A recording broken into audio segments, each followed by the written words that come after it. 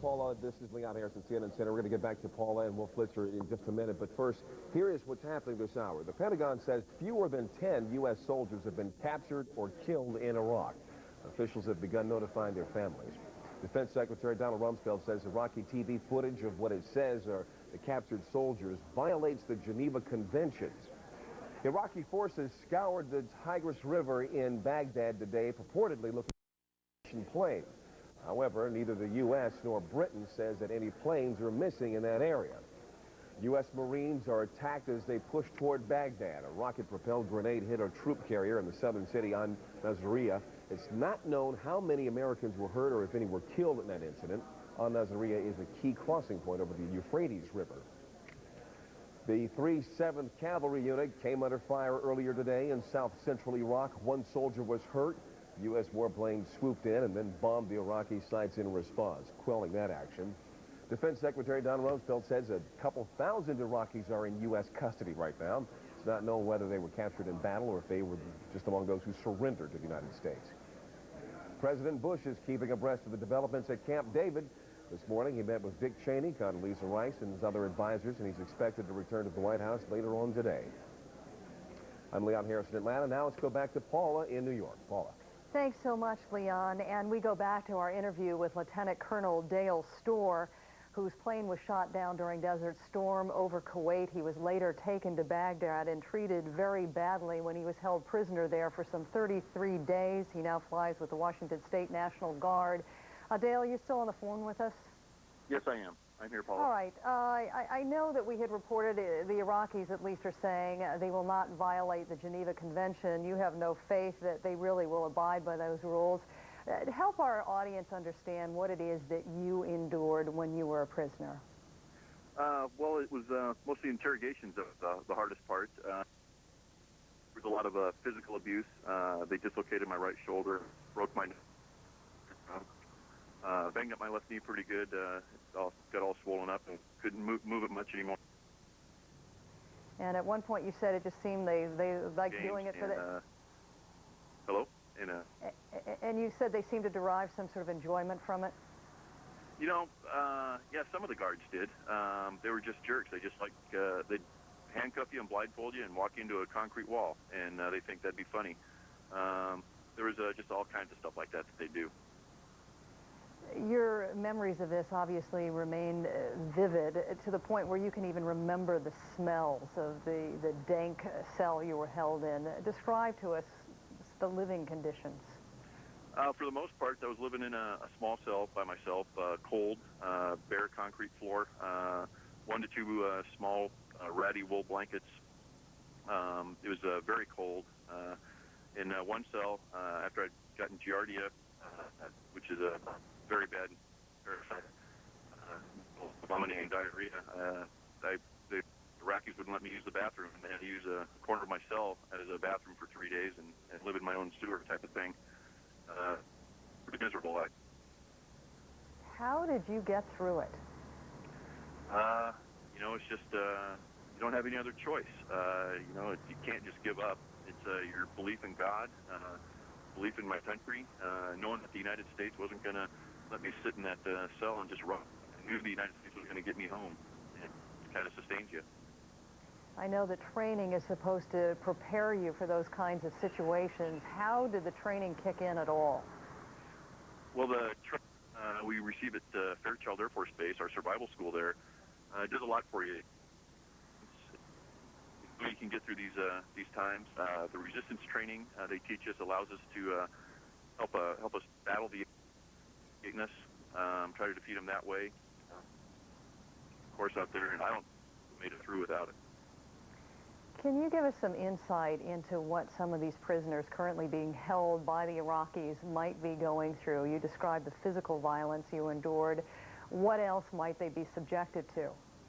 Yeah, the first few days are usually the worst. They were definitely the worst for me. The physical beatings, most of them were in the first few days, not all of them by any means, but most of them. Now they're being processed. Hopefully they're finding them a safe prison to put them in and not use them as human shields. And I hope they're getting some medical treatment. Did you get enough food when you were a prisoner? No. Actually, after I got Giardia, I begged the guards for some medication. Though they kept saying it was, they were going to get a doctor to me. They never did. And did you have any other contact with other prisoners? Yes, on the night of the 23rd of February, I was shot down on the 2nd. The 4 F-117 stealth fighters came in and bombed our prison. And after that was... Dale, you still there? Yes, I'm still here. You're cutting in and out. A final question for you. We just heard our General David Grange talk about the impact this might have on the morale of troops, and he said, in an odd way, it might even increase the resolve to get the job done. What do you think? I do. I think so. It does tend to, it would inspire me. I know when I saw those guys on TV, when I was still flying and fighting in the war, it made me work that much harder to get those guys back, to win that war and get those guys home. Well, Lieutenant Colonel Dale Storr, thanks for your patience as we divided your interview into 2 separate parts, and we wish you the best of luck. Thanks again for your time today. As I go back to Wolf, I know you said that you viewed this Al Jazeera tape, which shows some of these American prisoners being interviewed. All I have seen is the single image, the print image, and that alone made me absolutely sick to my stomach. Well, if you actually see the videotape, and millions of people around the world already have, it is a very, very depressing sight to see these U.S. soldiers. Obviously, some of them in pain, some of them have been wounded, and they still have, you can see the wounds in them. Some of them have been bandaged. Others are being forced to talk. And the picture of the young woman who is seen in this videotape, a U.S. Army soldier from Texas, she is clearly terrified by the notion of the questions being asked of her. It's a heart-wrenching sight to see. Certainly I can understand why the Defense Secretary Donald Rumsfeld asked all of us not to air these images. It's a very, very depressing notion. At the same time, the family members might be encouraged to at least see their loved ones alive on television, so there's always a delicate balance that has to be made in going forward with a decision whether or not to air these kinds of pictures. Let me recap precisely what happened for our view. Yeah, go ahead, Paula. Oh, I'm sorry. I just wanted, you in your interview with the representative, I believe it was from the Red Cross, had been handed a bulletin talking about Iraq claiming it will abide by the Geneva Convention. You just heard Lieutenant Colonel Dale Storr, who was held for 33 days during Desert Storm, saying that's an absolute joke. That will never happen. Well, that's the accounts that I remember getting from a lot of the POWs after the first Gulf War, that they were mistreated. They certainly weren't treated according to the rules governing the Geneva Conventions. And let's hope this time it changes. Obviously, let's hope the Geneva Conventions are adhered to. The initial step, parading them before TV cameras and making them answer these questions, obviously, is not encouraging, but we'll see what happens in the hours and days to come. And let me just recap, Paula, for our viewers, what exactly has happened on this specific issue for viewers who may just be tuning in right now. Earlier today, the Pentagon said fewer than 10 of its troops were missing. Shortly after that, CNN received the first pictures of American soldiers killed and captured in action in Iraq. The pictures were transmitted by the Al Jazeera Arabic language satellite network. The video was shot by state-run Iraq television. We want to let the audience know that these pictures and the interviewers were disturbing. CNN has made a decision not to show the video of those killed and will instead use this single image with no identifiable features. In other images, it was apparent some soldiers had been shot, some of them in the forehead. We don't know their identities. 5 other soldiers were interviewed, and each gave their name and home state in the United States. The Pentagon tells CNN that it's notifying the families of those captured and those who were killed. We're standing by now for some videotape that we're about to get. I think it's going to be we're going to be getting it very, very soon. I don't know how much longer we're going to be getting it. The President of the United States spoke, I believe, at Camp David. Here he is. Early stages.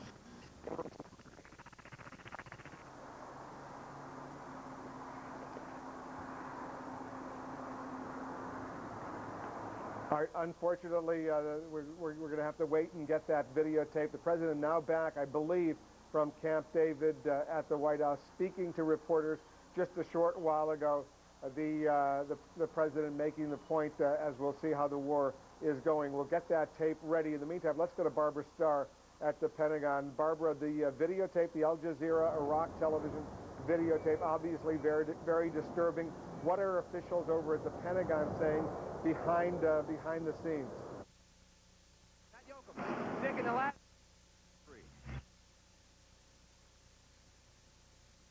Advance toward Baghdad, and as they do, according to Defense Secretary Rumsfeld, the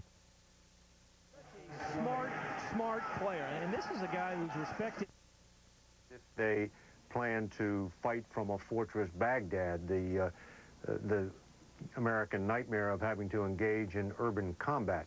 And so far, Secretary of Defense Rumsfeld says he knows of no Republican Guards units which is determined to proceed with the campaign as they have laid it out, and there's really no indication that this would change the war plan of General Tommy Franks. There had been an expectation as U.S. forces moved further into Iraq, I should say, that they would run into more confrontations with better equipped Iraqi forces as they got closer to Baghdad. So perhaps some of this very unfortunate action today in Iraq not a huge surprise. It is also the case, as people have commented on our air earlier today, before U.S. forces are ever sent into some sort of hostile action, they get a number of briefings, especially air crews, but they all get a number of briefings on the possibility of being taken prisoner of war and what they might expect. But clearly from the tape, which so many people around the world have now seen, these young people are just terrified at their situation. Wolf? And it seems, based on what the defense secretary said, Barbara, and what you're hearing, that all expectations are that the fighting probably will get much more intense as U.S. and coalition forces move closer towards Baghdad, move closer towards Tikrit, which is the ancestral hometown of Saddam Hussein, the Tikriti clan, so many of whom have come to dominate the Iraqi leadership over all of these decades. I wanted to alert our viewers, Barbara, and I want you to be patient with us. The president spoke only a little while ago, and we have this videotape. We want to show our viewers what the president said just a few seconds ago.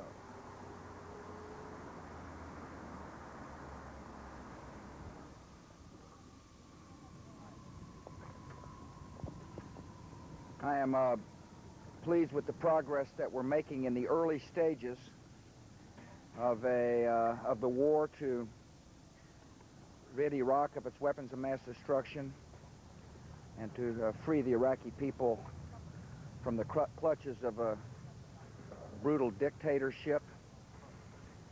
Today in our church service, Laura and I prayed for the coalition forces, those in the coalition forces who lost their lives. We pray for their families.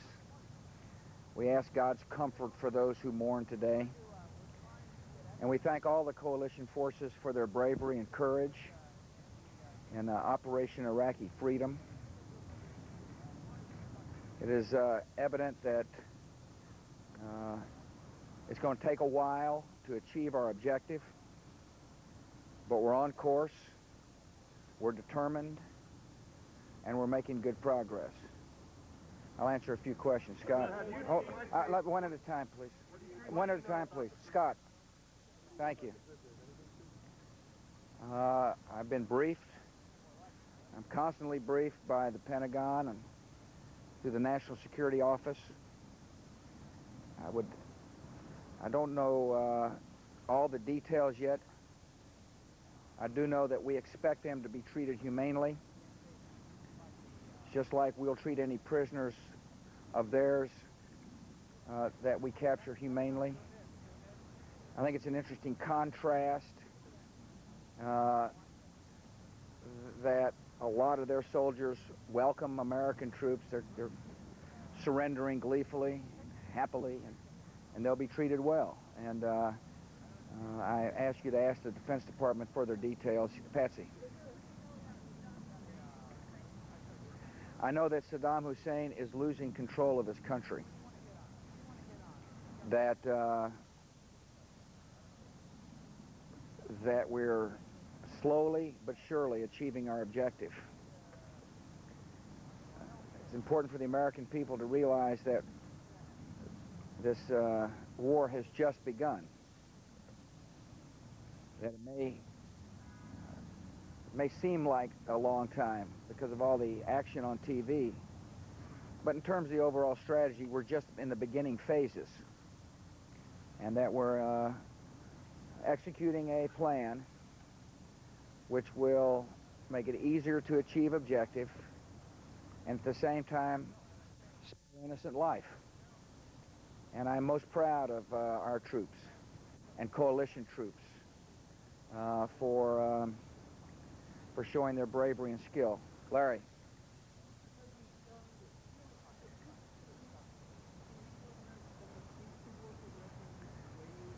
Yes, Larry, it is. It is, the air campaign is achieving its objective, and the ground campaign is also achieving objectives. We're slowly but surely taking control of that country so that we can free the people of Iraq and eventually clear that country of weapons of mass destruction. We've made good progress. One of the big concerns early on was the southern oil fields.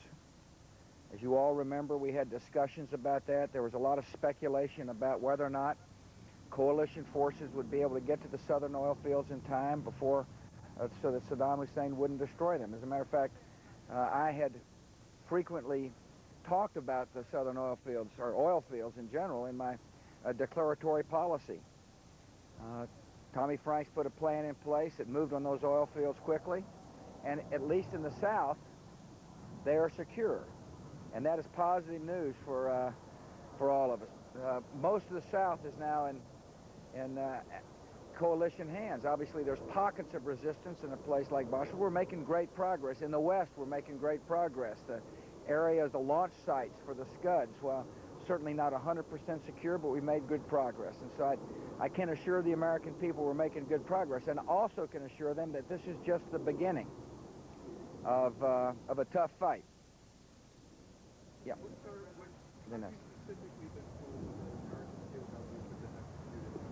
I have not been told that.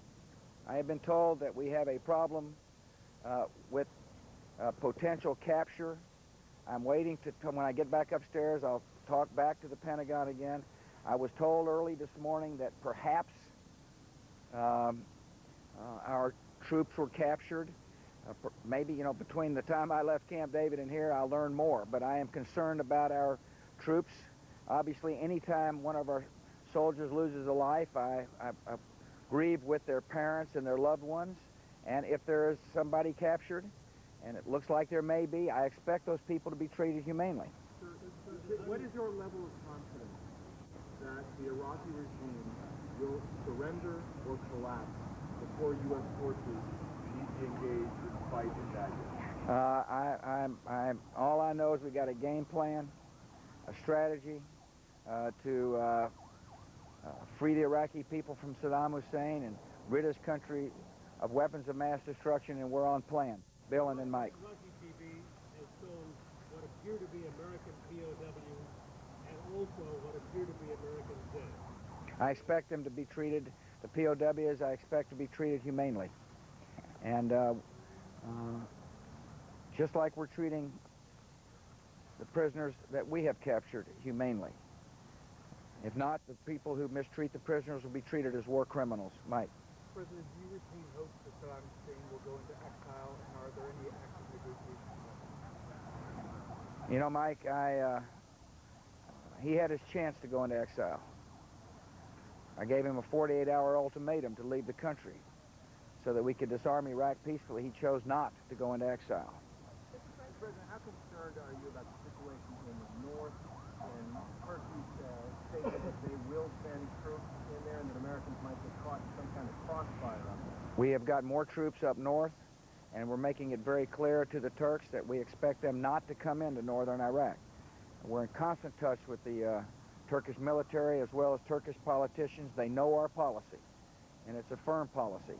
And we've made it very clear to them we expect them not to go into northern Iraq, as well as, and they know we're working with the Kurds to make sure there's not the an incident that would cause there to be an excuse to go into northern Iraq.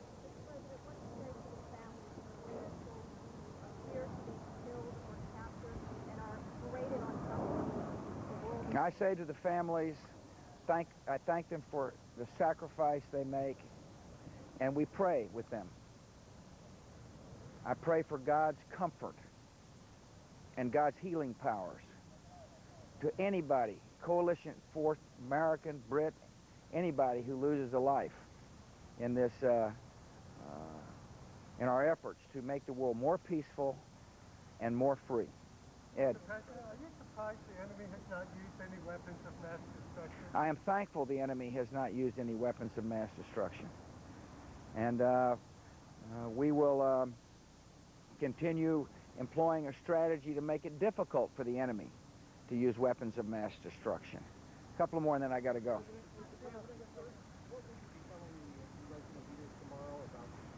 Wait till I talk to them. Probably best they hear it directly from me. What? Of course.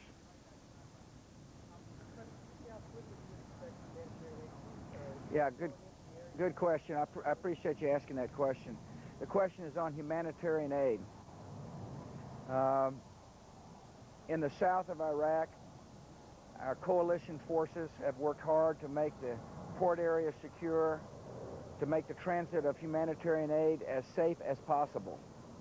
As I was told this morning in my briefings, that humanitarian aid should begin moving, massive amounts of humanitarian aid should begin moving within the next 36 hours.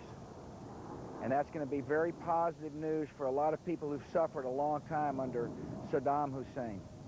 We've got a massive ground assault going on, and right behind it will be a massive movement of humanitarian aid to help the people of Iraq. We have made a promise to the people of this country that we will do everything we can to protect innocent life, and we're doing that, and that we'll do everything we can to help the Iraqi people. First thing, of course, will help the Iraqi people is to rid them from a brutal dictator, somebody who has stayed in power through mutilation and rape and torture, somebody who starved his own people so he could build palaces.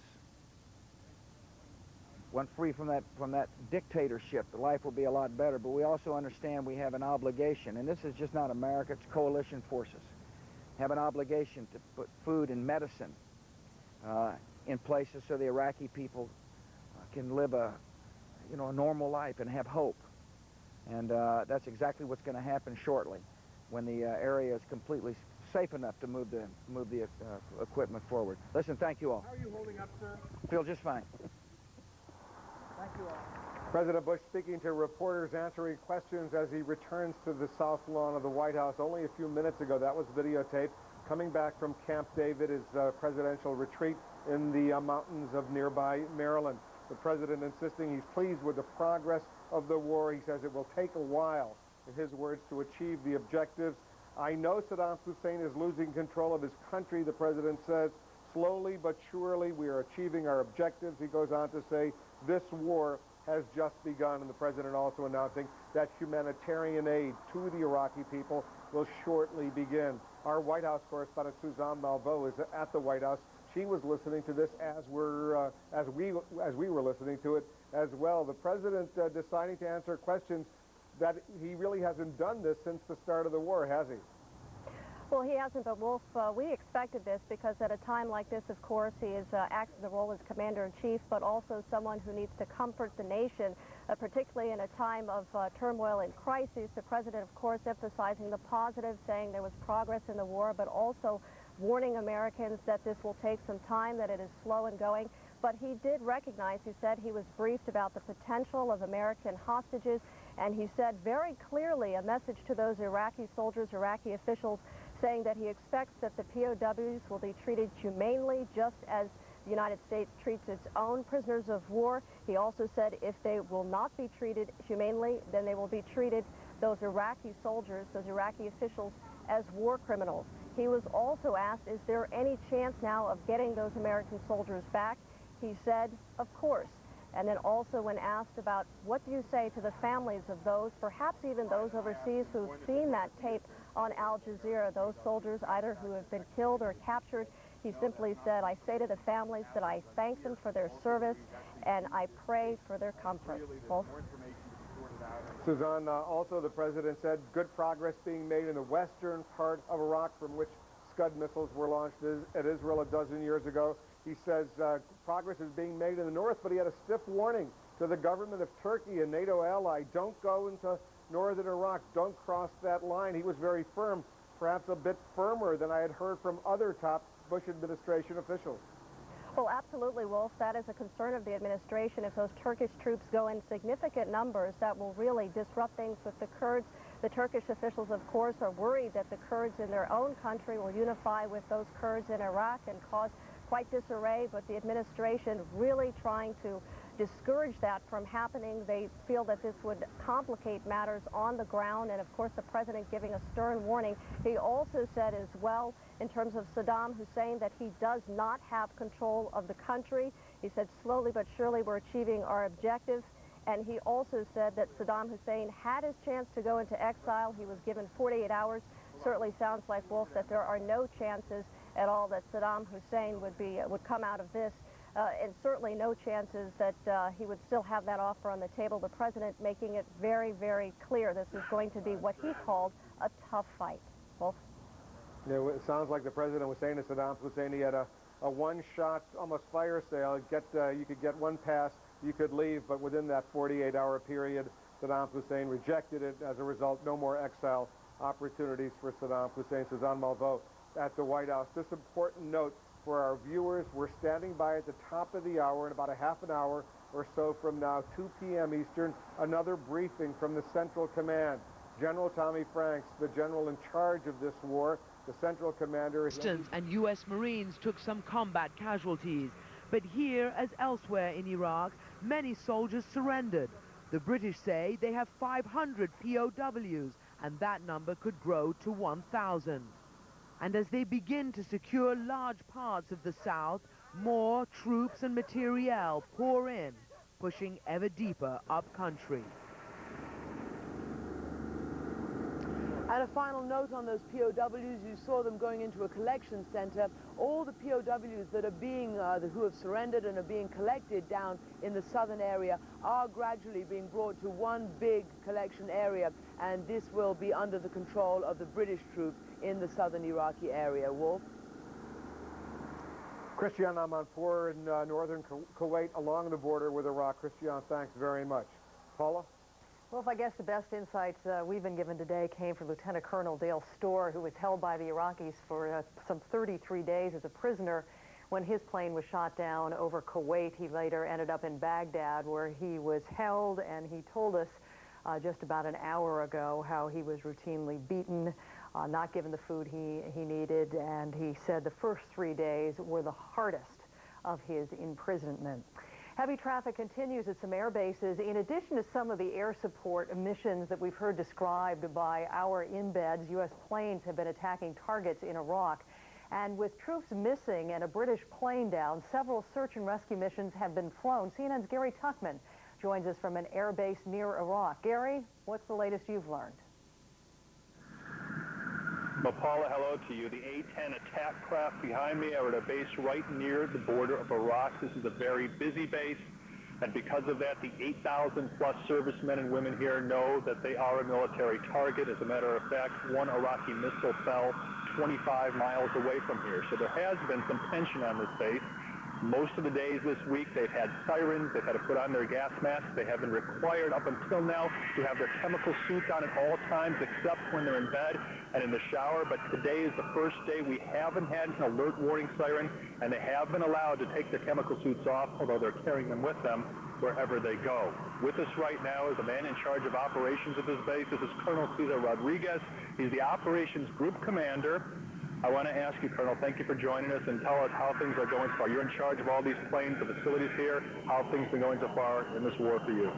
The operations tempo for the men and women of the 332nd have been phenomenal. Everything that we've expected has been exactly what we've been able to produce. the sorties that we've been able to generate out of here and the support that we've been able to provide for the air war has been on track. You've been talking about Americans who are missing, Americans who may be POWs. Let me ask you, this is one of the largest air bases in the theater. Have all your pilots come back safely? That's affirmative. I've been able to keep 100% accountability of all the crews, and that's one of the tasks at hand, to make sure everything's going the way it's supposed to. Can you tell me how many aircraft you have here? I can't tell you specifically what kind I have or how many of each, but roughly about over 180 different types of airplanes here on our patch. You may not be able to be specific, but we do know these are A-10s. Tell us about these A-10s back here. What do they do? Well, the A-10, as you can see behind us, that's a tank killer. It's primarily a close air support asset. Has the capability of delivering the 30-millimeter very precise gun, and also the Maverick, and also a variety of other weapons in support of the ground forces. We see on the front of those planes the teeth of the Tiger, right? Yes, the Flying Tigers have a great history. History goes back to World War II, and the performance of the men and women of the Flying Tigers here has met up to the match of their history. Final question for you. Any unanticipated problems at this base? No, we've drilled down most of the issues. There's a lot of combat experience on this base. All the men and women have performed admirably, and we continue the pace that is being tasked of us. As you can see here, 24/7, our job is to be ready, and no one has shorted that one bit. Colonel, I want to thank you for talking with us. I appreciate it. Have a great evening. Okay, you too. 550 roughly sorties over the last 48 hours in the total theater at least 38 different locations throughout the world. We're talking 3,500 sorties. You're talking about 12 to 15% of the total sorties of this air campaign coming from this one particular base. Paula, back to you. Gary Tuchman, thanks so much. It's their job to be ready. Wolf 24/7, a very big job indeed. An incredible job. I want to go right now to Iraqi television. They're airing this news conference with the Iraqi defense minister. Let's listen in. Which were left burning in place. This was before the eyes of the tribes people. They all witnessed that. All the tribesmen in the area. Because it was close to the city. In the other sector of Basra, in the Zubayr, the enemy tried to take a passage to cross to Zubayr towards Basra. The units confronted and stopped them on the bridges, and they today demolished 3 tanks. IPCs were disabled. Even in the Zubayr, the militia of the party and the tribesmen also inflicted damages to 2 tanks.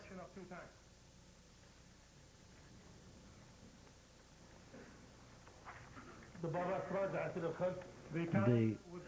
tanks retreated, and this is the situation in Zubayr and the bridge of Gzaiza that the Minister of Information talked to a few hours ago. And in the sector of the Gzaiza bridge, of which His Excellency, the Minister of Information, spoke about this afternoon. The 6th Division, the brave 6th Division. Our 6th Division also downed one unarmed, downed an unmanned airplane. Our situation in Basra, when I say Basra, I mean the city of Basra. Our situation is very good, thank God. And we are in our positions, and we are in our land. And the directions that the enemy is coming from, all the directions are very well known. And our fighting is something that will be pleasing to our friends, and will and will not be pleasing to the enemies, the Zionists, and so like, and the likes. The morale of the people is high. Army units, the morale of the tribesmen and the people are quite well known to you. The tribesmen are using a propeller grenade to attack the tanks. This is the standard. In the Dhiqar province, in the Nasiriyah, we said that in the last brief that the enemy was at the outskirts of Nasiriyah. The enemy tried at Nasiriyah from more than one direction.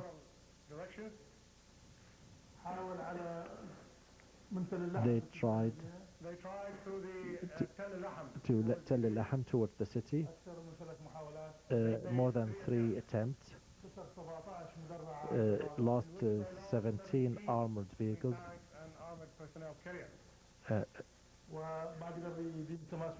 And they were not able to make any scrimmages with any of our fighters in the city. In the Souq Shiyukh sector, the enemy, the criminal enemy, attacked our third battalion of the 47th Brigade.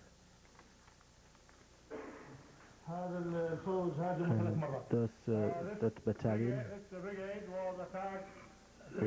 that were attacked. They were attacked 3 times, and each time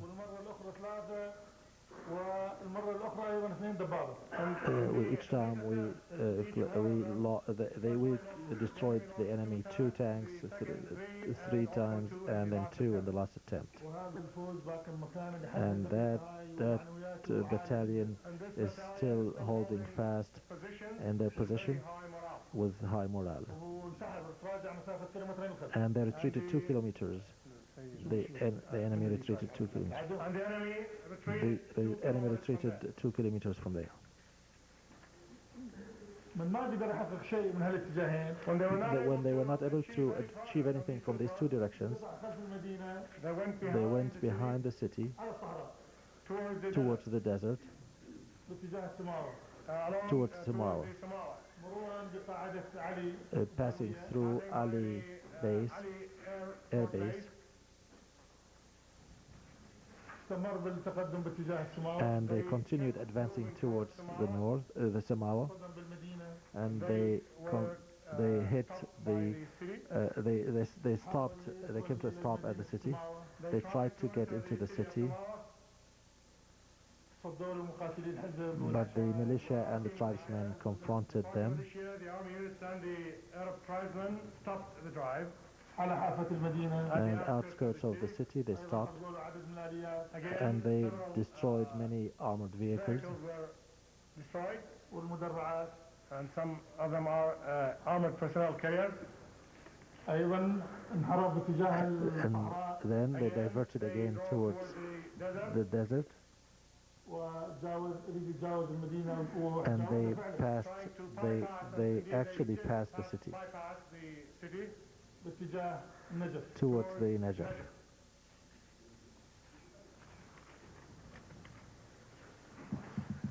The other activity in the Nasiriyah, last night, they managed to get the precision helicopters towards this, and several armored units were dropped. The tribesmen and the militia party, the party militia went out to fight, and they fought in this area.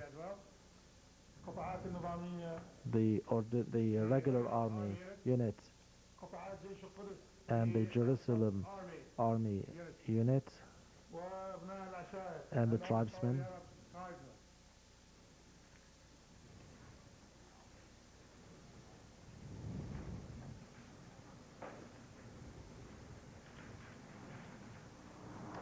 right, that's the defense minister of Iraq, the General Sultan Hashim Ahmed, talking about the military campaign, insisting that the Iraqis are doing well, holding on to Nasiriyah, insisting that the U.S. and British forces moving on that key town in the south central portion of Iraq are meeting not only with resistance, but he claims that heavy U.S. casualties and British casualties have been encountered. We're going to continue to monitor this briefing by the Iraqi defense minister as well as the information minister, get back there as news warrants. But in the meantime, let's bring in the chairman of the Senate Foreign Relations Committee, Senator Richard Lugar of Indiana, who's been watching all of these dramatic developments with us, listening very patiently. First of all, Senator Lugar, how disturbed are you at this notion that U.S. soldiers have been captured, taken POW by the Iraqi government? Well, I'm disturbed that the prisoners have been taken. I'm disturbed by the fact that 23 coalition forces, 9 Americans, 14 British have been killed. And the sympathy of all Americans is with them and with their families. Senator Lugar, we're going to get a lot more information on that at the top of the hour. We're standing by for a briefing from the U.S. Central Command, the Central Command in charge of conducting this war for the U.S. military. We'll go there live when that happens right at the top of the hour to Qatar, the temporary headquarters. What, if anything, can the U.S. government do to try to make sure that these POWs are treated according to the Geneva Conventions? The President of the United States has responded to that question in the very most succinct way that he could have. And that is, we expect the Iraqis to treat our prisoners according to the Geneva Code. In the event that they are mistreated, those who mistreat them will be treated as war criminals. You cannot say it any more directly, and that is precisely the view that I have. What kind of track record does Iraq have from the first Gulf War in treating American POWs? Their track record is abysmal. And the testimony we've had on your program today from an American POW indicates how brutal that treatment has been. From your standpoint, Senator Lugar, how is this war going? It appears to me that a great attempt was made by our country in the so-called decapitation strike. That is, the cruise missiles that hit in the area that we felt Saddam Hussein and his leaders were. That might have been a decisive blow. It appears that it was not, in the sense that some chain of command clearly is there, and resistance in the Nasiriyah area that has been demonstrated on both the Iraqi briefing and ours shows that some troops probably came down to the aid of that situation. And clearly, if Basra has some activity still, it's because it was bypassed, that is, block-to-block fighting did not occur. Having said that, it is clear, just watching the film, that American troops are moving toward Baghdad, that airstrikes have been precise and very effective. And the President of the United States, as he came back from Camp David, indicated clearly that we are winning the war. We are going to persist with the war. Saddam will be vanquished. The weapons of mass destruction will be found. The basic issue on the Iraqi side is how many Iraqis will be killed, how much of their own country will be hurt because of continued resistance at this point. And I think that's the basic question. We're debating this in a way internationally through your network. If Iraqis have any impression that there is any weakening on the American side, that there is any lack of solid resolve expressed by the Senate 99-0 in behalf of the Commander-in-Chief and our troops, they're wrong. They need to know that. And to the extent that they cease and desist rapidly, lives will be saved. Based on the briefing, Senator Lugar, that you've received, and I know you receive high-level briefings all the time in your capacity as chairman of the Foreign Relations Committee, what can you tell us about the status of Saddam Hussein?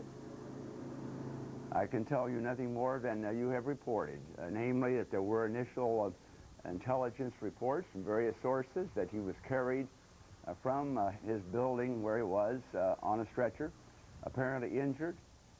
Certainly dispute as to whether the Saddam who appeared on television hours later was Saddam or a double. Preponderance of information is probably it was Saddam. What condition he's in, what his mood in, very hard to tell because we frankly don't know. When you say he was carried on a stretcher, has that been confirmed officially to you? No.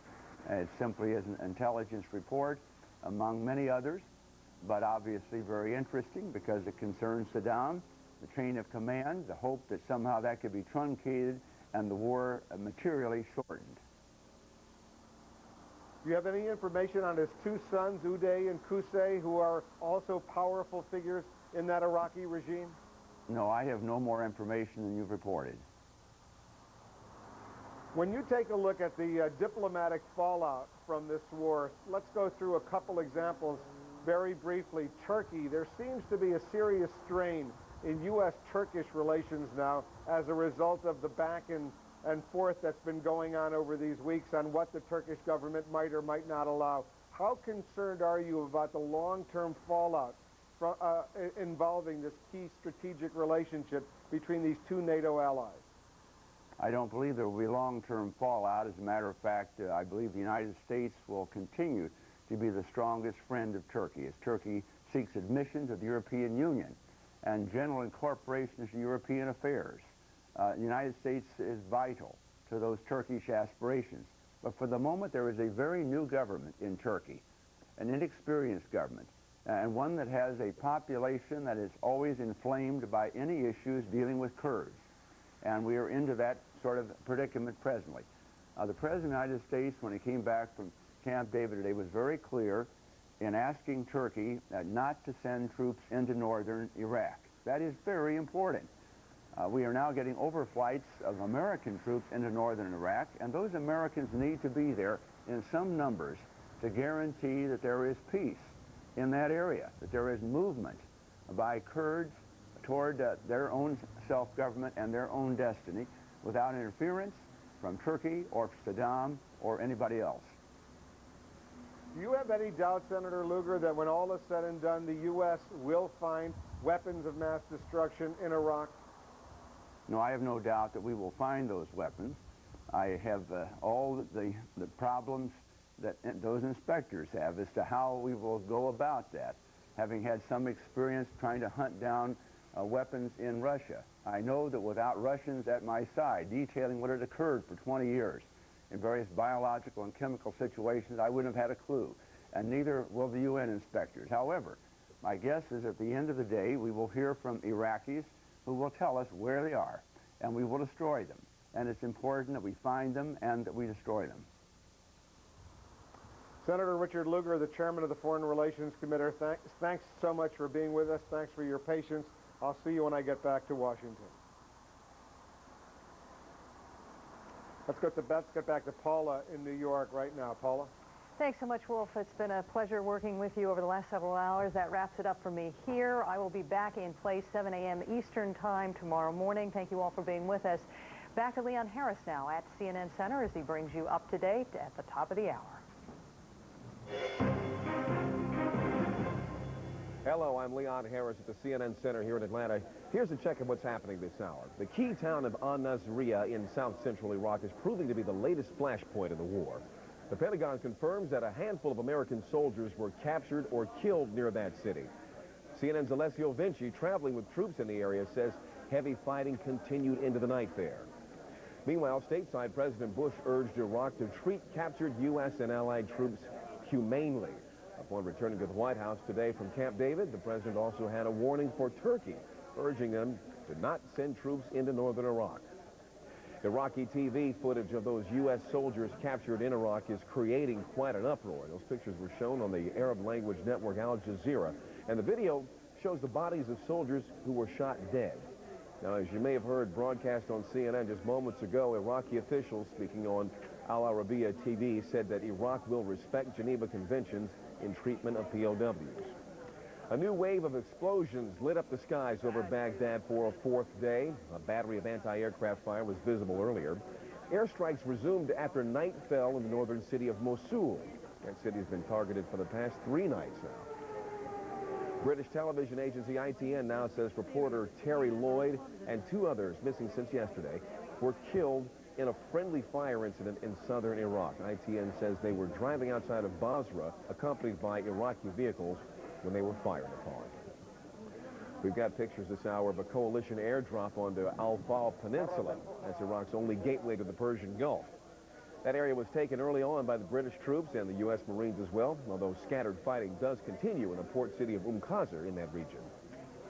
An Iraqi official is accusing Israel of getting involved in the war. Foreign Minister Naji Sabri says an Israeli missile was found in Baghdad, but he offered no proof of that. An Israeli spokesman denies the charge of Israeli involvement, but he says the Iraqis could have found an Israeli decoy rocket sold to the U.S. military. We are bringing you live coverage of the war in Iraq right here on CNN 24 hours a day. And when you're away from the television, there's always CNN.com. Go there, you'll find our war tracker. Just click on interactive maps and keep track of the action on the front lines. You can also read field reports from our reporters who are out there in the war zones. Again, all of that exclusively at CNN.com. And now, CNN's coverage of the war in Iraq continues.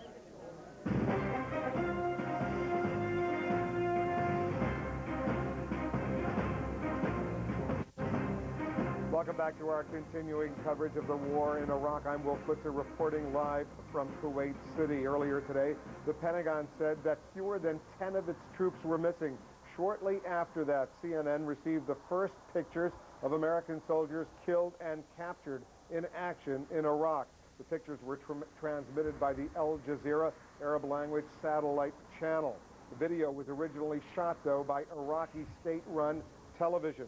We want to let the audience know, our viewers know, that these pictures and the interviews are extremely disturbing. CNN has made a decision not to show the video of those killed and will instead use this single image with no identifiable features. In other images, it was apparent some soldiers had been shot, some of them in the forehead. We don't know their identities. 5 other soldiers were also interviewed, and each gave his or her name and home state in the United States. The Pentagon tells CNN that it's notifying the families of those captured and those who were killed. We're standing by now for a briefing. Should be beginning momentarily at the Central Command, the military headquarters in Qatar, the temporary military headquarters for the U.S. military. We'll go there live as soon as that briefing begins. In the meantime, let's go to CNN's Miles O'Brien. Miles? All right, thank you very much, Wolf. While we're waiting for that CENTCOM briefing, which we will, of course, bring to you live and in its entirety, let's talk a little bit about this prisoner of war issue with a couple of people who know a lot about it. Major General Don Shepard, retired U.S. Air Force. Good to have you with us. Also joining us from Washington, Kelly McCann, security analyst for us, former Marine Corps officer. Kelly, you there with us? I am, Miles. How are you? I am well. Hope you're doing well. Let's start with you, Kelly, because you spent a lot of time putting boots into sand in the course of your career. Tell us, first of all, how this maintenance crew might have become lost. I assume it's fairly easy, but we do live in a world where a lot of troops have these GPS receivers and have the ability to see where they are fairly easily. Sure, but remember that mechanized doctrines is pretty much a blow through and go to the bigger objective. In other words, we bypass a lot of smaller objectives in order to get to the meat of the matter. And what that creates is kind of a tenuous security situation with smaller pockets that we choose not to engage, kind of Fabian tactics where you just choose not to engage them and blow through. This maintenance unit is out there. They're moving navigation. When you're in a vehicle, it's 35, 45 miles an hour. Even though you have a GPS, you still have to orient on the map. And it's easy to see how they could not have maybe up-to-date and current information on a small unit.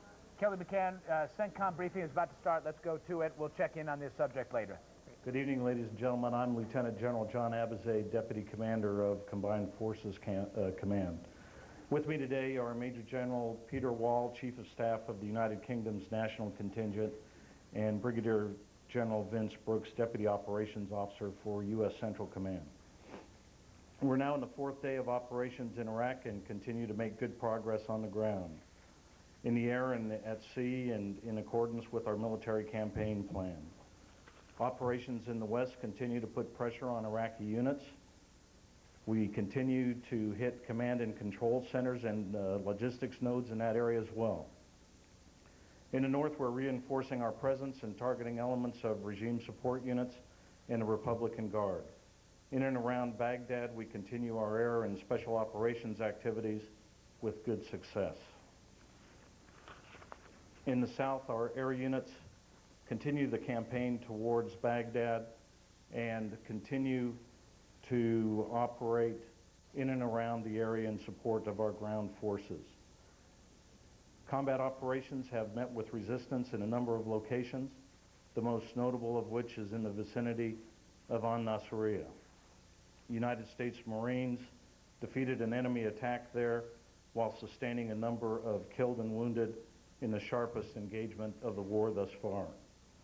Also in the vicinity of Nasiriyah, United States Army supply convoy was ambushed by irregular Iraqi forces. A number of American service members were wounded in that action, and as a result of that action, 12 U.S. service members are reported missing. Subsequently, Iraqi regime officials displayed captured Americans on state television.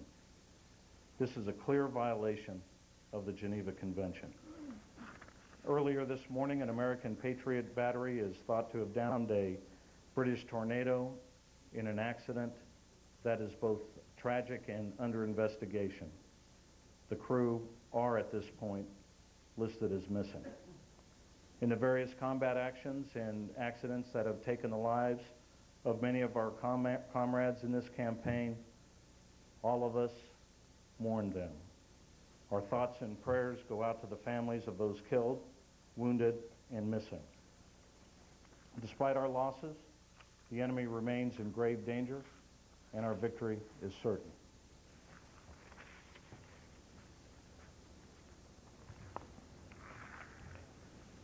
Good evening, ladies and gentlemen.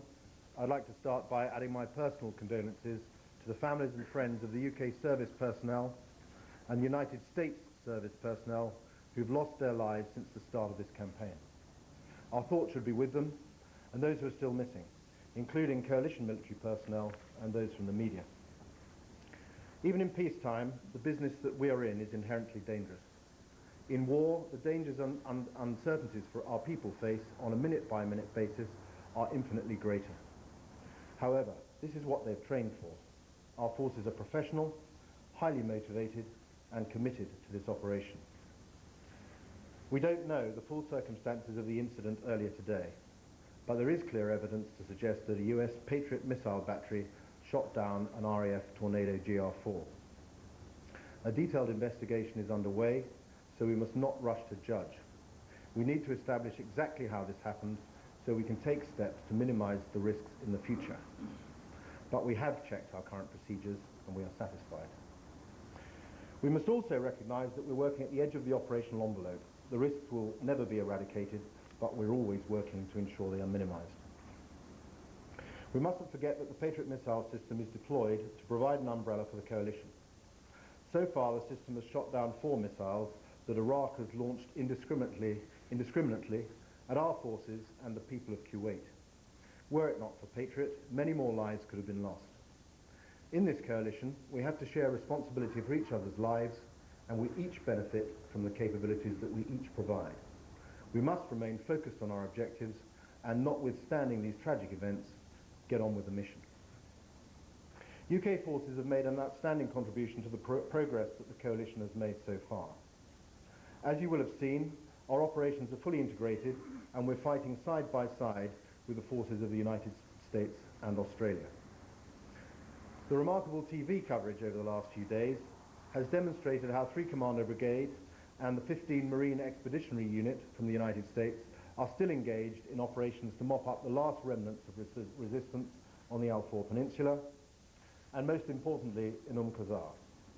The majority of the resistance we have faced so far comes from Saddam's Special Security Organization and the Saddam Fedayeen. These are men who know that they will have no role in the building of a new Iraq, and they have no future. While this is ongoing, fleet clearance diving teams are in the port area to make safe demolitions, and some of our mine countermeasure vessels are engaged in the critical process of clearing the sea mine threat in the core Al Abdullah waterway. Once this has been done, humanitarian aid can begin to flow. In the south, elements of 7 Armoured Brigade and 16 Air Assault Brigade are consolidating their position around Basra and have taken many hundreds of prisoners. A camp to house them is currently being constructed near Qasr, where they will be provided with food and water, and their medical needs will be catered for. As a soldier, I do not see these men as cowards. They have simply taken the very sensible decision that Saddam's regime is just not worth fighting for. We take our responsibilities under the Geneva Conventions very seriously, and having seen the disgusting TV images which appear to show the mistreatment of US prisoners, the same cannot be said for Saddam's regime. In the Rumaila oil fields, our explosive ordnance disposal teams are continuing the difficult and dangerous task of clearing the munitions and booby traps that the regime left behind. It is a testament to the effectiveness of the coalition forces that the regime failed to destroy more than a handful of oil wells, and that an environmental and economic disaster has been averted. The RAF has been involved in operations around the clock since the campaign began, flying over 100 sorties per day. And our tankers and AWACS have played a key role in supporting the coalition's air effort. Tornado GR4s and Harrier GR7s, accompanied by Tornado F3s, have attacked targets ranging from critical command and control facilities to surface missile sites. The new generation of precision-guided weapons has greatly increased the RAF's ability to attack a wide variety of targets in all weathers. The first operational use of the new standoff weapon system, called Storm Shadow, has also been an outstanding success. It's both extremely accurate and exceptionally potent. UK forces will continue to make a significant contribution to all aspects of coalition operations across the whole theatre until we achieve our objectives. We will not rest until this regime and the threat it poses to the world through weapons of mass destruction is eradicated.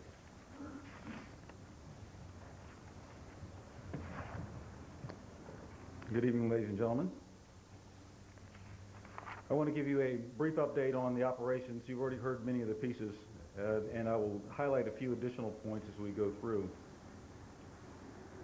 Today was a tough day of fighting for the coalition, but we continue our attack to remove the regime and to destroy the forces supporting it. Our forces continue to fight bravely and with determination. The terrain gained today includes Qasr, the approaches to Basra, the seizure of the Khalil airfield, and the bridges at Nasiriyah, all of which are shown on the map.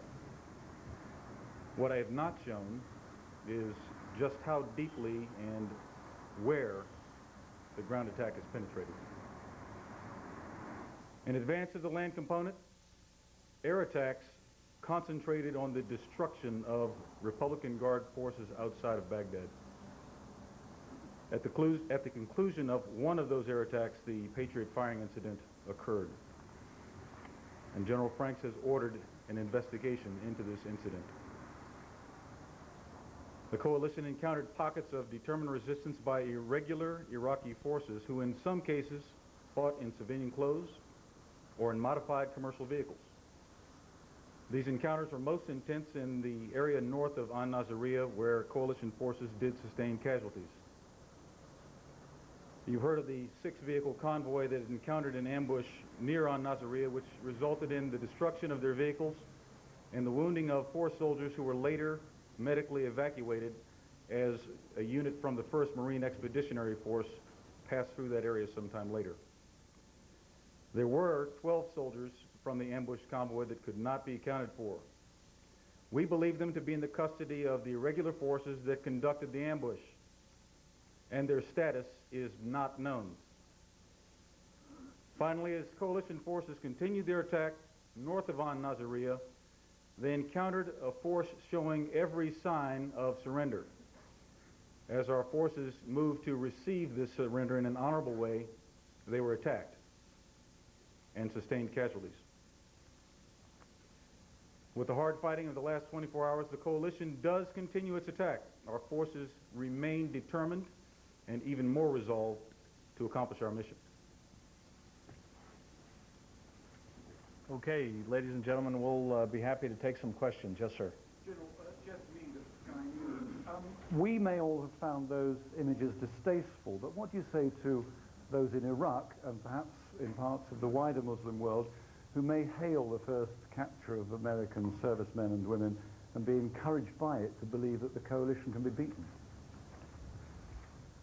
Well, it's very important to understand that as we progress in our campaign throughout Iraq, in the vast majority of places we have been welcomed. And I think that the people of Iraq who see those images will not be heartened, they'll not be encouraged, they'll just regard it as one more brutality inflicted upon people by a regime that has inflicted countless brutalities upon their people. The same goes for the rest of the Muslim world. No one has killed more Muslims than Saddam Hussein. So the sympathies for that regime and for this brutal dictator are not served by the humiliation of our people. Yes, sir. Tom President, CBS News. Why have there not been such mass surrenders as you had in 1991 so far? Does that have anything to do with the fact that the Army wasn't pounded for weeks in advance? I think the main reason that there haven't been a lot of mass surrenders on the same scale as in 1991 is that the Iraqi forces really were trapped in Kuwait. They were far away from home. They had nowhere to melt back to. Here in the areas that we've been encountering regular Iraqi forces, by far the majority of units have just melted away. We find a substantial amount of abandoned equipment on the field, and in the regular Army there is clearly very, very little will to fight. True, we've captured 2,000 prisoners thus far, but the units that we have expected to find in various locations and put up resistance really haven't done so. Yes, sir. Yes, Alan Cypress from the Washington Post. Could you tell us more about the incident in which U.S. forces were approaching Iraqis who appeared to be surrendering? Was it a case that they were pretending to surrender or they mistakenly believed to surrender? And also we understand about 15 U.S. soldiers were killed in that incident. Could you please tell us more? Well, I think there were a number of incidents today in the sector. As you know, there's an awful lot of stuff that has transpired, an awful lot of combat actions. I think you're probably referring to the action that the Marines had in and around Nasiriyah. I would not want to give numbers of casualties because, as all of you know, you're all seasoned folks and have reported on these sorts of things before. The first reports are always misleading. Suffice it to say that in the Marine action in Nasiriyah, it was a combination of irregular forces and regular forces. As a matter of fact, one of the few times that we've seen regular forces fight. And it's difficult for me to characterize it right now as whether or not they could have been special Republican Guard units that were moved down into that area or irregular forces of other types or regular army. So I wouldn't want to characterize the force that did the fighting in Nasiriyah. Suffice it to say that it was a very sharp engagement, but the Marines were successful. They defeated the enemy. First reports indicated they destroyed 8 tanks, some anti-aircraft batteries that were in the region, and also some artillery, along with a number of infantry. Is this the incident in which the Iraqis were thought to be surrendering and were not? There were several incidents reported today in which there were types of behavior that I can only describe as ruses that were perpetrated by the enemy. In one incident, a flag of surrender was displayed, and it was followed up by artillery fire.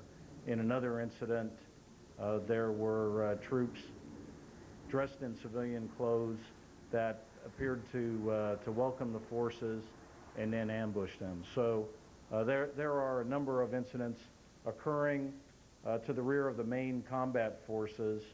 None of these incidents, however, I would characterize as related to the overall success of the mission or the thrust of the main forces towards Baghdad. Right here, sir. Ahmed Samir, Abu Dhabi Television. We have been seeing reports of U.S. soldiers killed, missing, and captured, and the stiff resistance of Iraqi in many cities which you claimed before taking full control, such as Nasiriyah and Are you facing a new Vietnam in Iraq, or you are victims of over self-confidence? War is a very, very risky business for everybody. We're not overconfident about this endeavor. We are confident about the ultimate outcome of this endeavor. We are soldiers, sailors, airmen, and Marines combined in a joint team that is very powerful and one of the most integrated and well-trained forces ever put together. There won't be anything that stops us on the battlefield. Yes, sir. We're going to break away from this briefing at the Central Command in Doha, Qatar, at the Camp Asaliya to show you these explosions, these bombings that have just occurred in Baghdad. You're looking at live pictures, the aftermath of what was a huge explosion that rocked this city only a few seconds ago. If you can see the aftermath, the cloud, the aftermath of this huge explosion. We have no idea what the nature of it was. We have no idea where it was. We're going to obviously watch it, but it looks like the shock and awe bombing campaign, as promised by the U.S. military, is obviously continuing in and around the Iraqi capital. No let-up tonight for the 5 million residents of Baghdad as they experience once again a huge, huge explosion. We have to assume it was another bombing campaign that is continuing in the Iraqi capital tonight. There have been several other loud explosions heard in Baghdad over the past many hours today, but this was by far the largest single explosion that we have seen and we have heard. And I want to, of course, alert our viewers to understand that what we're seeing in Baghdad is obviously only a small piece of this air campaign, this air war. Similar explosions, we're told, are unfolding in Tikrit, Saddam Hussein's ancestral hometown, as well as in Mosul, in Kirkuk in the north, and other cities as well. And as we watch these live pictures from Baghdad and hear the sounds, maybe these are some of the sounds of the anti-aircraft and sirens that are going off in the aftermath of this latest apparent U.S. bombing explosion.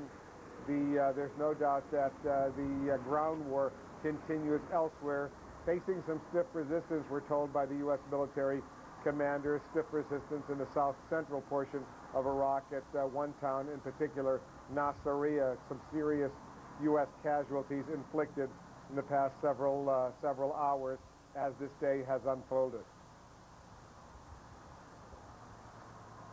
Let's bring in General Don Shepard, the CNN military analyst, retired U.S. Air Force. General, this has to be another either Tomahawk cruise missile or a 2,000-pound precision-guided bomb. The explosion was quite intense. Yeah, like you, Wolf, I'm guessing because all I can see is the smoke drifting across the sky, but I heard the explosion. It sounded very loud. That could mean a big bomb or very close to the microphones there. It would be logical to me that in the good weather that we've had in the past day, that Central Command has done bomb damage assessment to see what needs to be restruck. It's also apparent that the U.S. military will be listening for emerging targets, which would be leadership, communications leading to leadership, underground bunkers. It also could be a couple of other things, secondary explosions set off by fires set off by the other strikes. And then we've also heard reports of loud explosions on the outskirts, probably attributed to the oil in the trenches being set off to obscure visibility. But it very much sounded to me like a weapon, and it sounded like it was a large weapon. And this is presumably going to continue for some time. What they have a tendency to do is hit a target and then come back and hit it again and again and again until they're convinced they've destroyed it. Is that a fair assessment? It's a fair assessment. I'll offer you a couple of other interesting things. It's amazing how intelligent people are and how no matter how the press is controlled in countries like this, word gets out. You notice that the lights are still on in downtown Baghdad, and you notice during the daytime pictures that people seem to be out and about and driving as normal. It's apparent that the word is out to the population that the U.S. forces and strikes are not out to get the people, and I think the people probably feel as long as they're away from military targets, they're okay, because it looks almost like life going on normal in Baghdad. Let me bring in Kelly McCann, our CNN security analyst, himself a retired Marine officer. Kelly, as we watch these pictures, these live pictures from Baghdad, we have to absorb what the deputy commander of Central Command, Lieutenant General John Abizaid, just told us at this briefing in Qatar at the temporary headquarters for the Central Command, that the fighting at Nasiriyah is the most serious fighting to date. U.S. Marines, U.S. Army personnel coming under some extensive military action, some extensive resistance from regular and irregular Iraqi troops. Tell our viewers what he means when he talks about irregular Iraqi forces. Well, basically, Wolf, those irregular forces are not going to appear to be in the Iraqi military. They may have elements of the uniform items on. They may present themselves as civilians. It was interesting, Walt Rogers earlier on the artillery raid on the 7th Cavalry suggested that forward observers were dressed as these kinds of irregular forces in civilian clothes and were actually forward observers for the Iraqi artillery units. But they can't be engaged, they can't be stopped, and in fact, the U.S. forces, of course, have been cautioned to have a limited footprint in order to humanely treat the civilians. But I think it goes back to the MEC kind of philosophy, which is to blow through smaller objectives and take serious objectives. Well, obviously, that creates a tenuous security situation in the rear area because you've not been able to mop up. There's pockets of these irregular forces, pockets of regular forces that can stay concealed, that come out at night or come out at disadvantageous times and make themselves known. All right, stand by for a second, Kelly. General Shepard, I want to play the videotape of what just happened in Baghdad within the past few minutes, this huge explosion. Let's listen and let's watch.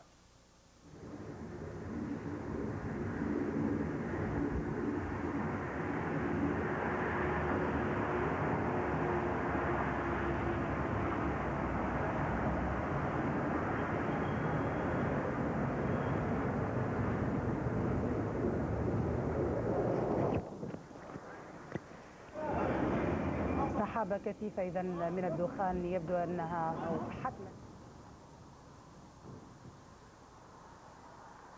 All right, General Shepard, on second look at this explosion, what was it? Well, again, on the replay there, all I saw was the smoke, Wolf, but on the other hand, I saw a couple of other things on the earlier shot. And the earlier shot, I noticed the anti-aircraft artillery burst going off in the sky, so it's apparent to me that they had some warning there was an air attack. It is most likely that this was either a Tomahawk missile or a conventional air-launched cruise missile from B-52s rather than airplanes, but there was a single explosion, so very likely it was a cruise missile of some type, Wolf. Kelly McCann, when you saw that go off, what does it say to you, the nature of this air war as it's unfolding right now? Well, I obviously agree with General Shepard. It goes to targeting. And remember, as we have converging forces on Baghdad, which is the objective, the forces that would withdraw or ring the city, or obstacles, barriers, oil trenches, other armament, positions of gun positions, battery lays that are getting ready to engage, they're going to be engaged with more and more intensity. As far as the ordnance that was used, General Shepard would be more expert in that, but from a targeting standpoint, would suggest that this is all a continuing softening of that environment so that we can shape the battle space. All right, I think what we should do is we'll keep this live picture of Baghdad up on the screen, but let's go back to the Central Command, to that briefing that's underway, the U.S. military leadership answering reporters' questions on what's unfolding in the war. Number of casualties in each. It's very difficult for me to do. Before I came over here, I did my best to try to find out the numbers. I can tell you for a fact that we are definitely missing 12 Army soldiers that are unaccounted for, some of whom I believe ended up on Baghdad television. We have a number of killed in the action in Nasiriyah with the Marines. I believe that number will remain less than 10. and a number of wounded. That is probably, I really wouldn't want to speculate on the number of wounded, but there are wounded, some of whom have been returned to duty, others that have been evacuated from the battlefield. And as usual, the Marines handled themselves in the greatest and best traditions of that Marine Corps. Sir. There was a British general Who said that you guys might be in Baghdad by late Monday or early Tuesday. Does that seem wildly optimistic now in view of the resistance you're getting or not? I wouldn't want to speculate on the timetable, and I think that we are on track. We'll arrive in the vicinity of Baghdad soon, and I prefer to leave it at that. Yes, sir. For Associated Press Television News. There were pictures today on television out of Baghdad showing Iraqis looking and shooting at the water, looking for an alleged American pilot or pilots who had jettisoned from the plane, and they were looking in the water. So far, can you say if, in fact, any American planes have been shot down, any American pilots parachuted out of any of these planes? Can you comment on that? No planes have been shot down. No pilots have parachuted. But I did note that the Iraqis were searching for what they thought to be a downed American pilot, and you can see by their actions shooting into the water that their search and rescue techniques leave a lot to be desired. Yes, ma'am. Can you give us a sense now that if there are in fact civilians being used and explosives being placed, what does this tell you about who is in control? Are these the actions of someone close to Saddam, or are these the actions of lesser forces who are improvising? Well, I believe these are probably the actions of desperate people that are trying to save a doomed regime. We have not seen on the battlefield a single coherent military move. These moves are dangerous to the troops in the field, but they're not dangerous to the success of the mission. Yes, sir. Al Jazeera satellite channel.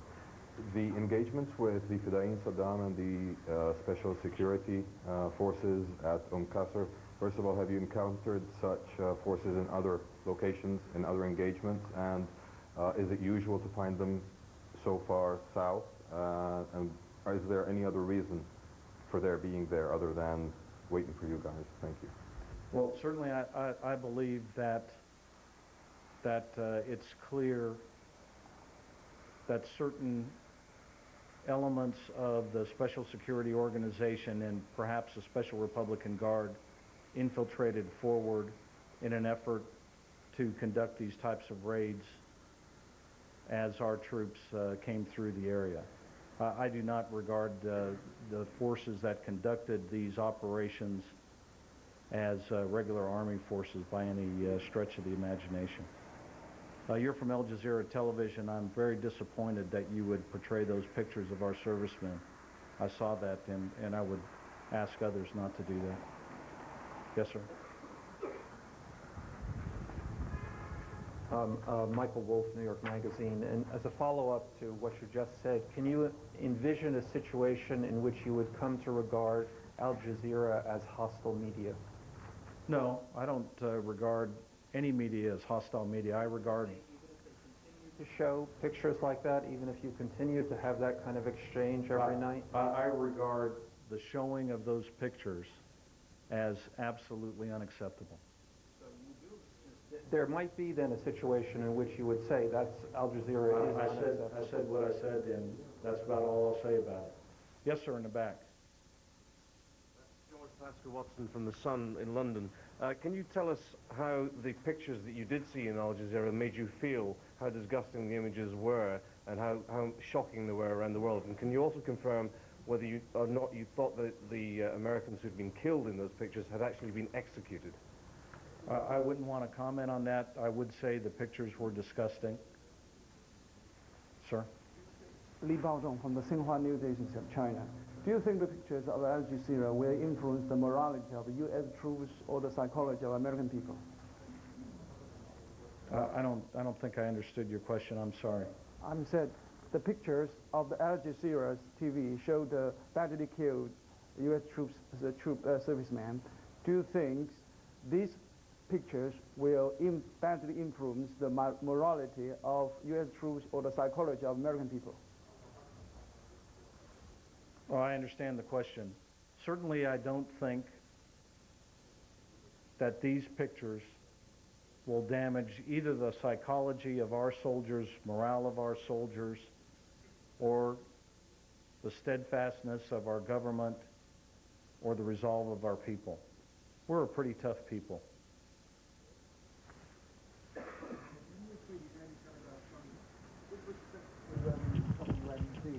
A moment.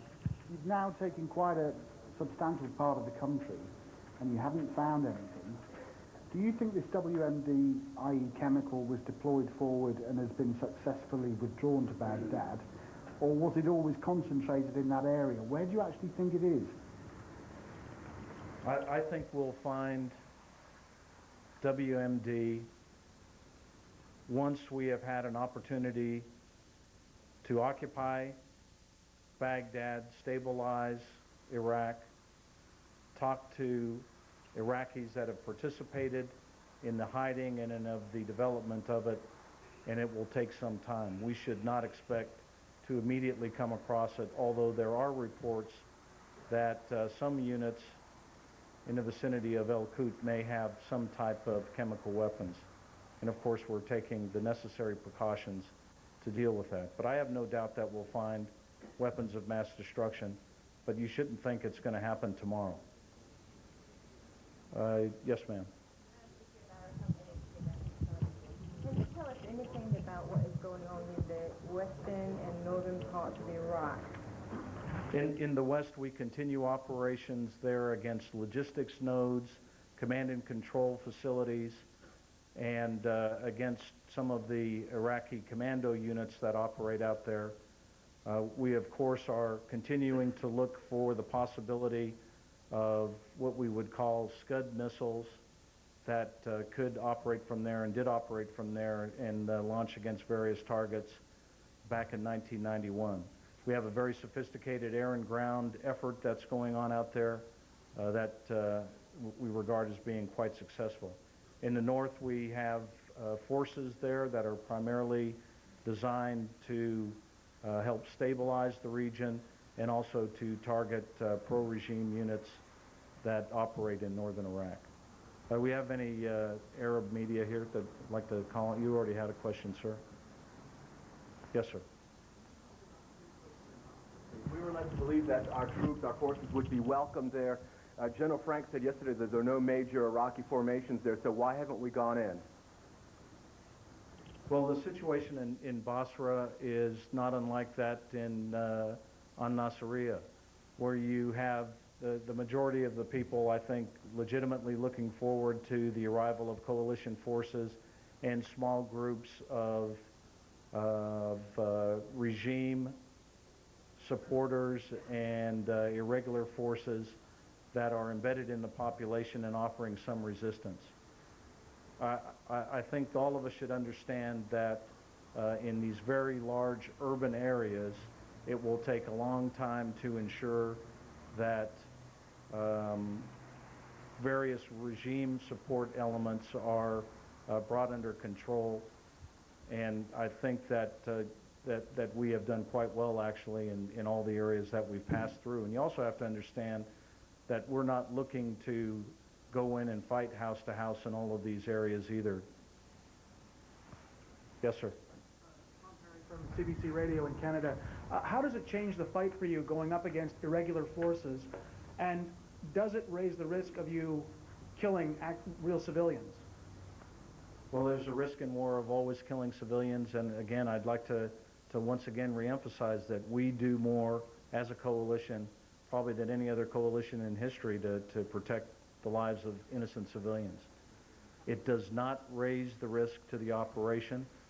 These are problems that can be dealt with along the lines of communication, and the main forces that are closing on Baghdad are powerful and unstoppable. Yes, sir. Paul Hunter, CBC Television in Canada. Re the Patriot incident, could you tell us what investigators will be looking at, what the range of possible explanations is, and whether it's affected your faith in the Patriot as an instrument?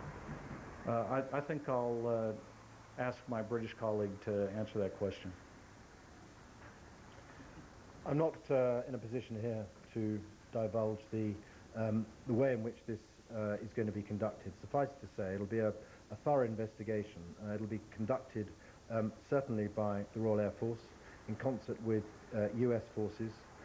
The outcome will be disclosed between both nations, and we are confident that we shall come to a conclusion which will enable us to make these procedures and processes better in the future. For the time being, we're reviewing our current practice, and we're satisfied that if we went out tomorrow, from a UK perspective, we would conduct our activities just as we have, in concert with coalition procedures, been doing up until now. And if I could just add that the aircraft in question was conducting a mission, the like of which has only been going on in this war for a few days. But if we look back to before D-Day, it's actually been going, those sort of missions have been going on for a protracted period. And these procedures have stood us in good stead for a very, very long time. And so it's against that backdrop that we should be looking into the issues of today. Thank you. Yes, sir.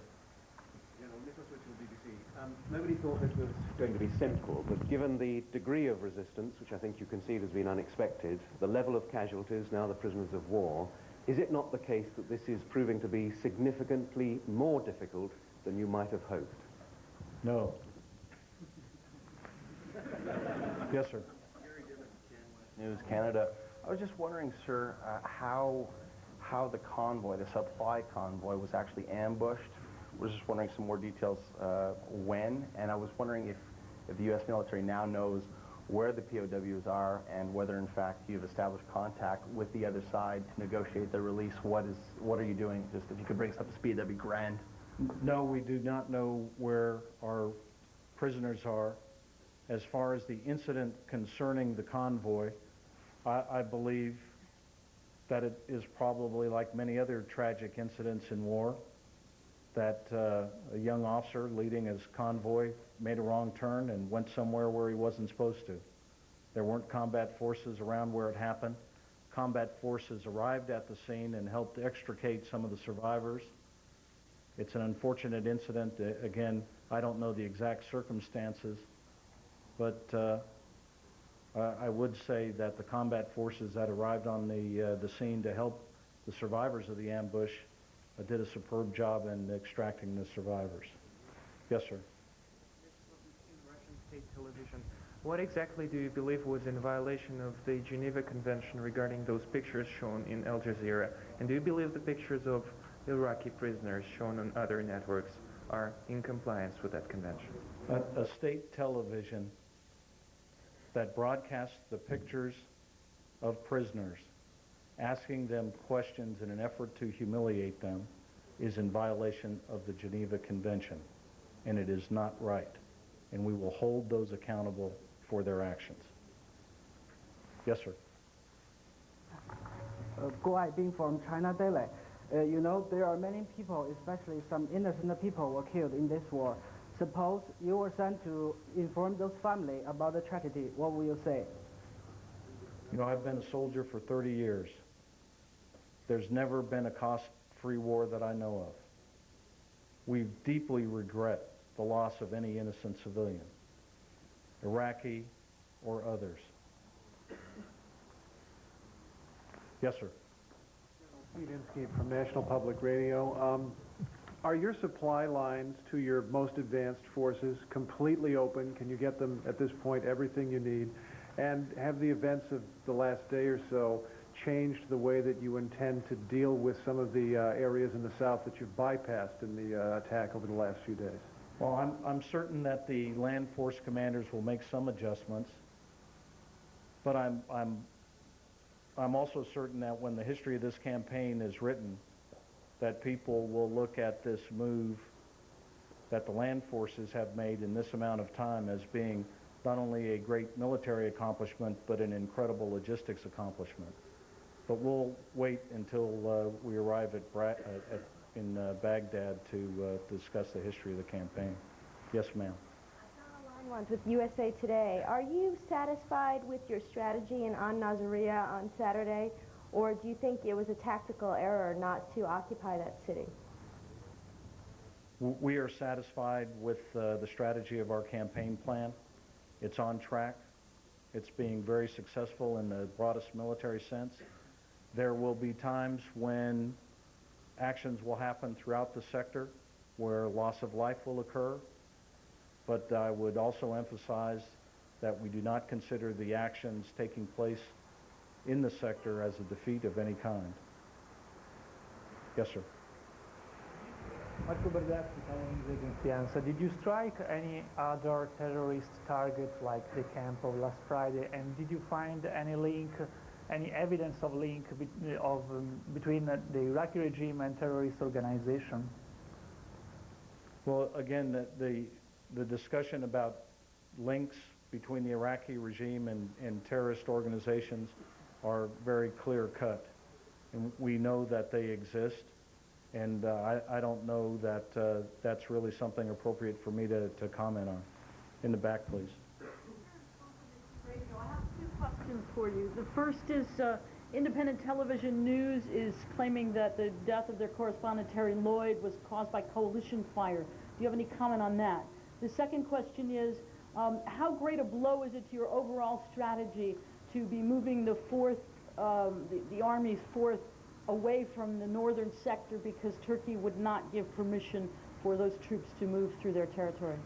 First of all, I believe you're talking about the death of the correspondent in the north, or the British correspondent? The British correspondent No, I'm sorry, I have no information concerning the details of what happened there.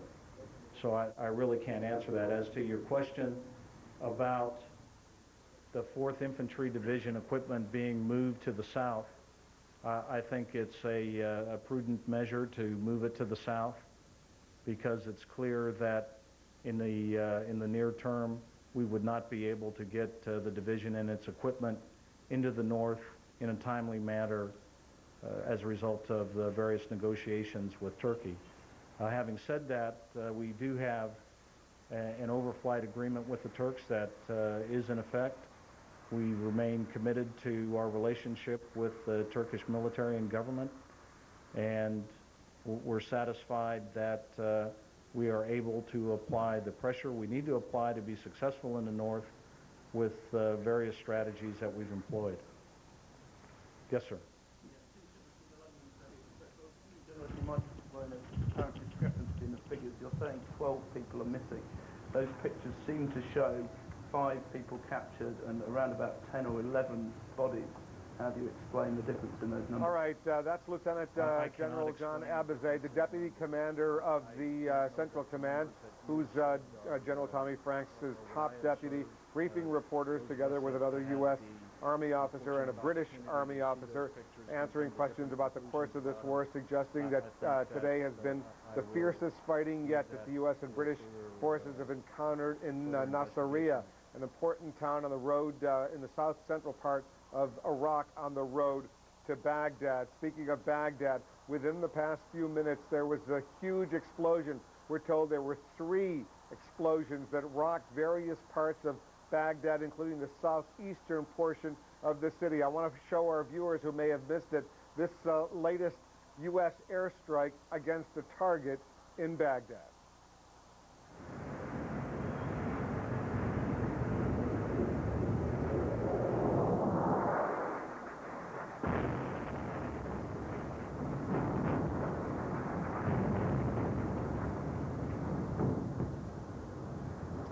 Let's bring in retired U.S. Air Force Major General Don Shepard, CNN military analyst. General Shepard, you've had a chance to try to absorb a little bit, not only the briefing that was unfolding at the Central Command, but also this videotape of this explosion, this bombing, this latest bombardment of the Iraqi capital. What's going through your mind as you try to understand what's happening on day 4 of the war? Yeah, a couple things, Wolf. It's fairly apparent to me that we're not going back and hitting the same Republican Palace complex that we were the other day. although I can't tell where this soda straw is looking, and I see the smoke drifting across the screen, the reports of 3 explosions, one of them in southeast Baghdad, leads me to believe that we're probably beginning to hit deployed Republican Guard defensive positions in the vicinity of Baghdad as they emerge, but I'm only guessing. The other thing that hit me about the piece that, re-looking at the piece that you just showed, was that the amount of anti-aircraft fire going off in the air is much less than we saw in the first 2 days, leading me to believe that perhaps the air defense system is being degraded or running low on ammunition in some areas, Wolf. In that particular case, I don't believe I heard sirens in Baghdad before the actual bomb exploded, which would indicate the Iraqis may have been surprised in this latest bombing run. Is that your assessment as well, General? That's my assessment, but on the other hand, when I saw the anti-aircraft fire going off in the sky, and assuming that that was taken just before these bomb explosions hit, it would indicate to me that at least the air defense system knew and had some warning, Wolf. All right, Kelly McGann, our CNN security analyst, a retired Marine officer, is with us as well. Kelly, there was some disturbing video that we received earlier today. The Iraqis claimed that an American pilot had bailed out of a plane over Baghdad and had landed in the Tigris River, which runs right through the city of Baghdad. And you can see the Iraqi military sort of just shooting into the water, trying to shoot a downed U.S. pilot or 2. I have to tell our viewers that the U.S. military says there were no pilots that bailed out over Baghdad. No planes went down. This is all in the imagination of the Iraqis who have gathered along the banks of the Tigris River. But what does it say to you when you see this very disturbing video, Kelly?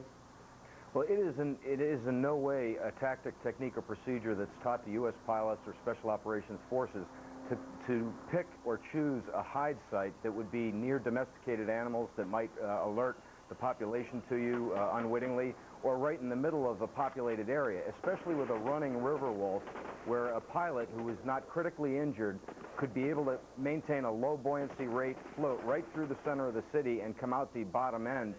Remember, the whole purpose of a hide site is to be picked up eventually. So I would think that this is more for propaganda value than anything else.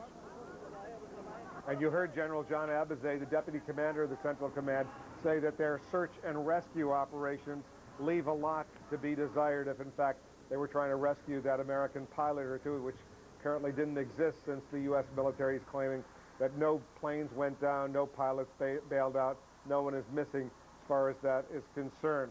General Shepard, there was a very disturbing development not far from where I am in Kuwait, in the northern part of Kuwait.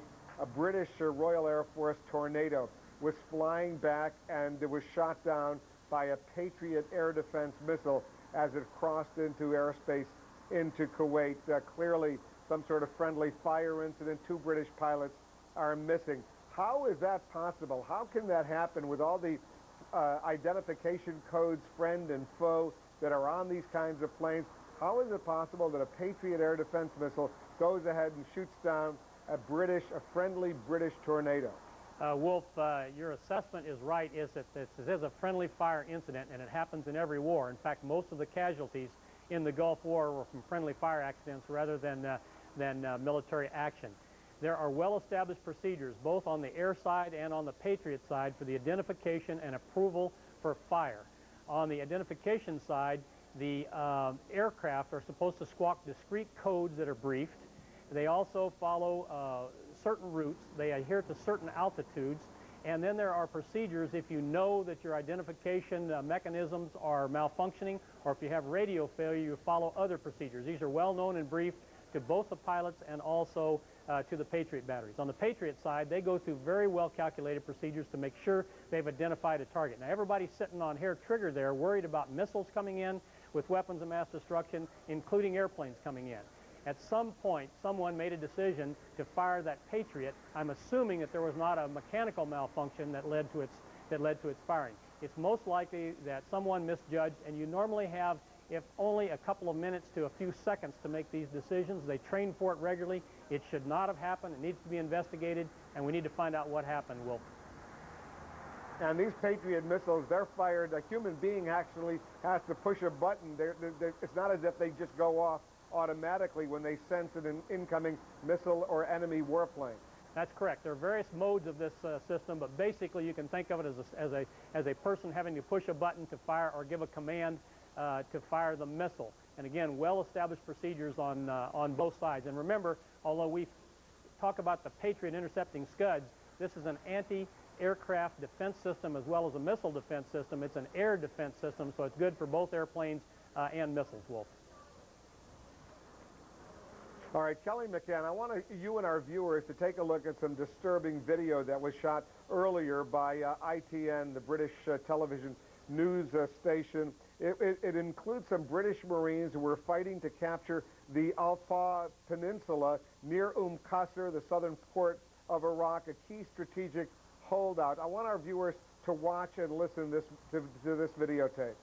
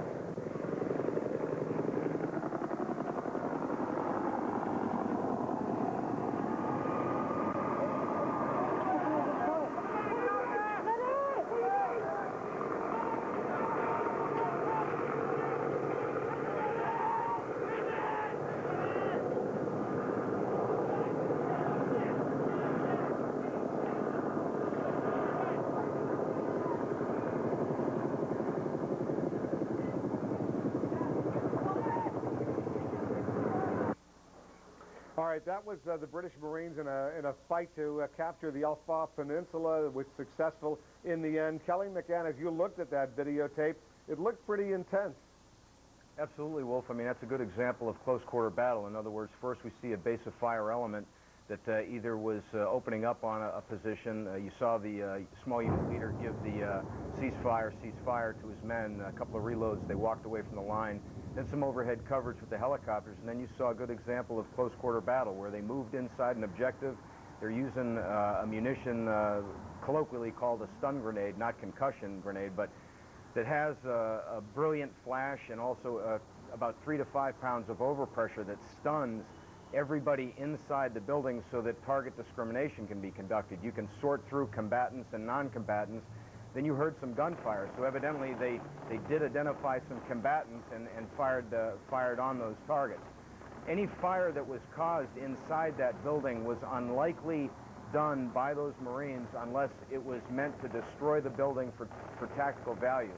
Sometimes those flash devices can catch, carpets on fire, they can catch bedding on fire, they can catch draperies on fire, and then you saw the stack come outside so that they could come to a collection point and basically account for each other. But that is what close quarter battle amounts to. That's a very enthralling video.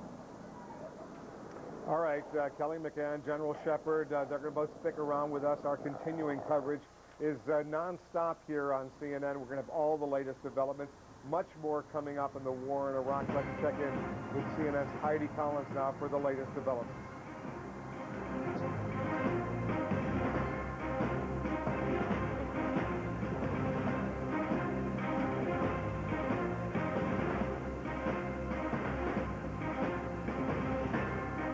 The war in Iraq continues, and no one takes you closer than CNN, live throughout the day. Stay with CNN, the most trusted name in news.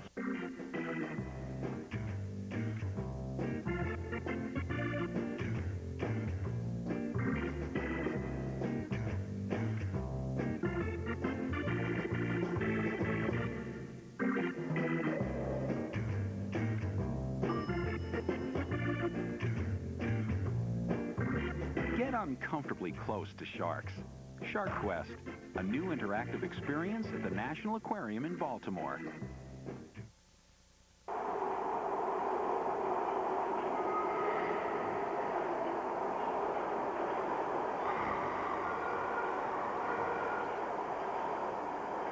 With commuter choice, your boss gets a tax break. And you get a free commute.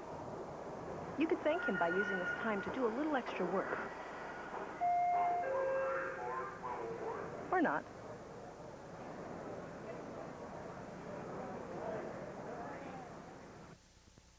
CNN, the most trusted name in news.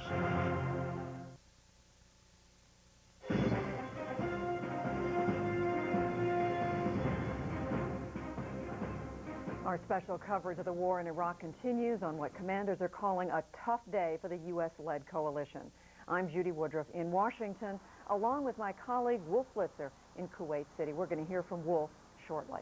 Also this hour, we'll get more up-to-the-minute reports from our correspondents embedded with the troops and in other frontline positions. But first, let's go back to Wolf in Kuwait. There's been another series of bombings, Judy, in Baghdad within the past few minutes. Huge explosions, at least 3 of them, rocked the southeastern portion of Baghdad. We'll have some videotape. Let's show our videotape. What happened?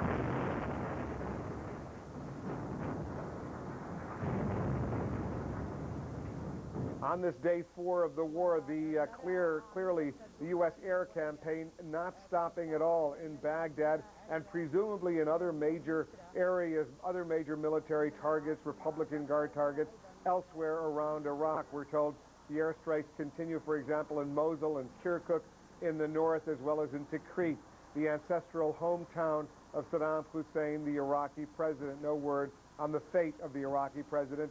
U.S. officials say they simply don't know where he is, but they assume he is still alive. Even as the air war continues in Baghdad, the ground war continues as well. U.S. and British forces making progress as they move from south to south-central Iraq on the road to Baghdad, although they are meeting, Judy, with stiff resistance in one specific town, Nasiriyah, just north of Basra. The resistance in Basra was significant as well. U.S. military officers, spokesman at the Central Command announcing just a little while ago that there have been more U.S. casualties killed in action, no specific details, but perhaps the most disturbing development from the U.S. perspective earlier today, seen on Iraqi television, American prisoners of war, 5 U.S. soldiers, including 1 woman who was shown on Iraqi TV. Prisoners of war, Al Jazeera later broadcast that disturbing videotape around the world. We're going to have much more on all of these developments, but now back to Judy in Washington. Thanks, Wolf. As you were saying, CNN did get in the first pictures of American soldiers killed and captured in action in Iraq. It came in shortly after the Pentagon said that fewer than 10 of its troops are missing. They later said that 12 soldiers had either died or were missing. The pictures were transmitted, as Wolf just suggested, by Al Jazeera. That is the Arab language satellite network. The video was shot, though, by state-run Iraqi television. We want to let our viewers know that these pictures and the interviews were disturbing.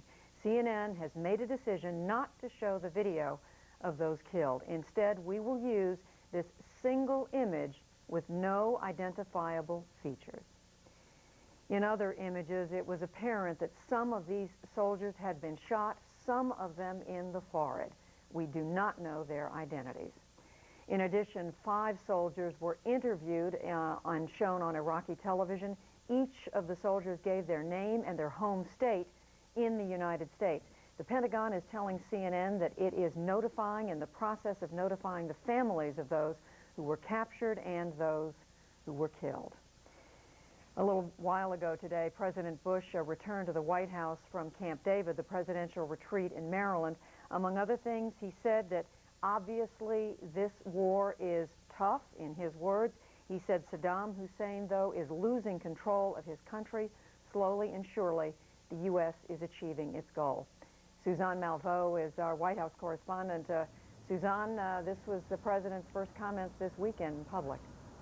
That's right, Judy. We saw those pictures, very disturbing. We're not sure if the president actually got a chance to see what was aired on Al Jazeera, but the president is back at the White House, not only fulfilling his role as commander-in-chief, but also a leader who is comforting the nation in a time of crisis. The president, we are told, was briefed by CIA as well as Defense Department officials earlier today when he was at Camp David.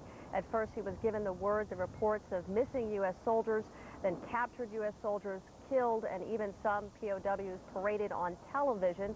President Bush made it very clear that those who are holding those hostages must abide by the Geneva Convention Accords. Otherwise, they'll be treated as war criminals. The POWs I expect to be treated humanely. And just like we're treating the prisoners that we have captured humanely. If not, the people who mistreat the prisoners will be treated as war criminals. And the president tried to paint a positive but cautious picture for the American people. He said that in the South, much of it had been captured by coalition forces, that there was still very little resistance. He also said that the Allied forces were able to secure those oil fields in the South, and also said that Saddam Hussein is losing control of his country. I know that Saddam Hussein is losing control of his country. That we're slowly but surely achieving our objective. It's important for the American people to realize that this war has just begun. That it may seem like a long time because of all the action on TV, but in terms of the overall strategy, we're just in the beginning phases.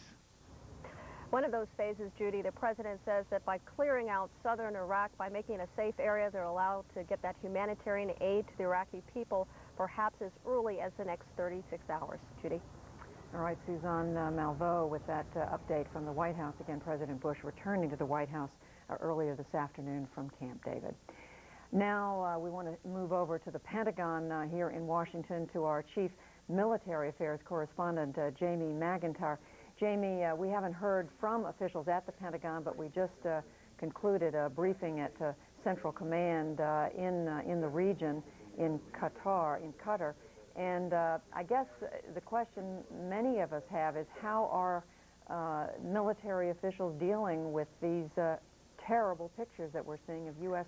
troops captured and killed? Well, you heard an emotional denunciation of the airing of those pictures from Lieutenant General John Abuzaid, who is one of the deputy commander of the U.S. Central Command, an Arab American himself, who said that he found it, quote, absolutely unacceptable and a violation of the Geneva Convention.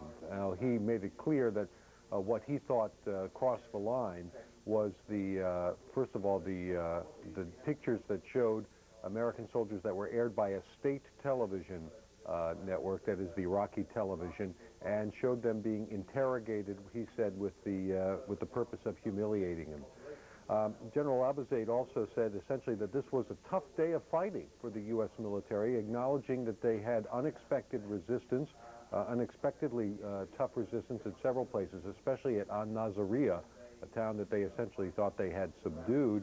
And he attributed this to what he said was infiltration of Special Republican Guard units, some of Saddam Hussein's most loyal troops, into the South, who he said had attacked U.S. forces using a number of ruses. He said, for instance, in one case, Iraqi forces displayed a white flag of surrender and then subjected the U.S. troops to an artillery attack. In another case, he said, what appeared to be civilians dressed in civilian clothes were in fact military forces who at first welcomed the U.S. troops and then ambushed them. He also talked about this incident now, which apparently resulted in these prisoners of war being taken. A U.S. supply convoy took a wrong turn, went into an area where there were no U.S. combat forces to resupply. That left them very vulnerable, and they were in fact ambushed by Iraqi forces. 12 American service personnel are missing. Some of those have turned up on Iraqi television.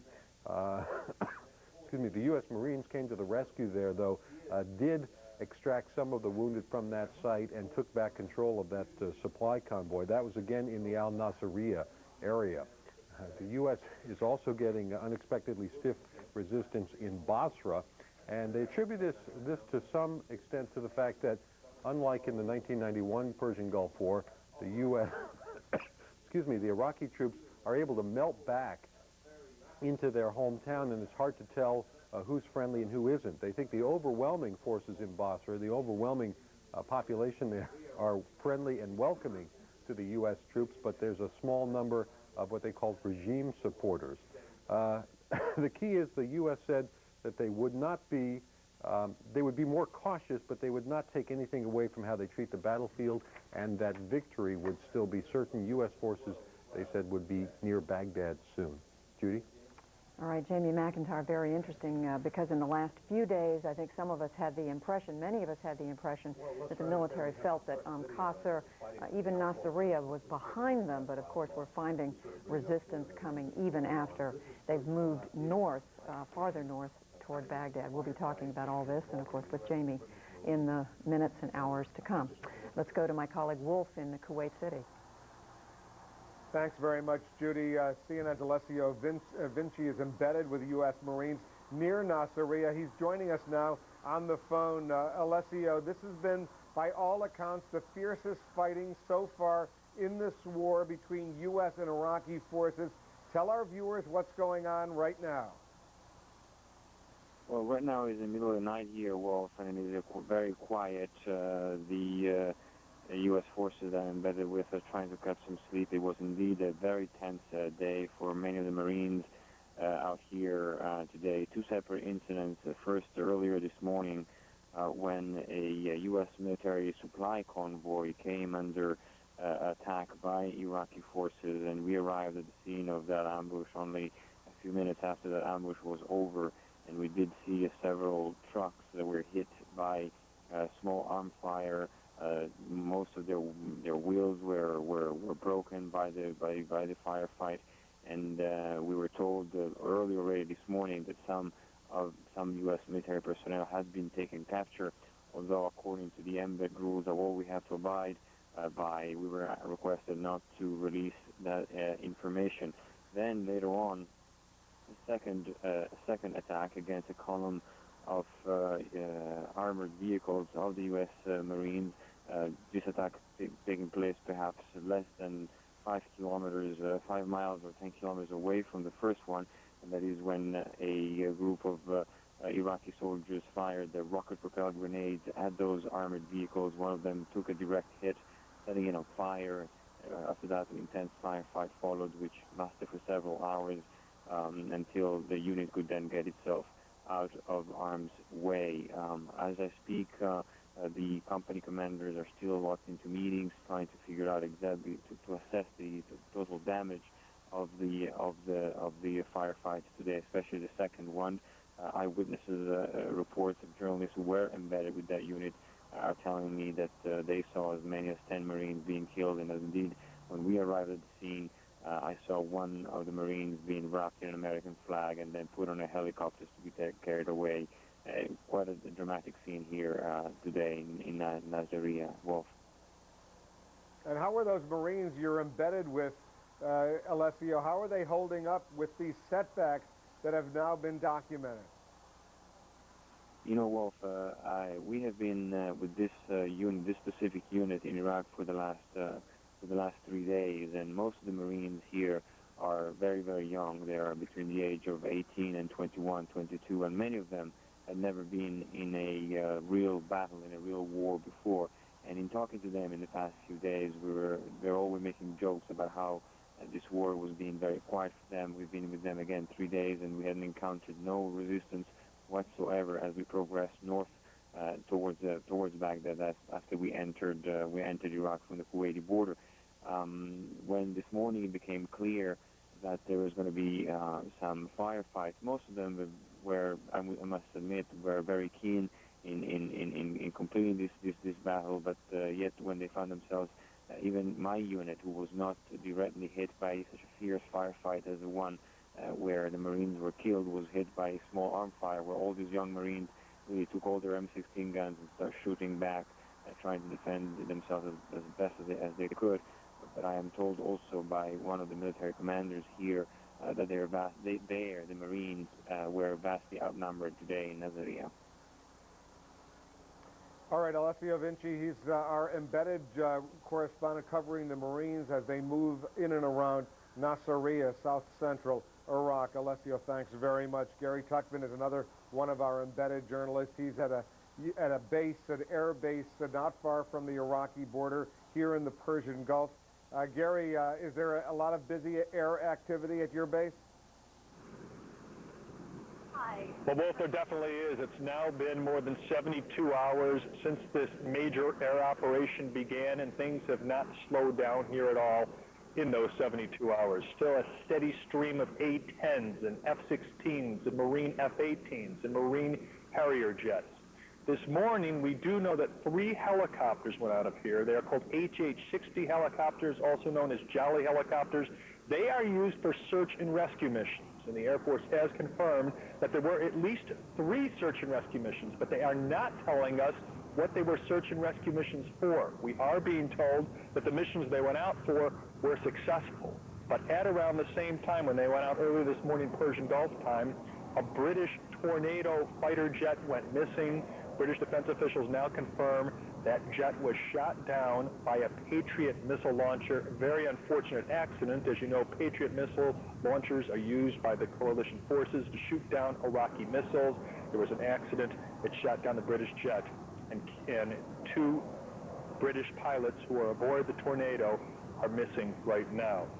We can tell you that, as we said, the jets keep taking off. A short time ago, we talked with the wing commander of this base near the Iraqi border. He's the guy in charge of all the planes and the more than 8,000 servicemen and women here, but he also flies on F-16 missions, and he told us about 2 missions he undertook today over Iraq.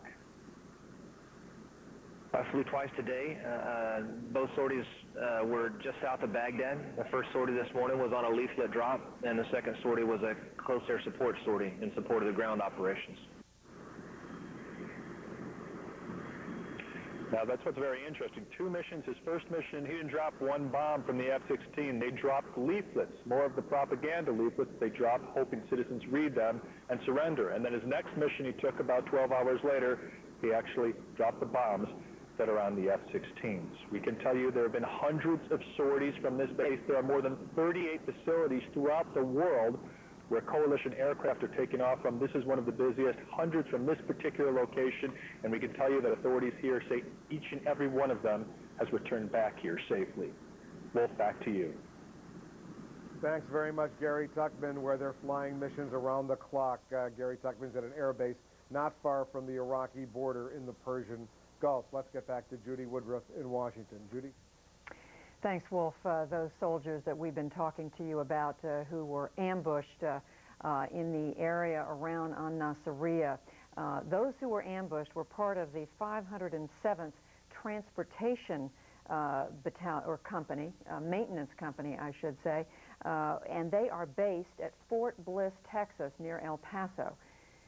CNN's Ed Lavandera is at or near Fort Bliss right now, and Ed, I know you've been talking to Army officials in that area. Clearly, colleagues, family members, loved ones must be very, very concerned. Absolutely, Judy. Here, the feeling is that they're moving quickly to try to organize the family readiness groups and the chaplains here at Fort Bliss, Texas, just in the El Paso area. And what is going on right now is these family readiness groups are helping consult the conduit of information, if you will, between the Army and the families involved here. We just got word a little while ago from a spokesperson here at the base saying that the colonel, the Chief of Staff of Fort Bliss, Colonel Ben Hobson, will be giving a 4 p.m. Mountain Time press conference to discuss what has happened.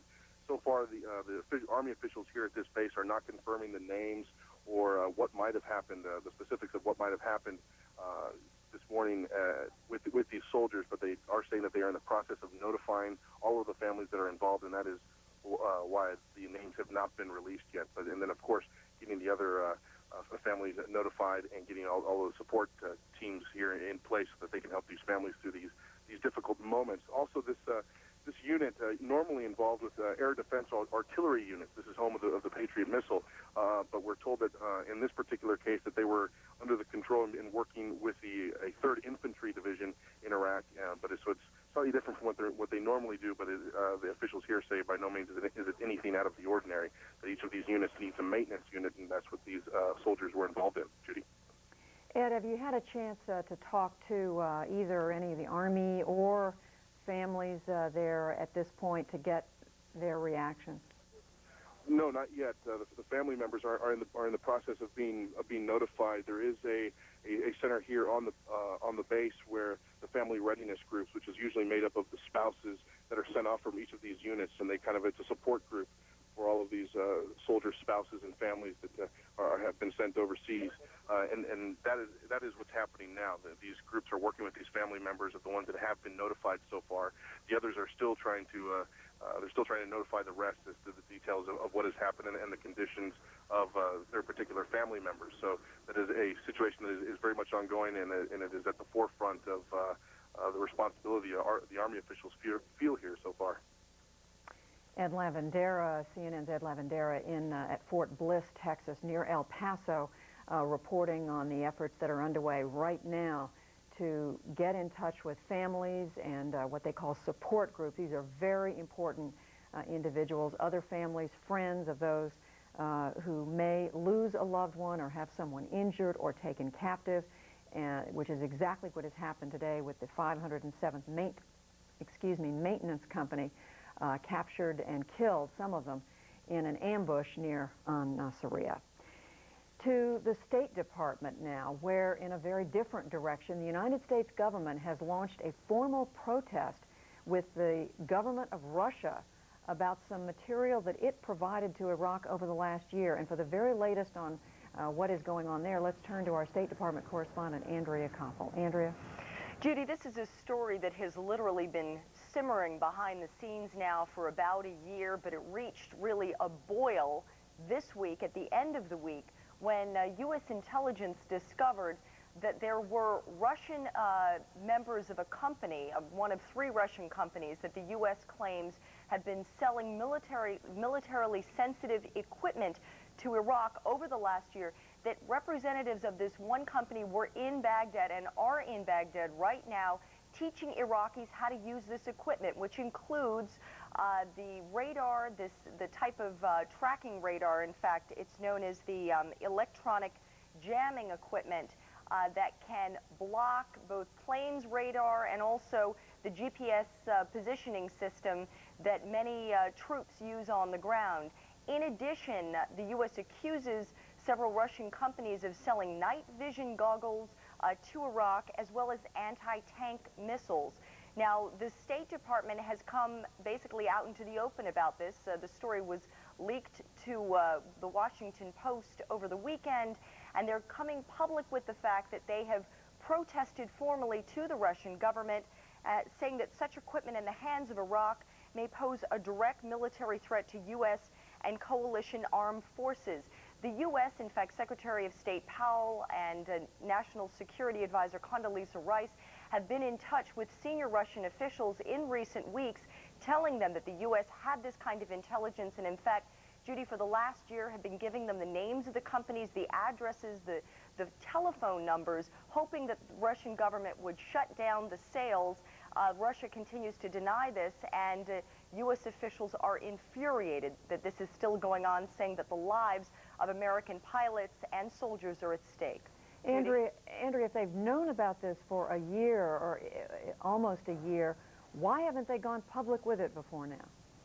Well, they were hoping that diplomacy would be able to handle this, and as you know, there have been all sorts of diplomatic problems that the U.S. has been having with Russia over the last year that have, they believe, taken a priority, whether it be the U.S. decision to withdraw from the 1972 anti-ballistic missile treaty, something that Moscow was strongly opposed to, and then most recently wanting to win Russia's support for a possible second UN resolution, Judy, and they realized that none of those, that certainly the last thing didn't work. All right, Andrea Koppel at the State Department. One of the interesting things about this story is apparently, as Andrea has reported, employees of one of these Russian companies may have been still in Baghdad up until very, very recently. Now let's go back to Wolf in Kuwait. Thanks, Judy. CNN's coverage of the war in Iraq will continue. We'll update the air war when we join CNN's Kira Phillips. She's on board the USS Abraham Lincoln. It's an aircraft carrier here in the Persian Gulf. Just minutes from now, we'll go there live. Also ahead, battlefield decision-making. Our military analyst, Don Shepard, will join us to discuss some of the things that can and already have gone wrong in the heat of battle. Stay with us.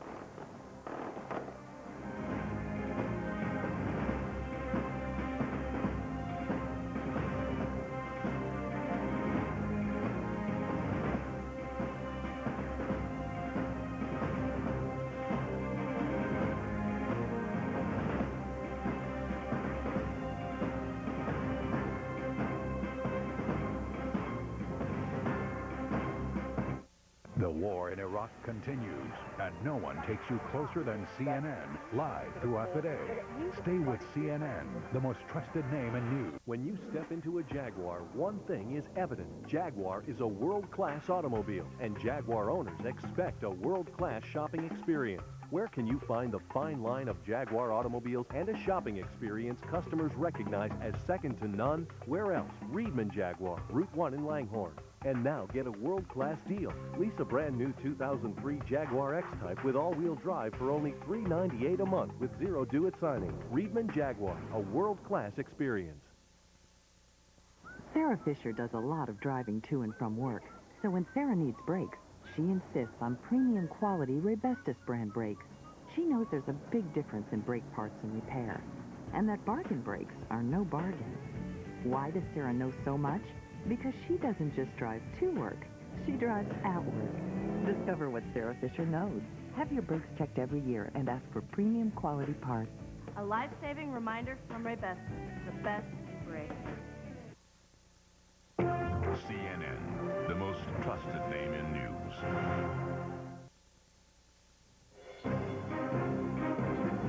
Good afternoon, everyone. I'm Heidi Collins in the CNN newsroom. Here's what's happening this hour in the war in Iraq.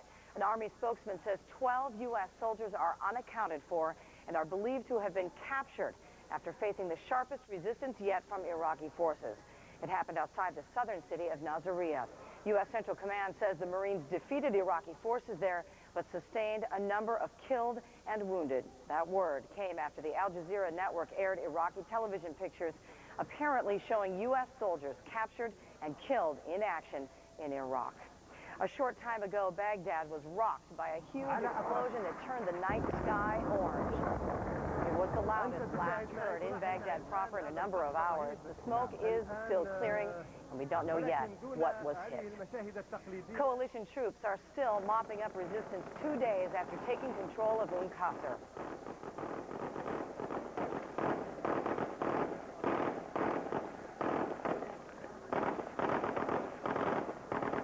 Looking at dramatic night scope pictures on the Al-Faw Peninsula known as the gateway to the Persian Gulf. The coalition hopes to use the port for humanitarian shipments. U.S. Marines called in air support to put down new Iraqi resistance at the port of Qasr. The Marines traded gunfire with Iraqi fighters for several hours just after dawn. A Harrier jet airstrike ended the battle, and the Marines rounded up a number of POWs. Warplanes pounded suspected Iraqi artillery positions after members of the 7th Cavalry were fired on in south-central Iraq. One soldier was wounded.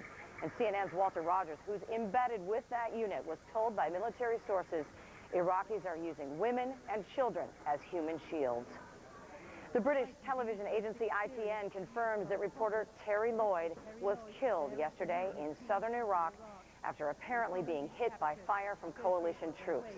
2 other people with Lloyd are still missing. Their fate is not known. ITN says they were driving outside of Basra, accompanied by Iraqi vehicles when they were fired upon. Another public demonstration against the U.S. war effort, this one in Pakistan. About 70,000 people marched through Lahore chanting anti-American slogans and carrying signs in support of Saddam Hussein. CNN's coverage of the war in Iraq continues right now.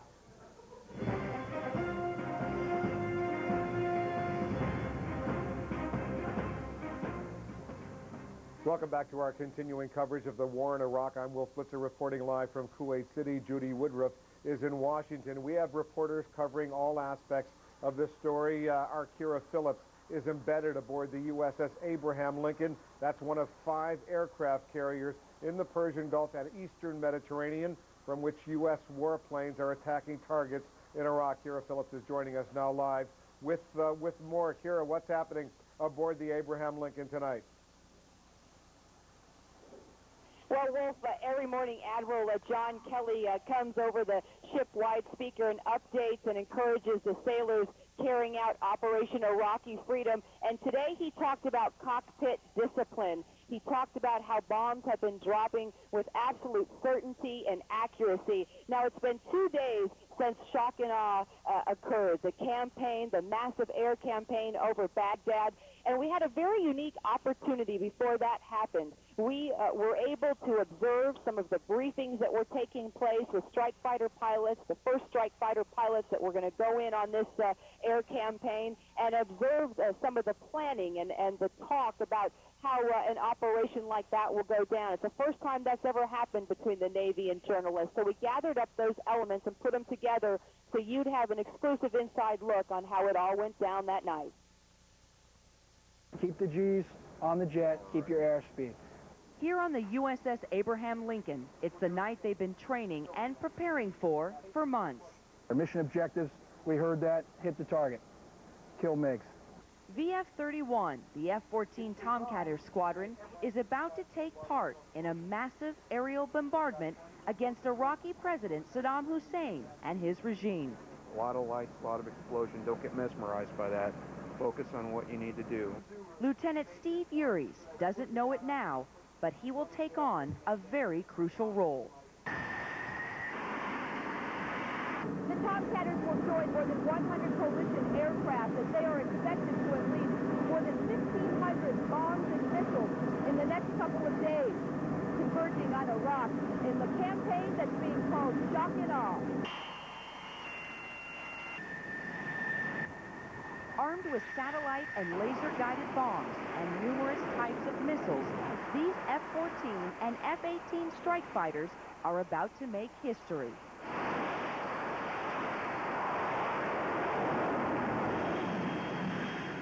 Back in the Tomcatter's ready room, fellow pilots wait and watch the news. They know what's about to happen. A little shock and awe. Military sites, Saddam's Republican palace, and offices of the Foreign Ministry, all hit. The initial strike takes only 7 minutes. Life changes quickly, not only for Iraq, but Lieutenant Steve Euphrates. A chain of events puts him in the lead position of his F-14 division to and from Iraq. The end of the night debrief is emotional.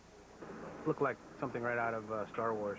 It was very intense. There's a lot of adrenaline, and just pretty much when you're flying in there and you see all this, and there's so many moving parts to obviously what all happened tonight.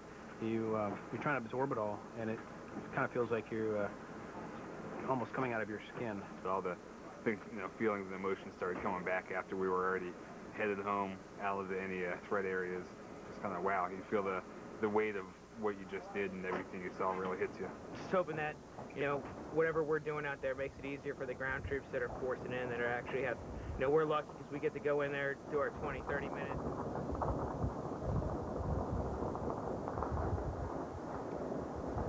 We're now hearing these sirens going off in Baghdad once again. Sirens usually followed by tracer fire and then perhaps more bombardment. You're looking at these live pictures coming in from Baghdad right now. This has been already a pounding night for residents of Baghdad.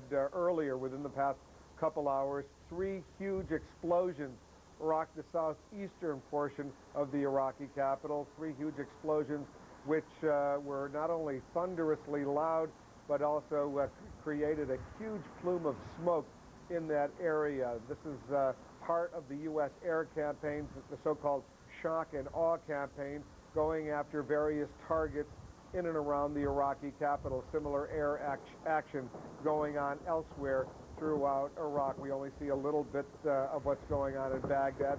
That happens to be where we have these fixed cameras that are recording on a live picture as well as in videotape what's going on. Kira Phillips has been listening to this. She's still aboard the USS Abraham Lincoln. It's an aircraft carrier in the Persian Gulf. Presumably, Kira, maybe some of the aviators from the Abraham Lincoln are involved in these kinds of airstrikes against targets in Iraq. Well, Wolf, you were watching the piece that was just airing, and we have had a unique glimpse inside the briefings and some of the planning that's been taking place. We usually know beforehand when these airstrikes are going to take place. Of course, we can't talk about it until it's happening. Well, now it's happening, and I can tell you these flight operations happen all through the day, all through the night. Shock and awe is far from over. It began 2 days ago. It will continue every day like this. Some days it'll hit a little heavier than others. I can tell you they continue to take out a number of targets. Strike fighters telling me just within the past 12 hours, a number of leadership compounds, runways. They continue to drop bombs on those air bases there, air defense systems, command and control sites, tanks, even facilities as specific as the Republican Guard Special Operations warehouses, Wolf. So this is going to be ongoing. It's not going to loosen up at all. It's going to remain consistent. The planes will continue to launch on a regular basis. The missions will be planned, and we will continue to see pictures from Baghdad like we're looking at right now. Kira, are these F-14s, F-18s aboard the Abraham Lincoln, are they flying around the clock, or do they have some time, these aviators, to sort of rest in between missions?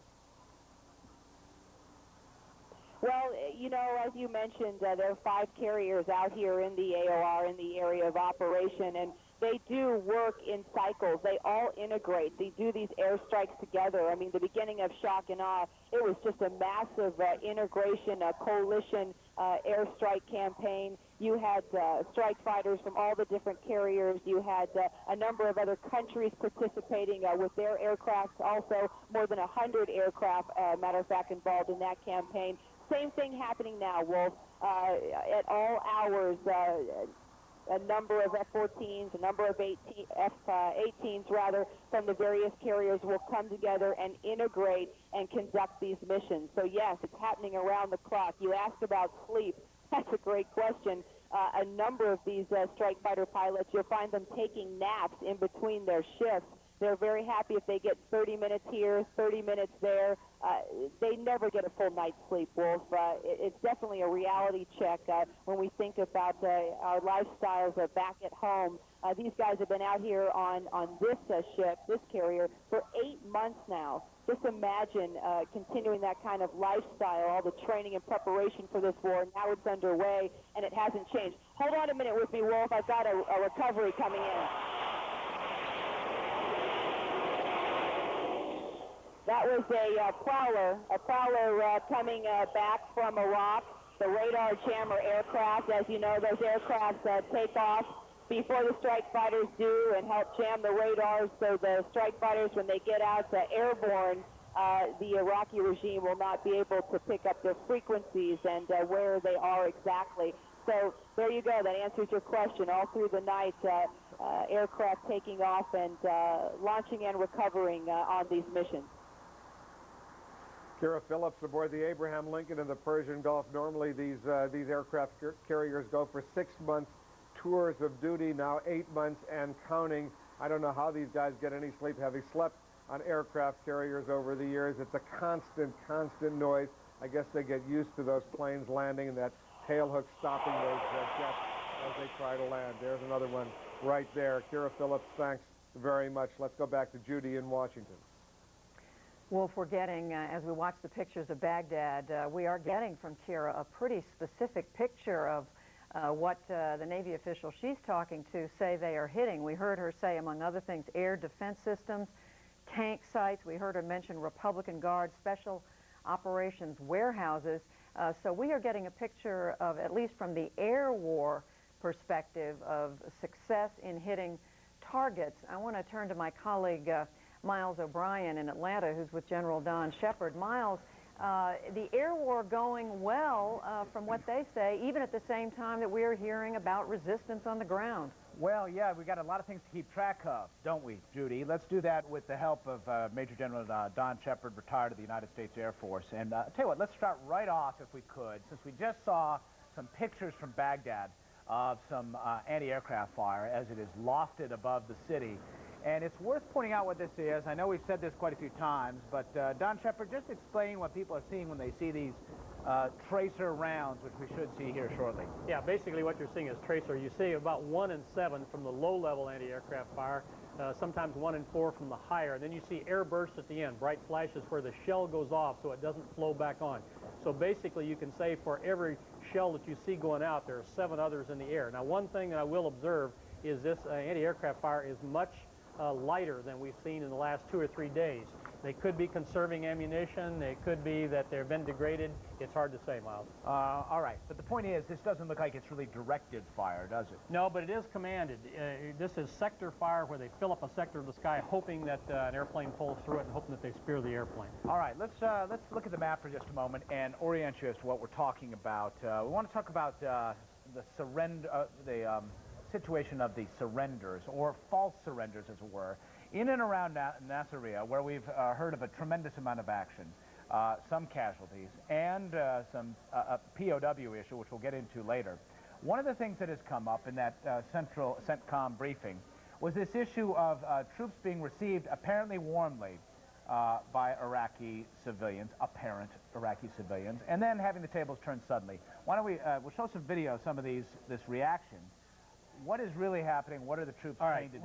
When you have POW, when you have people trying to surrender, you must be very, very careful and very suspicious. One thing is they can be really people, civilians trying to surrender. The other is they can be trying to pass through your lines, to pass information on, such as your position. You have to assume that everybody that comes toward you is hostile and armed.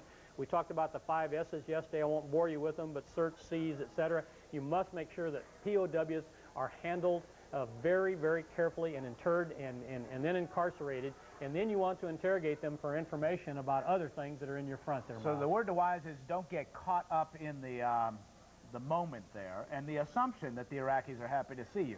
Exactly. Just because people wave flags and smile doesn't mean that they won't shoot you in the back the next day. We've had this in every war, particularly in the Vietnam War, where you could not assume that no one was friendly. All right, let's get down to the Al-Faw Peninsula, this battle that we have witnessed at Qasr.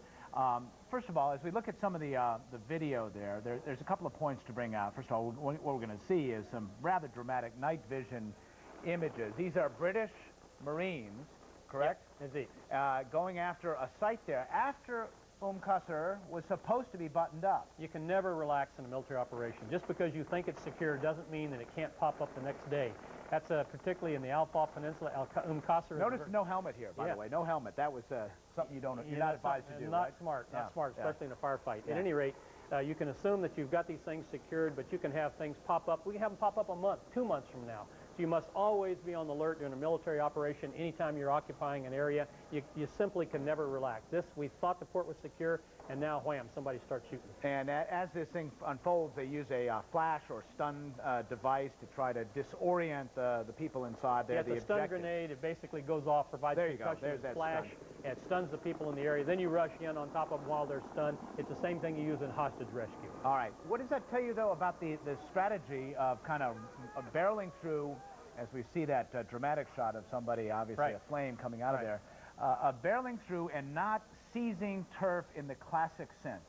Yeah, in this case, we are bypassing some of these cities, and the idea behind it is you keep moving, you secure your rear lines and your supply lines, but you will likely go in afterwards and clean up some of these areas. For instance, we're bypassing Basra, 1.2 million people in that city. Second largest city in If you stop there, Iraq. you may be stopping there for a long time. So if there's nothing inhibiting your forward movement, you may go on and then come back and clean that up later with reinforcements coming into the theater. However, though, that can cause problems in the rear of your column. First of all, Nasiriyah, we know about 10 casualties, maybe a couple of dozen casualties, 10 of them fatal. And we're trying to get some more information for you on that. But that turned out to be a steep battle there, as it turns out. It did. Nasiriyah is about 5,000 people around there. An airfield west of there is very important to us. But again, the further we get from Kuwait, the further we are from our supply lines on the U.S. side, and therefore you must be careful to secure those supply lines. It's a big country, Miles. All right, finally, the POW issue also at Nasiriyah, and this is where I bring up this point about the rear echelon being this is a maintenance crew. They had come through and presumably had attained some level of security, and yet here they were captured. What does that tell you, first of all, about the security of the rear echelon? Should we be concerned on what appears to be a rather bad day in general here for the U.S., or is this just part of what happens? Always concerned about your security everywhere in a war region. We also need to be concerned about our security here in the United States. Bad things can happen here and likely will, but you must maintain security. Things break down, you have to go fix them, and you got to protect the people that do. Something went terribly bad here. All right, and briefly, Geneva Convention rules are pretty straightforward on how to handle prisoners in this case. The rule that we're going to call your attention to, and by the way, the Geneva Convention there's several conventions which go back to the mid-1800s. The one of 1949 codified says, prisoners of war must at all times be protected, particularly against acts of violence or intimidation and against insults and public curiosity. I guess there's all kinds of contradictions in terms, rules of war, but in the case of Saddam Hussein, a person who the U.S. alleges and has been proven over time has thumbed his nose at the Geneva Convention in so many ways with weapons of mass destruction, can we expect this regime to pay any attention to those conventions? We must demand that they pay attention to the conventions. They clearly are an outlaw regime. It's also clear that this is a different war. The United States is going to Baghdad, and when we get to Baghdad, those responsible for this type of thing will be held responsible. That's different than the last war where we stopped and didn't go on. They need to treat these prisoners in accordance with the Geneva Convention. Their track record in the past has been terrible. That needs to change, Miles. Major General Don Shepard, thanks for the insights as always. We appreciate you giving us once again the big picture, trying to sort it all out for us. And let's send it to Judy. And Miles, we should say that the Iraqis have officially said that they're going to abide by the Geneva Convention. Of course, we have no way of knowing if that will actually take place. We have, as you know, a number of CNN correspondents who are embedded with the U.S. and coalition forces throughout the theater in the Iraq area. We want to go right now to CNN's Ryan Chilcote, who is with the 101st Airborne 3rd Brigade. And Ryan, you are somewhere in south-central Iraq. Correct me if I'm wrong. That is correct. We arrived here today at the 101st Airborne 3rd Brigade, arrived here today after a, get this, 72-hour convoy ride from Camp New Jersey, where they had been previously. A very, very long trip. I apologize for my appearance. We just pulled in, and it was really quite a dusty ride. On a more serious note, big milestone here, the 101st Airborne 3rd Brigade has established what they call a FARP here in southern Iraq. A FARP is a forward area rearming and refueling point. That is military vernacular for basically a giant gas station and weapons depot for helicopters. So basically now the 101st can use their Black Hawk helicopters like the one you see behind me. They can fly those in from wherever, refuel them here, and move them farther towards the front from here. It extends their ability to move troops behind Iraqi lines. It also extends their ability to project their Apache attack helicopters farther, deeper behind enemy lines, deeper behind Iraqi lines. In other words, the Apache attack helicopter can now, instead of having to ferry all the way back to the rear each time to get weapons and fuel, it can just come back here, and it can spend more time destroying targets on the front. That is a very important thing in the development of this war. A little bit about the convoy ride, very long, as I said. During that ride, the 3rd Brigade went through 3 towns. Very interesting reactions. In the first town, they were cheered. Both elderly and young churned out. The soldiers tossed MREs, meals ready to eat, to the kids. The kids were collecting them. It was really quite a positive reception. The second town, a much cooler reception, as one soldier put it. It was downright eerie. The soldiers went through this town, smack through the middle of it in the middle of night. They were on low ground. The commander said it had all of the ingredients for an ambush on the 3rd Brigade, and thank God that didn't happen. The locals, the Iraqis in that town, not applauding, but simply watching the soldiers as they passed through. One of the commanders mentioned to me how eerie it was seeing a giant mural of Saddam Hussein on one of the buildings. So that was quite a different reception. And then a third town, again, a warm reception like they got in the first town.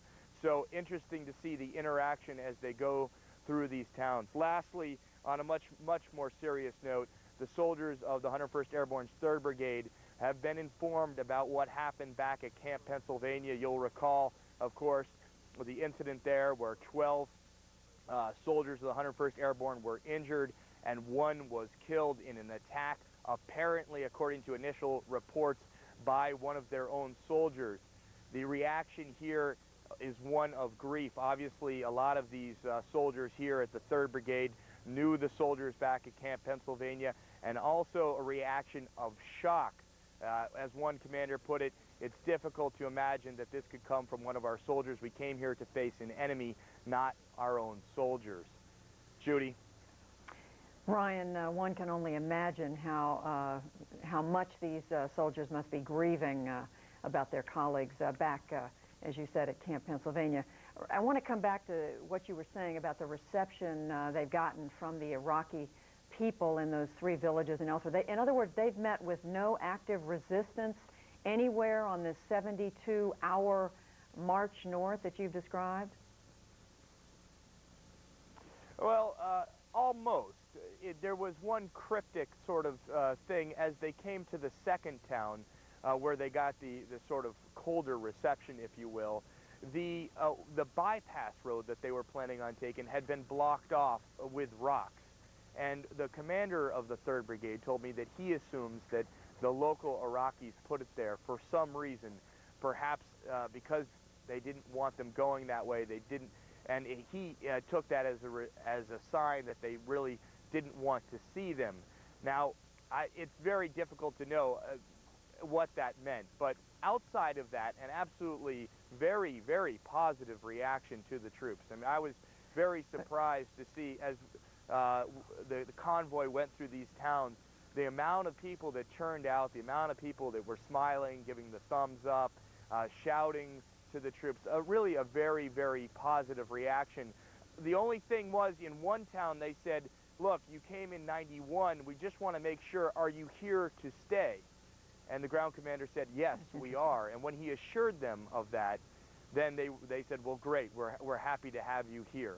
So I think that they're a little bit cautious, but very optimistic about the presence of U.S. troops.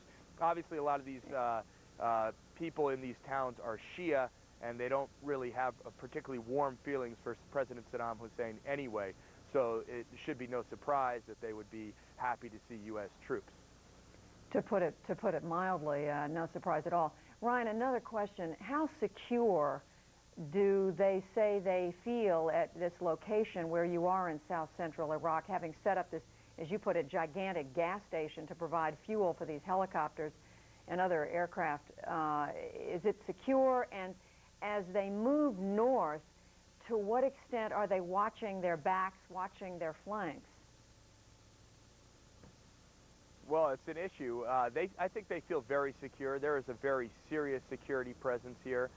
There are other units in the area, very large units providing, including the 3rd Infantry Division in this area that are policing the area. I think they feel very secure, but they are obviously concerned about how reaction in this area could change perhaps from a warm one to not such a warm reaction. At this point, though, there is very little in terms of an organized Iraqi resistance in this part of Iraq. It is simply not there, and it is difficult to just come out of the blue with some kind of resistance here. This is a very desolate area. You couldn't just appear on the horizon and start, for example, firing RPG rounds onto a base. It's just simply not possible. You'd be spotted. So they do feel secure, but obviously you can never feel secure enough, particularly when you have helicopters flying out there. Judy? All right, Ryan Chilcote with the 101st Airborne 3rd Brigade, having spent the last 72 hours moving north through southern Iraq. They've now found an emplacement, and they have put together what he called a FARP, That's the acronym Forward Area Rearming and Refueling Point, which he said will be, in other words, a giant gas station to supply and fuel the helicopters moving forward. But again, after a very dusty, long, and must be exhausting journey north, there they are. So, Wolf, we are seeing progress even as we hear about resistance across other parts of the theater. Sort of a mixed bag today. Some significant progress, as the President and the Defense Secretary point out, but also some setbacks, some serious setbacks that could be a trend in the coming days. Let's turn our focus now to the latest on the situation in northern Iraq. CNN's Brent Sadler reports now from the Kurdish-controlled town of Kalak. A section of Iraq's northern front, less than a mile from our camera. Saddam Hussein's troops are spread along the ridgeline. Uncertain strength lies to their rear. But take a close look at what these Iraqi soldiers are busy doing, disregarding the threat of airstrikes. They dig trenches, plant landmines, and set explosives on the road to Mosul, an apparent effort to keep their foes at bay. It coincides with a reported changeover in some units manning these positions, and follows Kurdish claims that some troops were on the verge of succumbing to defeat. Instead, it seems, new orders are being given and obeyed. No sign of mutiny here. Soldiers maintain their weapons, adjust a mortar tube, and fire sporadic bursts from heavy caliber machine guns towards Kurdish lines. Kurds take cover in the virtual ghost town of Kalak. Kalak nestles beneath the Iraqi fortifications, a Kurdish frontline community that has lived in the shadow of Saddam Hussein's forces for 12 years. Most people shut their shops here and fled their homes on the eve of war, but a few families remain, relatives of Kurdish fighters. And these two families, with 18 children between them. Their fathers say there seems no point in running away. I'll take a chance and stay here, says Kamal Smai. If it's my fate to die, I'll die in my own home. And for the few who remain here, a hope that the apparent resolve of these Iraqi soldiers will soon break. That was Brent Sadler, our reporter in the northern part of Iraq. We have another reporter up there as well. CNN's Ben Wiedemann is also covering this story. He's joining us now live with an update on the situation in the northern part of Iraq. Ben? Yes, Wolf, as we reported earlier, the bombing of Mosul continues. That in the early evening. Earlier in the day, for the first time, apparently, coalition bombers hitting frontline Iraqi army positions, that north of Mosul.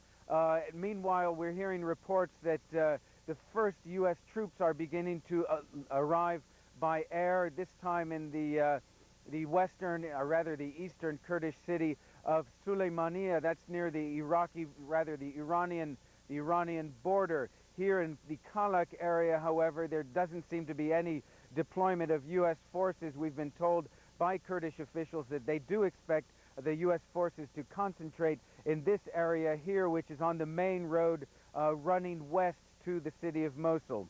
Wolf? All right, Ben, we'll be checking back with you later. Ben Wiedemann in northern Iraq with the latest developments there. Judy? The latest headlines in the war with Iraq just moments away, and in the upcoming hour we will go live to the front lines with reports from our correspondents embedded with U.S. and British forces, plus analysis of the battle for Iraq from the air to the ground to the sea. We'll speak with retired Major General Don Shepard. And later, voices from the home front, supporters of the troops and those opposed to this war, all take to the streets. We'll check back with our reporters on the scene. I'll be back in a moment, but now the latest developments. Hello, everyone. I'm Heidi Collins in the CNN newsroom with the headlines this hour in the war on Iraq. A tough day for coalition forces. U.S. Central Command says 12 U.S. soldiers are unaccounted for and are believed to have been captured after intense fighting outside Nasiriyah in southern Iraq. This comes after CNN received the first pictures of U.S. soldiers killed and captured in action in Iraq. The Iraqi TV pictures were aired in their entirety by the Al Jazeera network. In the air war now, new rounds of explosions have been shaking Baghdad, where it is now after midnight. No word yet on what might have been hit. Arab media reported earlier today that a coalition warplane went down in Baghdad, and Iraqi forces were searching the Tigris River for the pilot or pilots. American and British military officials say they have no reports of a plane downed over Baghdad. While rolling across southern Iraq, the U.S. 7th Cavalry is running into some resistance. It came under heavy artillery fire earlier today. One soldier was injured. That word from CNN's Walter Rogers, who is embedded with that unit. Officials say the 7th Cavalry is now halfway to Baghdad. Also today, a friendly fire incident that apparently brought down a British plane. A British military spokesman says the aircraft was downed in Iraq near the Kuwait border. The spokesman says the Tornado GR-4 was downed by a Patriot missile. The crew is listed as missing, and investigation is underway. Coming up in this next half hour, live reports from our embedded reporters on the front lines. CNN's coverage of the war in Iraq continues right now.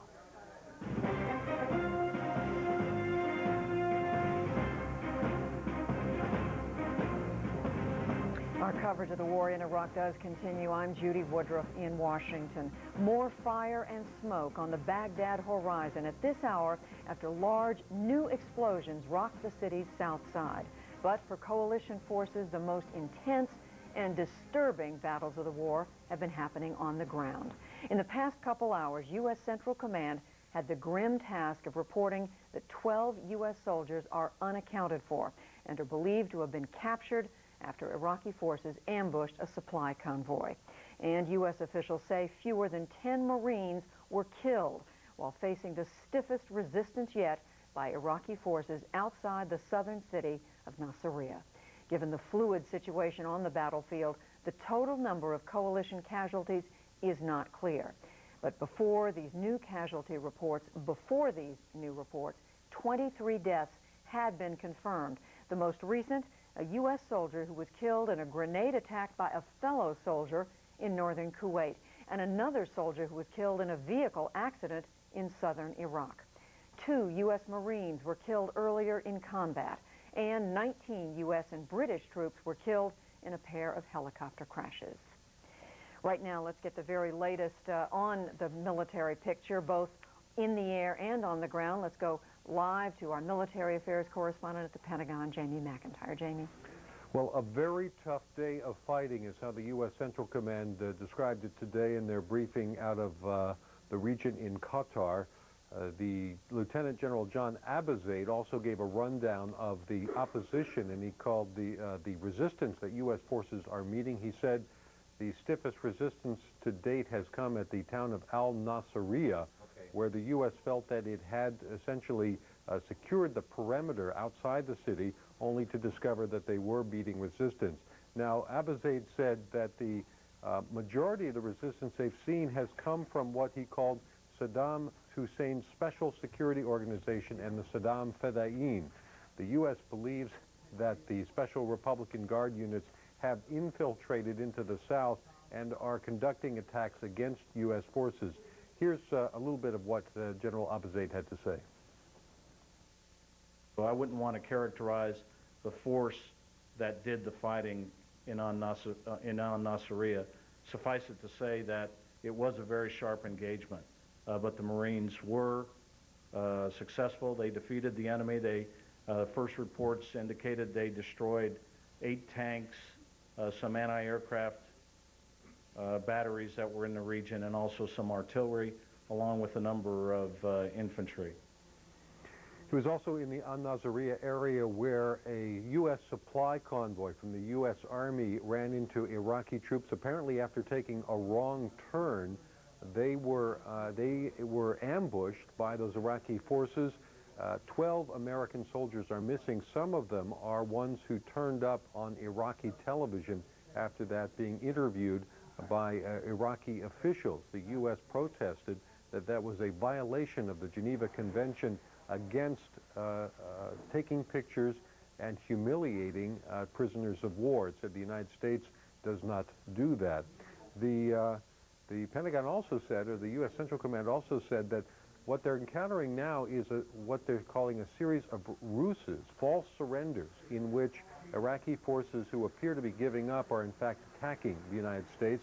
They said in one case, Iraqi troops under a flag of surrender launched an artillery barrage against U.S. forces. In another one, what appeared to be civilians welcoming the soldiers, in fact, ambushed them. Judy? Jamie, as we watch, as we are most of the time, the live pictures out of Baghdad, where it's well into the evening or near midnight now. Jamie, in the last day or two or three, the impression I think some or many of us had was that the military felt that they had secured large parts of southern Iraq. Was that because we were having a false impression, or did military brass think that they had largely secured those areas? Well, I think it's the former. I think that people were under a misimpression. The U.S. strategy specifically was not to secure large areas, but to go around cities, essentially race through the desert, the unopposed area where they were to get light resistance in order to arrive at Baghdad at the soonest possible time. The strategy was, rather than try to go into these cities and try to, take control of them where they'd be subject to urban combat and perhaps guerrilla attacks, they would simply try to surround them, secure the routes in and out, and then gradually make contact with the people in the cities. And that's what's happened. They do believe, excuse me, they do believe that in places like Basra, for instance, the overwhelming majority of the population is going to be welcoming of the U.S. and British forces. But they also believe that there are small numbers of regime supporters in those cities who could launch guerrilla-style attacks. So they're being very cautious. And these encounters that they've had today, which seem to bear out that there may be some reason for suspicion, will make the U.S. more cautious on the battlefield, but the Pentagon says it will not change the overall war plan. Judy? So ongoing challenges across the battlefront. All right, Jamie McIntyre at the Pentagon, and now let's go to Wolf. Thanks very much, Judy. Within the past couple hours, more explosions rocked Baghdad. 3 huge explosions, apparently U.S. bombs of various types, rocked the southeastern portion of Baghdad. No word yet on which targets, specific targets, were attempted to be destroyed. No word yet on the extent of casualties, but clearly the U.S. air campaign continues against selected targets in Baghdad. We're also told the air campaign continues, indeed, around the country, around other portions of Iraq as well. There's apparently not going to be any let-up, U.S. officials say, until there's clear evidence that the Iraqi regime of President Saddam Hussein has capitulated and U.S. troops are on the verge of entering Baghdad. They're still, by all accounts, about at least 100 miles outside of the Iraqi capital, making progress, although, as you just pointed out, there's still some serious problems, some serious resistance, especially in the south-central town of Nasiriyah. Lieutenant Gary Stryker is aboard one of the 5 U.S. aircraft carriers involved in this air campaign. He's aboard the USS Theodore Roosevelt, which is in the eastern Mediterranean, and Gary's joining us now live. Gary, tell our viewers what's going on aboard the Roosevelt. Well, Wolf, we've learned tonight that since Sunday afternoon, U.S. Navy ships in the Mediterranean have launched as many as 30 Tomahawk cruise missiles at undisclosed targets in Iraq. This is the first time that Tomahawks have been fired from the Mediterranean in this campaign. The missiles were launched by 3 ships accompanying the 2 U.S. aircraft carriers in the eastern Mediterranean. We're told that they came from the cruisers Cape St. George and Anzio and the destroyer Winston S. Churchill. Sources here tell us the missiles were fired through Turkish airspace, and we understand that this is the first time that cruise missiles have been fired through Turkish airspace since the Turkish government allowed overflight there. Before then, we understand these launches were not feasible from this location in the eastern Mediterranean, but since the airspace over Turkey has opened up, these are now possible. Several ships from this battle group more than a week ago left the Mediterranean for the Red Sea, where they've been firing Tomahawks since the bombings began. And we can assume that those Tomahawks were sent to targets through airspace over Egypt or possibly Saudi Arabia, but we don't have any indication of that from military authorities here, Wolf. Any indication yet, Gary, about these 30 Tomahawk cruise missiles launched from the eastern Mediterranean from U.S. warships using Turkish airspace? Any indication of the targets that they had and how successful they may have been? We have no indication from authorities on board this ship what the targets were. They're undisclosed targets, but one can assume that these targets might be in northern Iraq, which would be easier to reach through Turkish airspace than from positions in the Red Sea, Wolf. Now that Tomahawk cruise missiles have used Turkish airspace since this latest agreement from the Turkish government has gone forward, can we assume some of those warplanes aboard the Roosevelt, where you are, will begin using Turkish airspace to deliver bombs against targets in Iraq? Well, again, we'll get no indication of that from naval authorities on this ship, Wolf, but that's a reasonable assumption, I would expect. I'm sure those aviators aboard the Roosevelt and the Truman in the eastern Mediterranean will be happy to fly over Turkish airspace. Gary Stryker, we'll be checking back with you. Thanks very much for that report.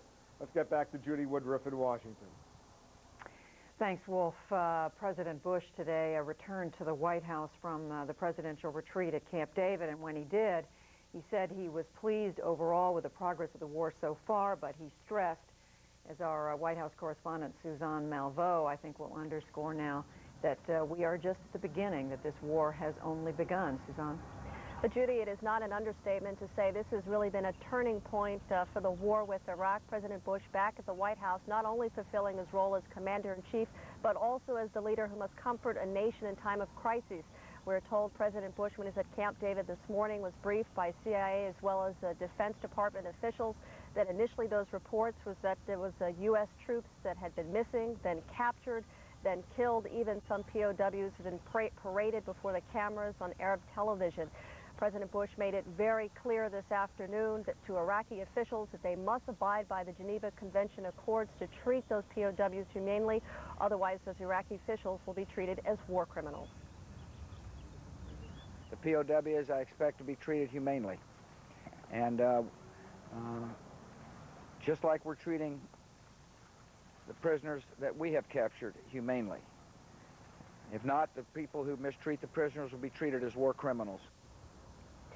The President, Judy, trying to paint a positive picture here, but also being cautious as well of this campaign, the bombing campaign, saying that, yes, coalition forces have seized some of the South, that they face little resistance, also saying as well that they have managed to secure some of those oil fields in the South, and that Saddam Hussein is no longer in charge or in control of his country, but also, Judy, the President saying that this is going to be a tough road ahead. Judy? Suzanne, you obviously observe the President very closely. Every day you are there covering him at the White House. How does he look physically? Clearly, he must be feeling the strain of this. Did any of that come across? Well, obviously the President is emotional about this, as all of us are, but his aides say that he is holding up, that he continues to exercise, to take good care of himself, that he is focused in this, and that he is very much aware of what this means to the American people, that he realizes the sacrifices, and the President is emphasizing that he does. He says that his prayers are with the families, that he understands how they feel. All right, Suzanne Malveaux reporting for us from the White House, and no one bearing the burden of the consequences of this war in every sense of that word than President Bush. My colleague Miles O'Brien has been throughout this afternoon talking with some of our military experts, including retired Air Force General Don Shepard. Miles, there's so much to ask you about. I think one of the questions of this day is how is it, and I guess it's the same question I put a few minutes ago to Jamie McIntyre at the Pentagon, how is it that it can seem for a short time that progress is being made in a war situation like this, but at the same time meeting significant resistance? Well, those are good questions, and that shows you how complex all of this is. It, you know, calls to mind a lot of those cliches about the fog of war. A war is heck, if you will. But this is, to encapsulate a lot of these disparate elements we've been talking about today, you'd have to put it down as really a bad day for the U.S. and its coalition. Don Shepard, Major General, U.S. Air Force retired, joining us right now to talk a little bit about this.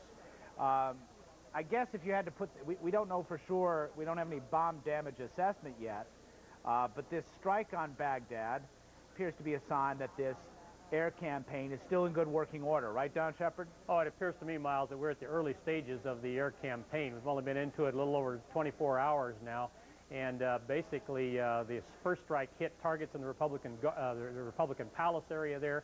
I'm sure they're going back and cleaning up things that their bomb damage told them they didn't hit the first time, and going after emerging targets as well, Miles.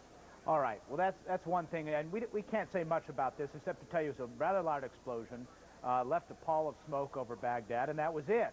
And beyond that, we haven't seen much in Baghdad today, have we? No, we really haven't seen much in Baghdad. Most of the action has been further south, down in Nasiriyah and the Al-Faw Peninsula, even the Qasr port, Miles. All right. Speaking of Qasr, let's take the map out here. Earthviewer.com, images from digitalglobe.com.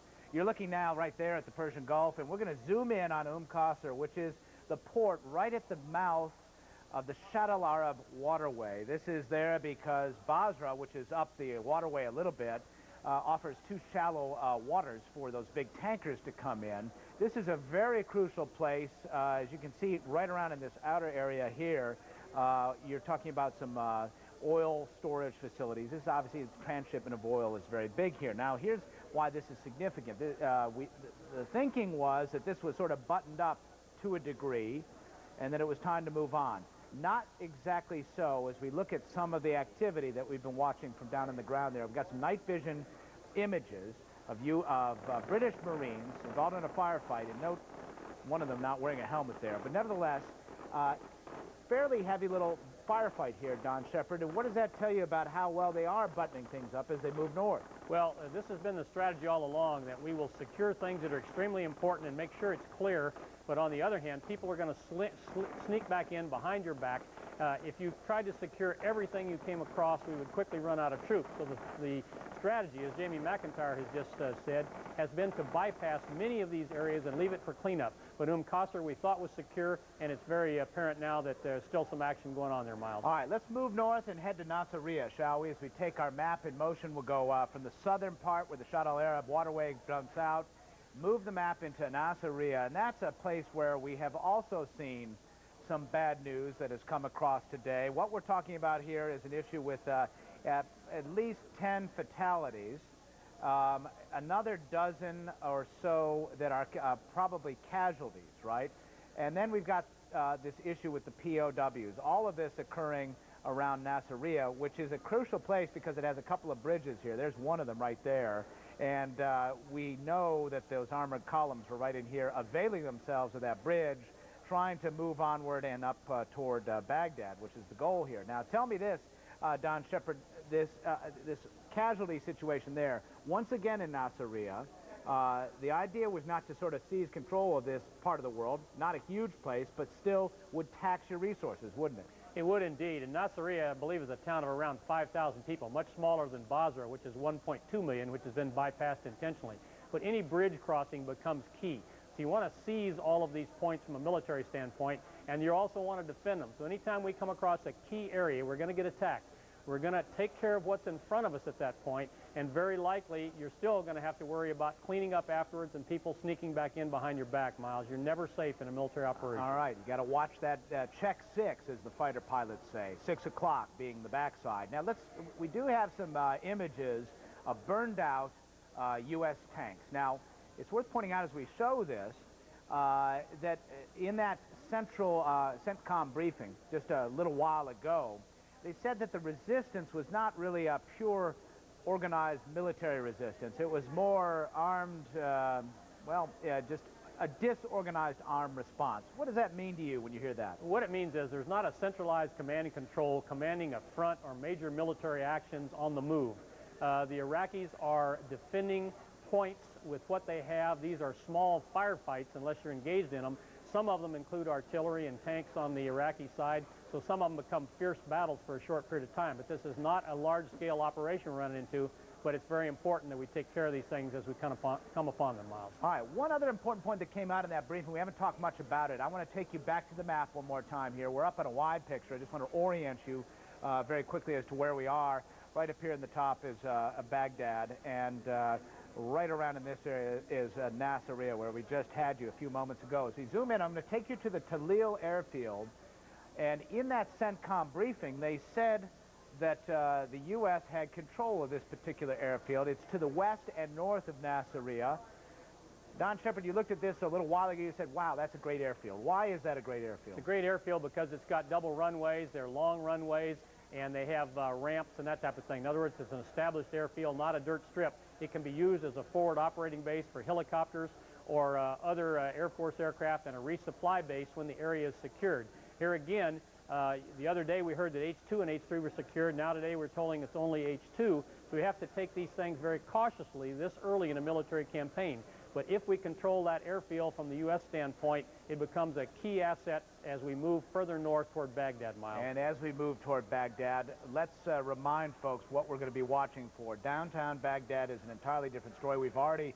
The U.S. has met with resistance in places like Nasiriyah, in Qasr, and once the situation moves to Baghdad, can we only expect more of the same?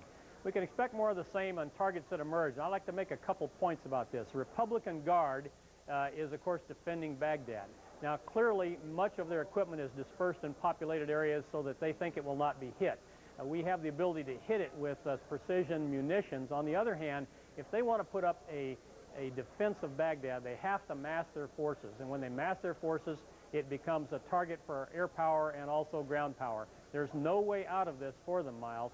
The United States has the military capability to do what is required to defeat all of the Iraqi forces and to take Baghdad.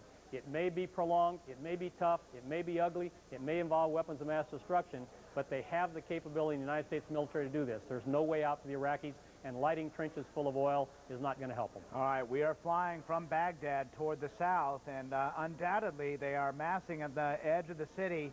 Soon that sight will be seen. M1A1 tanks moving in. That's underneath, of course, the courtesy there. We will be watching for that, and we will keep you posted as that progress continues. On this, a day where we can certainly agree, I guess, Don Shepard, not one of the better days for U.S. forces thus far. It's been a tough day for the military. There's good days in war and there's bad days, and this was a very bad day. We had the POWs, the casualties at Nasiriyah, the casualties around the POWs. We had the Patriot missile, the incident at the 101st. We had the British correspondent killed, firefights breaking out in Qasr. This is the very early stage, and I'm reminded that do not beat your breast and clap your hands early in a military operation. It can get very tough. There can be disappointments and reversals, Miles. All right, those are words to remember. Don Shepard, good place to end it. Thank you very much. We always appreciate your insights. Judy. Miles, those who said that this war was going to be a cakewalk weren't even close. CNN today received, as we've been telling you, the first pictures of American soldiers killed and captured in action in Iraq. We were just talking about them. This came shortly after the Pentagon said that fewer than 10 of its troops are missing. They later said that 12 soldiers had either died or were missing. The pictures were transmitted by Al Jazeera, that's the Arab language satellite network. The video was shot by state-run Iraq TV. We want to let you, our viewers, know that these pictures and the interviews were disturbing. Now, CNN has made a decision not to show the video of those killed. Instead, we will use this single image with no identifiable features. In other images, it was apparent that some of the soldiers had been shot, some of them in the forehead. We do not know their identities. In addition, 5 soldiers were interviewed by the Iraqis. Each of them gave their name and their home state in the United States. The Pentagon telling CNN now that it is notifying the families of those who were captured and those who were killed. For more now on the question of American POWs inside Iraq, I am joined on the phone by retired Marine Corps Major Joseph Small. He is joining us from Milwaukee, Wisconsin. The Major was shot down over Iraq during the last Gulf War. In February of 1991, he was held for 9 days by the Iraqis until the ceasefire was declared. Major Small, what was your thought when you heard today about those captured and killed? Initially, my thought was just pure outrage when I heard that they were shooting prisoners. That is completely against any kind of civilized activity that could be expected from a civilized nation. Help us understand what they must be thinking as whatever they're going through right now. They're probably in a state of shock, obviously fear, but I think they're just keeping faith with each other and keeping faith with their training and their country. How were you treated during those 9 days that you were held back in 1991 by the Iraqis? It was rough, very rough. There were beatings, there was whippings. We were held in a target area, so we were actually hit by our own Allied bombers. What do you mean by a target area? Well, the first 2 nights I was in Baghdad, the last 2 nights of the actual war, there were raids going on within, I'd say, a quarter to a half mile. There was an anti-aircraft gun just outside of my cell, which was firing the whole time, so I consider myself as having been placed in a target area. And how did the Iraqis treat you, the guards and the others who were with you or near you? In a word, brutally. I spent the better part of the first day and a half tied up and blindfolded, and that's where the majority of the beatings were administered. You were completely defenseless and in a position where you were completely at their whim. How did you happen to fall into their hands? I was flying in support of the 1st Marine Division's advance into Kuwait, and actually was shot down in central Kuwait. The aircraft was hit by a surface-to-air missile and rendered out of control and was forced to eject. And in fact, your observer on the aircraft with you was killed, is that right? That's correct. I found out later on, after the war was over, that he had been his body had been found, and was told that it was fairly obvious he had been killed at the missile impact. Major Small, what do you say to the families, the loved ones of those who are being held in captivity right now? Well, first, my thoughts and prayers are with them. I know that they're going through a very difficult time. I know it was extremely difficult for my family. Not knowing their condition and not knowing the conditions that they're being held in at the current time. I would hope that the world at large would be outraged by the reports that are coming in, and that somehow that word would spread to the Iraqi regime, and that they would treat these people in accordance with the Geneva Convention. Well, that is certainly our wish as well. Retired Major Small was shot down.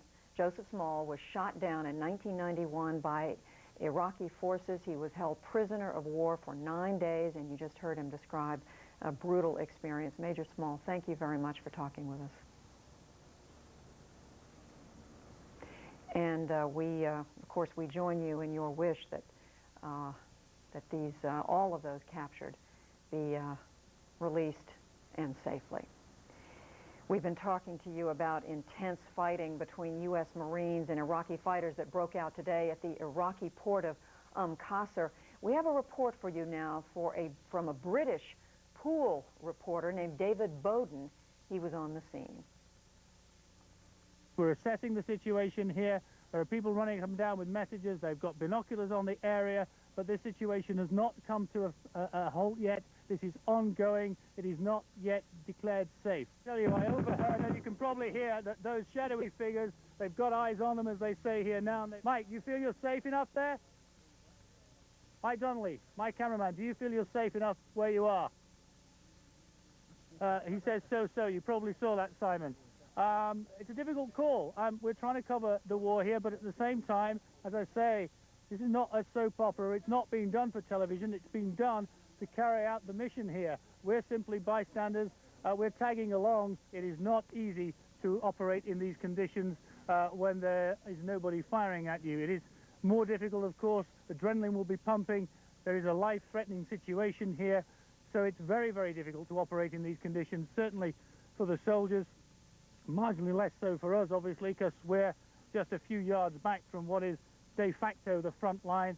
But it's very hot, very difficult, very dusty, and the sand, as you know, and dust gets into everything.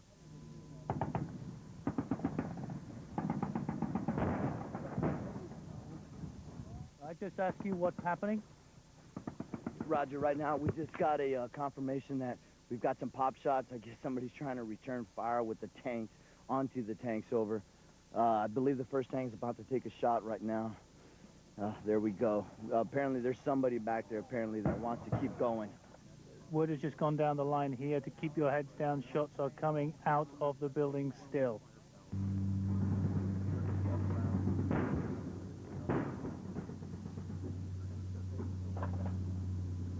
But obviously the U.S. Marines are not satisfied that that building is safe, so they are still pounding it, and I suspect they will take it down brick by brick if necessary. That was British pool reporter David Bowden reporting on intense fighting today in the Iraqi port of Qasr. Again, this the very southernmost part of Iraq, but still the U.S.-led forces meeting resistance there. We've been talking, of course, about the Iraq theater. That's where most of our coverage is directed. But we all know that there are U.S. forces remaining in Afghanistan, where the United States fought a war about a year ago, more than a year ago. There are still coalition forces there, and let's go to the Pentagon quickly now for a developing story. Jamie? Well, Judy, this word just in from the U.S. Central Command. A U.S. Air Force Black Hawk helicopter has crashed in Afghanistan, killing all 6 people on board. This helicopter was conducting a medical evacuation mission when it went down about 18 miles north of Ghazni in Afghanistan, about 11:20 a.m. Eastern Time. This is the Air Force version of the Black Hawk helicopter, which is seen here. The crash, the Pentagon says, was not a result of any enemy action. Again, 6 personnel on board, no survivors. The incident obviously is under investigation, but that U.S. Air Force Black Hawk helicopter crashed conducting a medical evacuation mission in Afghanistan. No survivors, 6 dead, no indication of enemy fire or hostile action. Judy? Jamie, very quickly, we know 250-some thousand U.S. troops in the Iraqi theater. What about how many in Afghanistan? Well, you know, I haven't taken a look at the latest casualty figures in Afghanistan. Of course, in Afghanistan, the overwhelming number of casualties were from accidents, such as this one, not hostile fire. That pattern, by the way, so far has held true in Iraq, but as we're seeing much more heavy fighting in Iraq, that could start to shift. We are getting some battlefield deaths and casualties today as the U.S. forces meet some stiffer resistance, particularly they think from Republican Guard units who are sort of concealing themselves in military units or passing themselves off as civilians. So we'll just have to watch the casualty tolls in both of those theaters. All right, Jamie McIntyre reporting on a downed helicopter in Afghanistan, a country many of us don't think about on a daily basis anymore, but it certainly was our focus a year ago, more than a year ago, when U.S. forces were fighting there. Thanks, Jamie. We'll come back to you for more on that when you're able to learn it. CNN's coverage of the war in Iraq continues. We check the day's headlines at this hour in just a moment. Also ahead, an update from CENTCOM headquarters in Qatar on some tough fighting involving U.S. troops.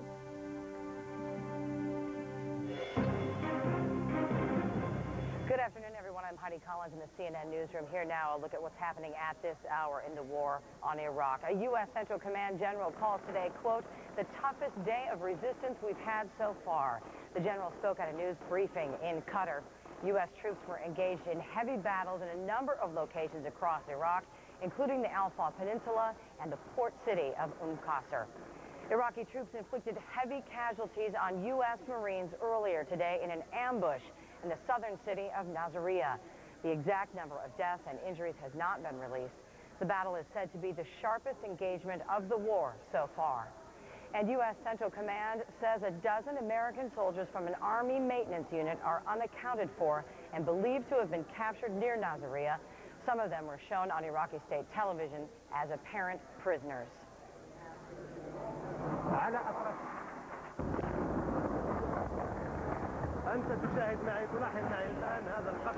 Coalition planes struck Baghdad with a new round of airstrikes over the last several hours. Targets on the south side of Baghdad were hit especially hard, and anti-aircraft guns opened fire in response.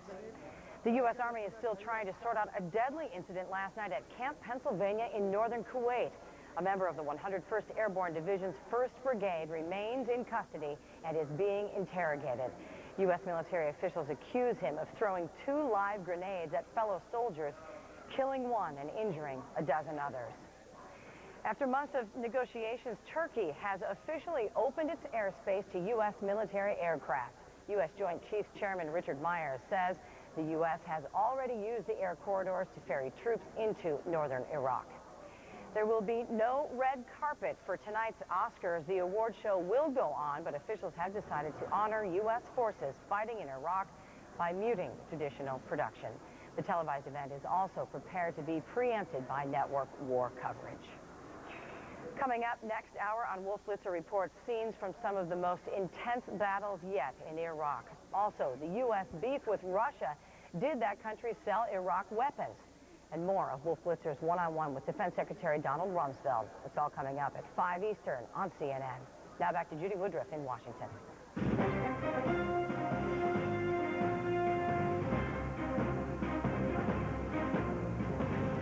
I am Judy Woodruff in Washington, reporting as CNN's live coverage of the strike on Iraq continues on this day that U.S. military officials describe the war campaign on target.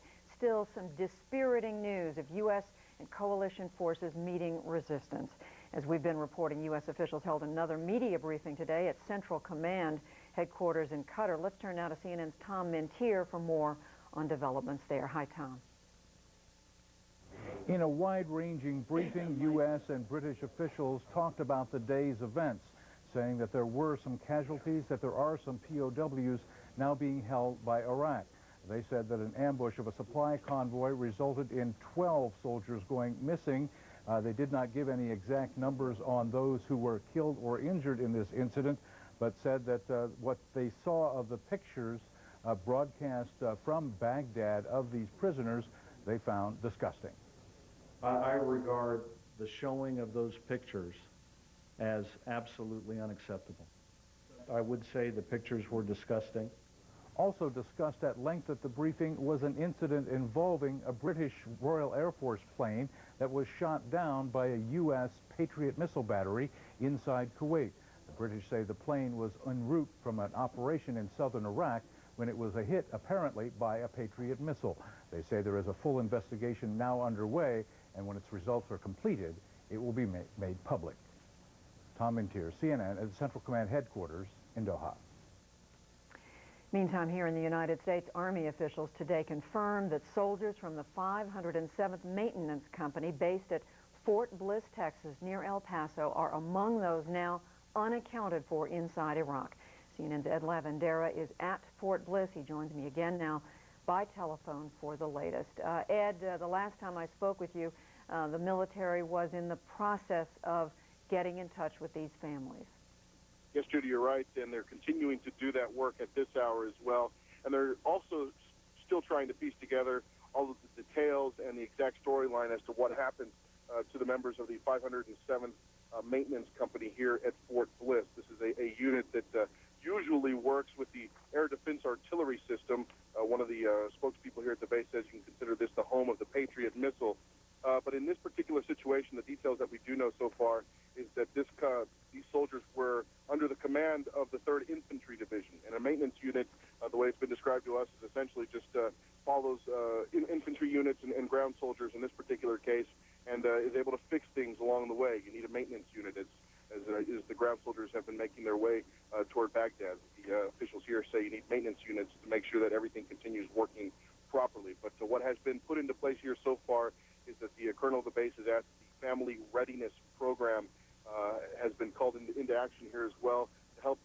families here at Fort Bliss. They're a conduit of information, if you will, between the Army and these families, and it's also like a support group, if you will, for these families getting information and being able to deal with the uncertainties that exist at this moment. So those groups, and essentially this family readiness group, is made up of the spouses of the military members that have been deployed from this base, and so they're in the process of helping them and calming their fears, if you will, and helping them come to terms with what is going on, and also passing along to them the latest information as they get it. Judy?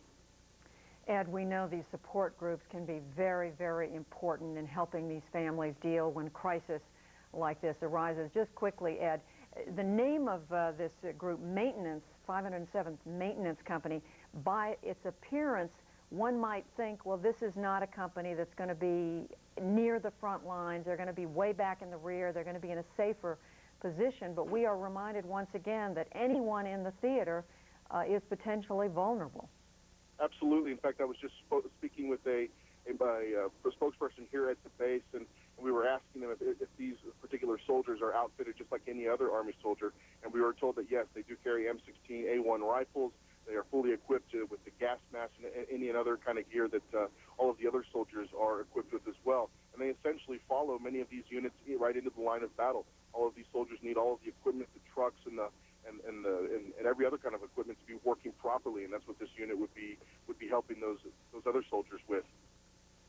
Ed Lavandera at Fort Bliss, Texas, near El Paso, where the 507th Maintenance Company is based. This is a company that was ambushed near Nasiriyah in Iraq earlier today. Miles O'Brien, my colleague in Atlanta at CNN Center. Miles, I talked a few minutes ago to a prisoner of war during the Persian Gulf War 12 years ago, and I don't think anybody can underestimate, or I should say overestimate, just what a awful experience it is. You know, it's interesting because clearly, as Don Shepard's going to tell you in just a moment, there's an awful lot of training that goes into this, but I don't think that any human being knows how they might react until they're in that situation. Major General Don Shepard, retired U.S. Air Force. Let's pick up on that point. You can train for this all you want, but when you're at the business end of an enemy weapon, it's a different thing, isn't it? When the day happens, Miles, there is nothing that you can do other than rely on your training, your values, your courage, and your faith.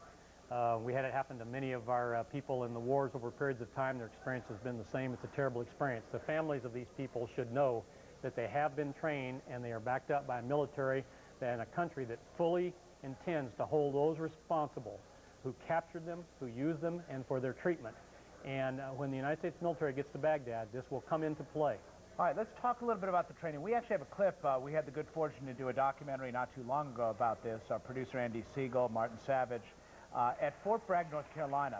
And what you're watching is, this is an Army Advanced Training School where they teach certain members of the Army. We're not going to tell you that every member of the infantry gets this kind of thing. We're talking about Green Berets and Rangers, special ops kind of guys would get this high-level, high-fidelity training. Everybody gets some degree of training.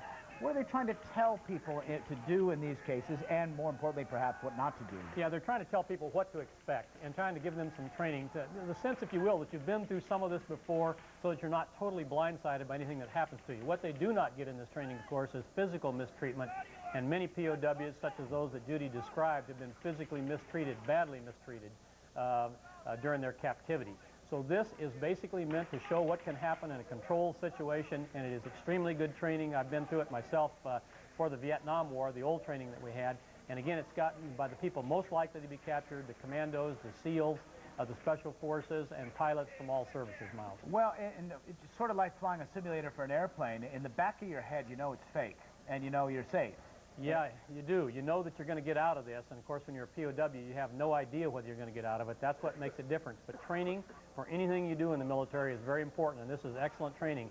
It was not fun going through it, but it became very, very valuable to many people during the Vietnam War, of course. You really have to have a good intestinal fortitude, to say the least. Let's just get the lay of the land here briefly. Nasiriyah is our focus as we talk about this POW situation. We know now that there were 10 fatalities, correct? Perhaps 24 casualties in total. 12 missing. Is that correct? I'm getting my numbers right. I think that's roughly what we're talking about here. Yeah, it's a little unclear to me right now. We've talked about 10 people killed and captured, and then later it was revised to perhaps as many as 12 missing. And then we heard earlier reports of more casualties in Nasiriyah. I'm not sure if these are mixed up. We probably need CENTCOM to clear that up for us. All right, so we could be double counting some people is what we're talking about here. But the point is, there is a videotape out there. It's been broadcast on Al Jazeera. It comes from Iraqi TV. CNN is not going to be putting this out at the moment because it's inappropriate when families have not been notified. And we can't imagine how awful that would be to find out on CNN one way or another about your loved one. So we're not going to put that on TV just yet. But the point is, what it shows is, it shows Iraqi irregulars, I'm not going to say regular because we don't know what kind of military they are, using them as pawns. Absolutely against the Geneva Convention, to which Iraq is a signature. There is good news and bad news about this video. It's against the rules, but now that we have this video, we know that these people have been captured. We know they're in Iraqi custody. They had better come back, and those responsible for handling them from the time they were captured to the time they are returned are going to be held responsible. So there's some good news in this, and there is some comfort to the families knowing that they're alive. I wonder if the end game here and the goal, which is to unseat the regime in Baghdad, I wonder if that could change the thinking about these people in Nasiriyah. In other words, if they realize, looking at the big picture here, the jig is up, might they be less likely to engage in anything that would be against the conventions? They would certainly be wise to do that. I don't know. I can't put myself in their heads, or Saddam's head, or the head of their regime there. But the conduct of this regime becomes extremely important to their future. They will be held responsible for those things they've done in the past and those things they do now. It's very clear, Miles. Don Shepard, retired general in the U.S. Air Force. As always, pleasure to have you with us. Judy. That training is unsettling, but I'm sure that it must help somewhat in these situations, and we can only imagine what these soldiers are going through right now. Still ahead in this hour, is Saddam Hussein alive? It's the question that keeps coming back, and how much does that really matter at this point? We'll look at the Iraqi leader's loosening grip on power.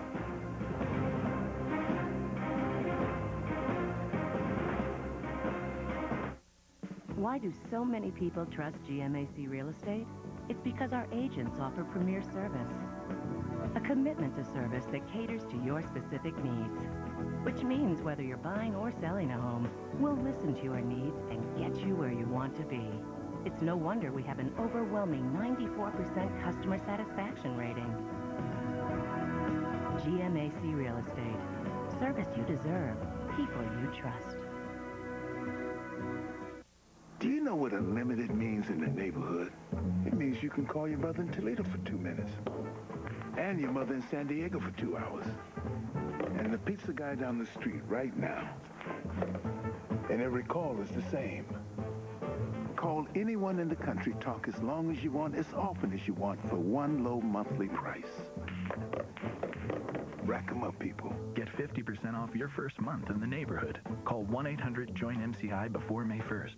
CNN Tonight, the march towards Baghdad. We're live from the front lines, the risks facing reporters in the field, in the midst of battle with the troops, plus ambassadors from Kuwait, Turkey, and more. Only on Larry King, CNN Tonight, 9 Eastern.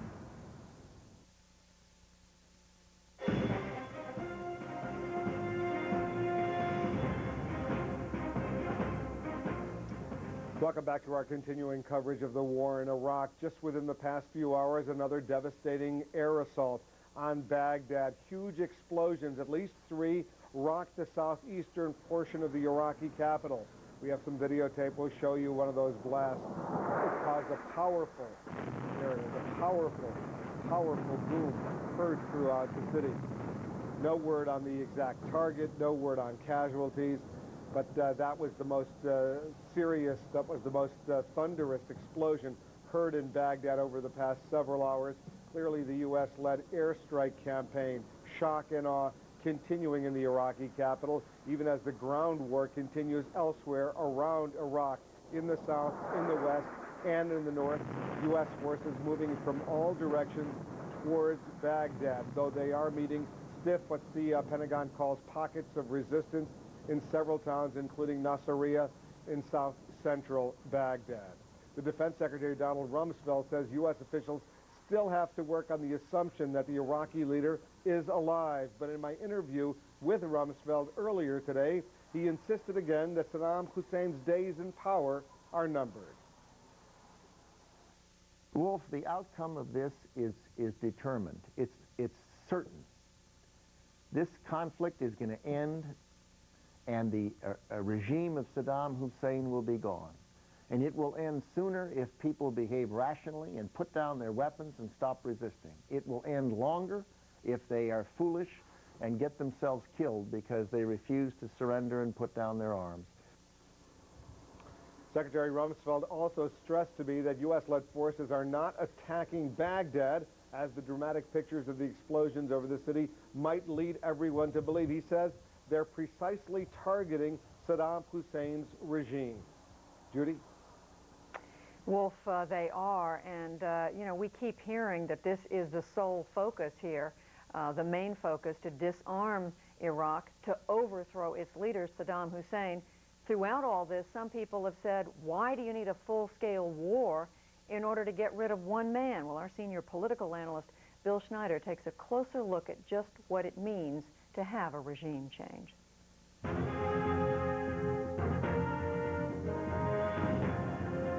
During the Cold War, the CIA got involved in efforts to assassinate other countries' leaders, like Ngo Dinh Diem in South Vietnam, and Cuba's Fidel Castro. The CIA had a plot to poison his cigars. This committee has... When the news got out, Congress investigated and almost passed a law banning political assassinations. President Gerald Ford beat them to it by issuing an executive order in 1976 that said, no person employed by or acting on behalf of the United States government shall engage in or conspire to engage in assassination. The fact that it was an executive order, not an act of Congress, means that the president controls the policy, and he can change it. In fact, shortly after the September 11th attacks, Secretary of State Colin Powell said the administration was considering rescinding the executive order. It's still on the books, and as part of our campaign plan, we're examining everything. But they didn't need to change the law, because it allows targeting an enemy combatant if the U.S. is engaged in armed conflict. A terrorist like Osama bin Laden is an enemy combatant because he masterminded an attack on the U.S. So is Saddam Hussein, because he's commander-in-chief of the Iraqi forces. Targeting an enemy combatant is not an act of assassination. It's an act of war. Some argue it's not a legally declared war, either by Congress or by the United Nations. But international law experts say that doesn't matter. The law of armed conflict permits targeting all enemy combatants. Bill Schneider, CNN Center, Atlanta.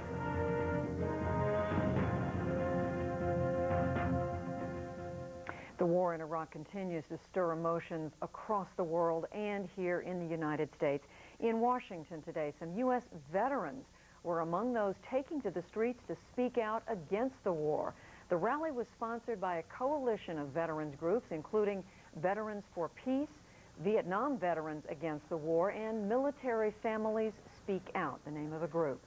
Passions were just as strong at a Washington rally in support of Bush administration policy and the troops. The demonstration was sponsored by the Washington chapter of Free Republic. Well, one day after a massive anti-war rally, demonstrators got together again today in New York City, but this time in support of the U.S. military, support of American troops. CNN's Maria Hinojosa is with us now from New York. And Maria, as I come to you, I think we should clarify the demonstrators yesterday weren't against U.S. troops. They said they were against U.S. policy. That's exactly right, Judy, and they continue to stress that with posters, of course, with yellow ribbons saying we want our troops home and that's how we want to support them. But let's talk a little bit about what happened here in Times Square today. I guess you could say that this would be the silent majority. 70% of Americans say they support this war, but only about 1,000 of them came here to Times Square to show that on the street. They were very loud, very vociferous, very determined to get their message out, very angry even. They say that too much attention is being placed on the anti-war protests. Now, their message is that they want to support the troops, they want to show them, they say that they're concerned about troop morale, And they also want to send a message to President Bush saying that they support the president in this difficult time, and they want him to know that. There was a lot of singing of God Bless America, the Star-Spangled Banner, a lot of chants of USA, USA when fire trucks would drive by, a round of applause would go up. But we need to tell you also about what was happening just a few blocks from here at the Intrepid War Navy boat, which is stationed just a few blocks from Times Square. There was a gathering of former war veterans, and they said that they were there to pray in support of the troops.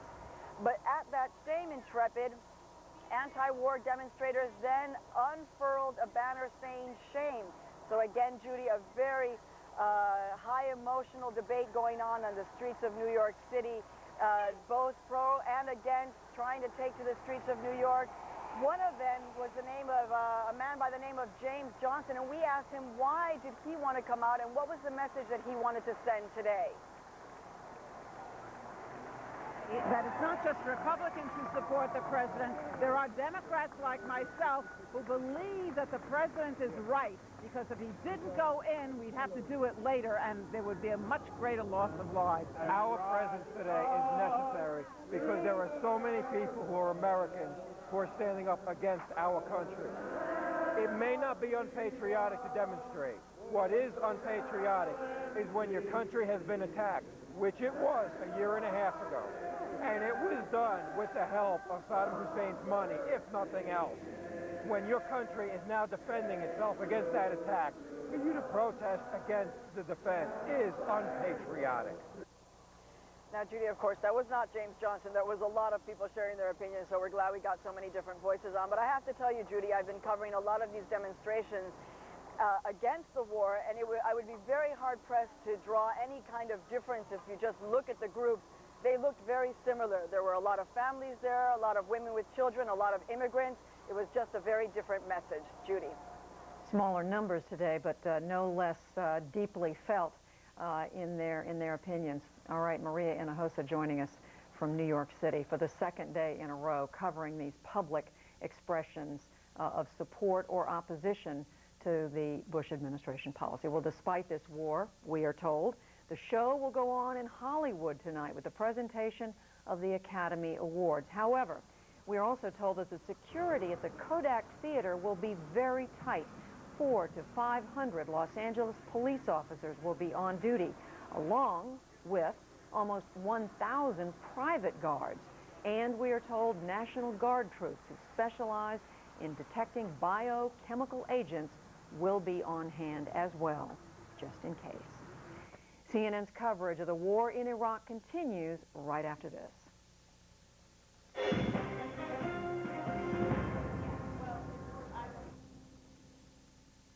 The war in Iraq continues, and no one takes you closer than CNN, live throughout the day.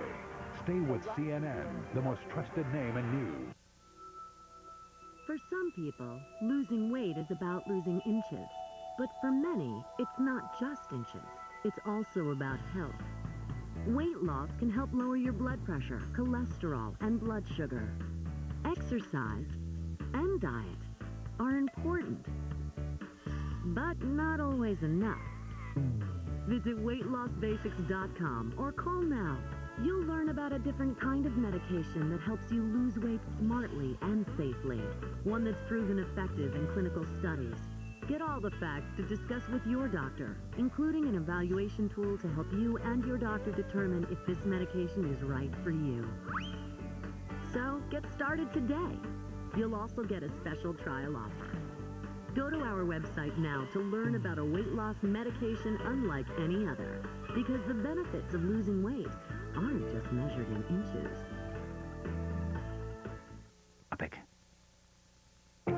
CNN, the most trusted name in news.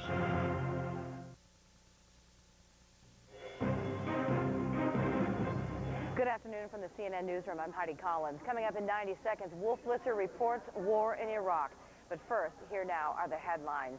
U.S. Central Command says 12 American soldiers are unaccounted for and are believed to have been captured. That's after heavy fighting in the southern Iraqi city of Nasiriyah.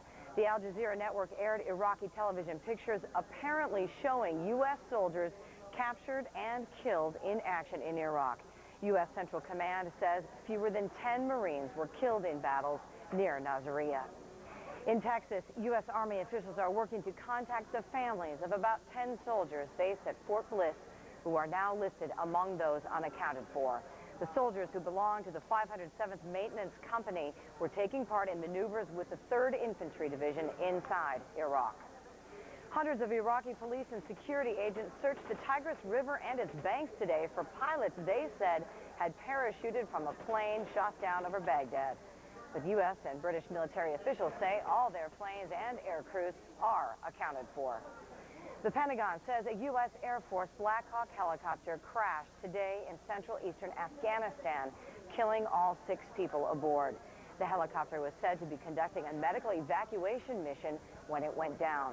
The Pentagon says the crash was not the result of any enemy action. Senator Richard Lugar says U.S. officials have intelligence information indicating Iraqi President Saddam Hussein was injured in the war's initial strike. Saddam is believed to have been in a compound that was hit by cruise missiles in the first night of the attacks. Initial intelligence reports from various sources that he was carried from his building where he was on a stretcher, apparently injured. Senator Richard Lugar. Those are the headlines making news at this hour. Your most comprehensive coverage of this war in Iraq is right here on CNN. Wolf Blitzer Reports starts right now. CNN Live this hour. Wolf Blitzer reports from Kuwait City. With correspondents from around the world, Wolf Blitzer Reports starts now.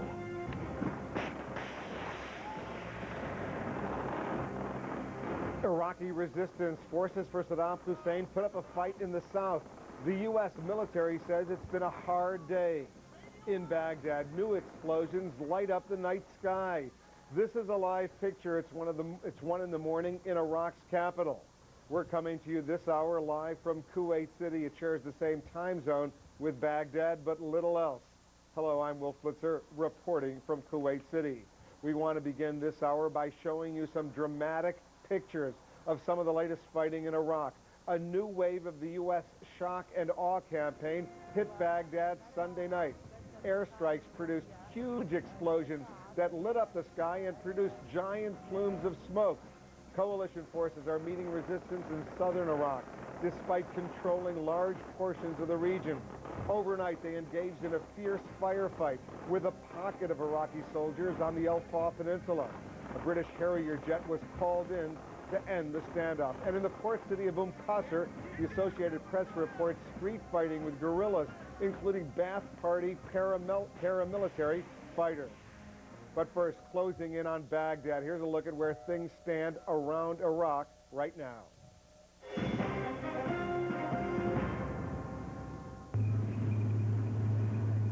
The ground war has moved closer to the center of Iraq. The 3rd Infantry is about 100 miles outside of Baghdad, potentially less than a day's march.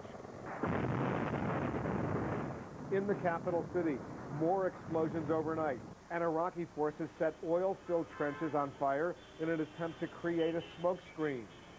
To the south, U.S. troops run into stiff resistance. CNN's Alessio Vinci reports that coalition forces suffered casualties in fighting near Nasiriyah. On the border, coalition forces continue to battle pockets of resistance in the port city of Qasr. And British Marines battle with Iraqis in the Al-Faw Peninsula after establishing a beachhead there Friday. There also was activity in the north. Airstrikes were reported in Mosul and against positions of what the U.S. military calls a militant Muslim group, Ansar al-Islam, near the Iranian border. And even as we're reporting live from Kuwait City, once again, air raid sirens have gone off here in the Kuwaiti capital. Once again, sirens going off. This is not an unusual situation in Kuwait City, although it's been about a day or so since we've had these kinds of air raid sirens going off, usually an indication that something might be going on. In the past, there have been several false alarms. We'll continue to monitor the situation here in Kuwait City, get back to you with the latest. In the meantime, CNN received the first pictures of American soldiers killed and captured in action in Iraq shortly after the Pentagon said that fewer than 10 of its troops are missing. They later raised that number to 12. The pictures were transmitted by Al Jazeera, the Arab language satellite network. The video was shot by state-run Iraq TV. We want to let the audience know that these pictures and the interviews are disturbing. CNN has made a decision not to show the video of those killed and will instead use this single image with no identifiable features. In other images, it was apparent some soldiers had been shot, some of them in the forehead. We don't know their identities. 5 other soldiers were also interviewed, and each gave their name and home state in the United States. The Pentagon tells CNN that it is notifying the families of those captured and those who were killed. Now the bloodiest battle yet. In and around the city of Nasiriyah in south-central Iraq, Marines have been fighting with hardly any sleep. Our Alessio Vinci was with the unit during the attack and came upon the actual scene. But just describing you what I'm looking at, the Charger AAV, an amphibious assault vehicle, is basically one of those armored personnel carriers that the Marines are using, and it is totally destroyed. It's totally charcoal, burned down, and according to one of the eyewitnesses, this was one of the armored that was hit by a rocket-propelled grenade. Now all this happened several hundreds of meters ahead of me. CNN's Alessio Vinci on the scene for us. Now the latest. Let's go live to our senior Pentagon correspondent, Jamie McIntyre. Jamie? Well, Wolf, U.S. commanders admit it was, quote, a tough day of fighting for U.S. troops who met the stiffest resistance so far in their push to Baghdad. But the U.S. commanders also vowed that the combat losses and the taking of American prisoners of war would do nothing to change the U.S. war plan or their guarantee of U.S. victory. On day 4, the fiercest fight came here in the southern Iraqi city of Al-Nasiriyah, about 100 miles north of Kuwait. U.S. Marines had thought the main fighting was over at Al-Nasiriyah, but they got a nasty surprise, U.S. commanders say, when it turned out Special Republican Guard forces had infiltrated the regular Iraqi troops and were pretending to surrender and posing as civilians. The majority of the resistance we have faced so far comes from Saddam's Special Security Organization and the Saddam Fedayeen. These are men who know that they will have no role in the building of a new Iraq, and they have no future. U.S. officials described 2 incidents in which, in one case, U.S. troops came upon Iraqi forces who were under a flag of surrender, only to be subjected to an artillery barrage. In another case, it appeared that there were Iraqi civilians welcoming the U.S. troops. Again, the U.S. was ambushed. A supply convoy ran into an Iraqi force when it made a wrong turn. That resulted in deaths and the capture and killing of some Americans. Some of those captured turned up later on Iraqi television. But the Pentagon says that the war plan is on track and that U.S. forces are unstoppable and will be in the Baghdad vicinity soon. One other note, Wolf, in Afghanistan, the other place where U.S. forces are actively engaged, a U.S. Air Force Pavehawk helicopter crashed today, killing all 6 people on board as it was trying to conduct a medical evacuation mission. No indication of enemy fire. An investigation is underway. Wolf? Jamie McIntyre at the Pentagon. Jamie, thanks very much. And if you can hear a siren behind me here in Kuwait City, happy to report that is the all clear, meaning that any potential danger has now been removed. Once again, there were, just a few minutes ago, the air raid siren suggesting that there could be a problem. Right now, the all clear has sounded, meaning that that danger has gone away, which is good news for all of the people of Kuwait and Kuwait City. The United States has warned Iraq it will be held responsible for any violations of the Geneva Conventions. The relevant paragraph of the protection of the POWs reads as follows, and I'm quoting, "Prisoners of war must at all times be protected, particularly against acts of violence or intimidation and against insults and public curiosity." Here's your chance to weigh in on the war in Iraq. Our web question of the day is this: does knowing there are U.S. POWs change your level of support for the war? More for it, more against it, feel the same? We'll have the results later in this broadcast. Please vote at cnn.com/Wolf. While you're there, I'd like to hear from you. Send me your comments. I'll try to read some of them on the air. That's, of course, where you could read my daily online column, cnn.com/Wolf. As we told you at the top of our program, U.S. forces continue to battle pockets of resistance in the southern port city of Qasr. A British pool reporter was with the troops as the action unfolded. Now, we got 2 to 3 inside the window, moving to green khaki. We took 2 plow shots over the heads. We opened fire on them. When this all started off originally, it was just men with their M16s and machine guns who ran up onto the top of this berm and started pouring fire down onto that area. That tall building, get a javelin right into it. Brought the javelin weapon system up to bear. The first shot went a little bit long. It's off. That was off. Second shot, direct impact to that building. Once that building was hit, then it became very apparent that there was a lot of movement in that area. We had troops start moving back and forth. We began engaging with the machine guns, and just people started just popping out of everywhere. They're still trying to clear this area. There are more instructions going out now. I can't hear exactly what's being said, but you can hear for yourselves. More live firing here at Qasr. Roger, right now we just got a confirmation that we've got some pop shots. I guess somebody's trying to return fire with the tanks onto the tanks. Apparently there's somebody back there apparently that wants to keep going. Vehicles approaching from the east. Is it still dangerous out there? As far as me at ground level with my squad, there's always a threat. I mean, we don't adhere to reports from anybody that the threat has gone away, this area is secured. We're always maintaining our posture here on the platoon level to ensure that we here are always constantly ready for a fight, because it could pop up from anywhere. And these kinds of battles are anticipated to become even more intense as U.S. and British forces continue their march towards Baghdad. Let's go to Baghdad now, where Iraqi police and security agents searched for what they said was a downed Allied pilot along the Tigris River earlier today. The Iraqis fired automatic weapons into the reeds and the shallow water.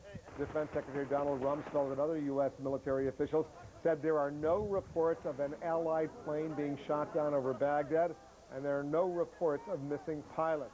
At one point, the Iraqis also set fire to brush along the river. The Associated Press reports the Iraqi action was triggered after witnesses said they saw parachutes. Again, U.S. officials say there are no reports of downed Allied planes and pilots. They say all planes and pilots have been accounted for. Here are the latest confirmed number of U.S. casualties in the war on Iraq. One soldier with the 101st Airborne was killed in a grenade attack allegedly carried out by a fellow soldier at a camp here in Kuwait. A dozen soldiers were injured, 5 seriously. At least 2 U.S. Marines have been killed in combat in Iraq. And 19 coalition forces have been killed in 2 accidental helicopter crashes, 5 Americans and 14 British.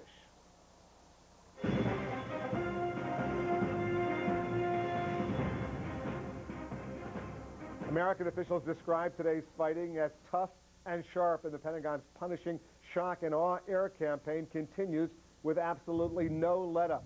With the reports of missing troops, including some who may be in Iraqi hands, pilots who fly search and rescue missions also have been quite busy. CNN's Gary Tuckman is at a base near the Iraqi border here in the Persian Gulf. Gary? Well, Wolf, just like you in Kuwait City, we just had the sirens go off here at this air base. We saw airmen scrambling to put on their chemical suits, to put on their masks when the sirens went off. This had been the first day since the war began that they were not required to wear their chemical suits at all time. Up until today, as long as they weren't in the shower or in bed, they had to walk around with their chemical suits at all times. So they just scrambled a short time ago. People put on their masks. They went into bunkers. They were only in them 5 minutes when they got the all clear. And now everyone's out again, but most of the people we see in the background are still wearing their chemical suits as we speak. Right now, it's past 1 in the morning here in the Persian Gulf. The runways and the taxiways are still very busy.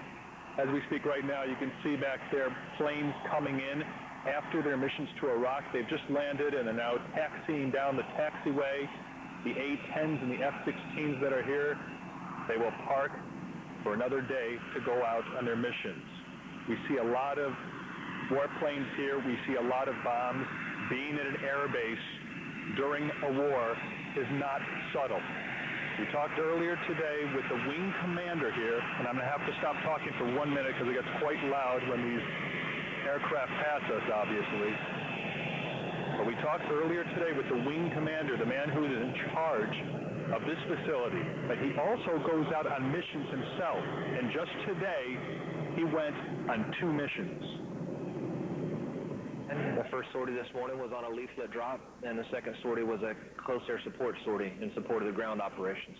Okay, and did you drop your munitions on that particular sortie? I did drop some munitions on that sortie. Could you tell us what you actually dropped? It was precision-guided munitions, laser-guided bombs. And this was to protect ground troops who were nearby at the time? It was in support of folks. Now, when you fly, here you are, you are the leader here, so your words will be listened to very carefully. Is there an element of fear, nervousness, anxiety at all? There's truly not. I think all pilots that are here from all nations have prepared for this day. Our training is superb. I talked with the pilots before we began combat operations. I share with them that they've been trained exactly for what they need to do. There's not a threat north of here that they've not been able to train for, prepare for, and will be able to defeat. They're very well equipped for this, and I think that there's a apprehension as you go north, certainly, but it's not fear. I think that's one of the interesting things that a lot of people probably don't realize is the variety of missions. That man flies in F-16s. Those are fighter planes that carry bombs. Yet his 2 missions were very different. The first, he dropped leaflets. The second, he dropped bombs. You can see the planes are now actually stacked up on the taxiway waiting to park. That gives you an idea. It's like a commercial airport here on a Friday night or a Sunday night, the amount of traffic we've seen. There have been more than 550 sorties in the first 48 hours of shock and awe. Gives you an idea, if you do the math, that averages out to about 12 warplanes an hour leaving from just this one base participating in the Gulf War II. Keep in mind, there are at least 38 different locations where coalition aircraft are taking off from. Wolf, back to you. Gary, getting back to the sirens that went off, the alarms that went off in suggesting that there could be some sort of missile attack, you say that the troops where you are put on their full protective gear. Do they always do that whenever these air sirens go off? Well, forgive me, it's so loud here, it's hard to hear your question. I think you're asking me, we'll give you a shot of these planes again as they start moving, just because it's such an unusual sight. But I think you're asking me, do the airmen here always put on their suits and their equipment when the sirens go off? And that's a good question, because there are 2 different sets of sirens in this area.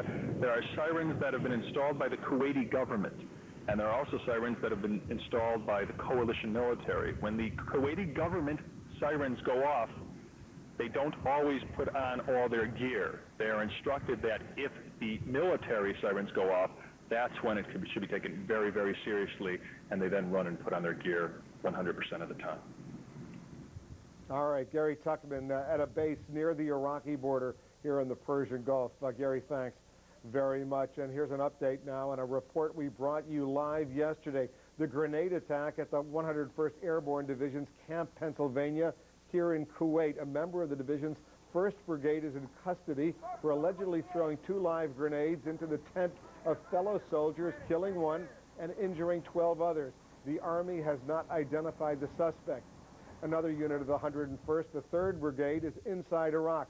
CNN's Ryan Chilcote is with them. He's joining us now live via video phone. Ryan. Well, Wolf, first of all, reaction from the 101st Airborne's 3rd Brigade inside Iraq. They were traveling in a convoy when they learned about the attack back at Camp Pennsylvania. All of the soldiers expressing grief. A lot of the soldiers in the 3rd Brigade happened to know the soldiers that were injured in that attack, injured, I should say, and killed. There was 1 soldier, of course, killed at Camp Pennsylvania, and they consider them dear friends and brothers in arms. So obviously a lot of grief. Also, a lot of shock. As one commander put it, you know, you come here expecting to face the enemy, expecting to face perhaps battle and injury from Iraqis. You certainly don't expect it from your own soldiers. So a lot of shock among the soldiers here with the 3rd Brigade that this could happen at the hands of one of the 101st Airborne's own soldiers. Now on to the 3rd Brigade. Like I said, the 3rd Brigade is now inside Iraq, an absolutely whirlwind 3-day convoy here. It began 3 days ago at Camp New Jersey in Kuwait. Right off the top, it got crazy. A series of 4, count them, 4 Scud alarms. 4 times over the course of 3 hours, the soldiers had to don their masks, go into bunkers, and get out. The result, well, they all ended up in this chemical that you were talking about earlier, this chemical protective gear, the chemical protective suits, and they're still wearing them, and they were wearing them for that entire 3-day convoy ride here. Makes things a bit toasty. The one thing that really impressed me about the 101st 3rd Brigade movement here, these guys, one of the problems with covering the 101st Airborne is they just never stop. They never stop for more than 2 hours over the course of 3 days. Never stop for more than 2 hours on the side of the road. Only stop to refuel or perhaps to change out drivers. Everything was on the go. Unbelievable movement, an unbelievable desire to get here as quickly as possible. People talk about the race to Baghdad. Well, I think I saw it. Also, just unbelievably dusty. It was like being thrown into a dryer and with a bunch of dust and getting thrown around. It was absolutely unbelievable. Lastly, interaction between the soldiers from the 101st Airborne and Iraqis. Well, we went through 3 towns, and the first town, the interaction was quite interesting. A very warm, very welcoming reception from the Iraqis. A lot of them turning out, coming out to wave to the soldiers, to give them the thumbs up, to shout to them. The soldiers tossing out MREs back to them. Really a warm reception. The second town, not quite that way. As one soldier put it, very eerie. They went through in the middle of the night.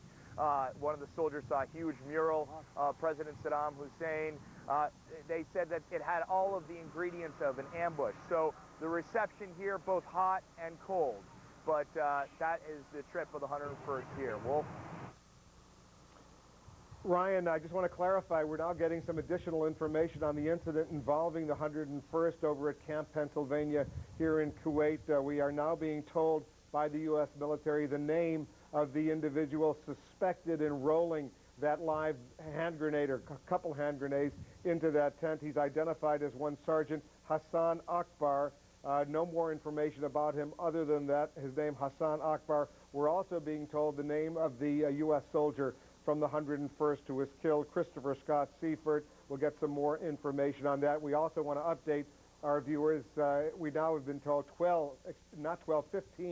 15 soldiers were injured in that grenade attack at Camp Pennsylvania, the 101st. Ryan, before I let you go, what's the latest as far as the impact that incident has had on the fighting morale, if you will, of the troops you're with right now?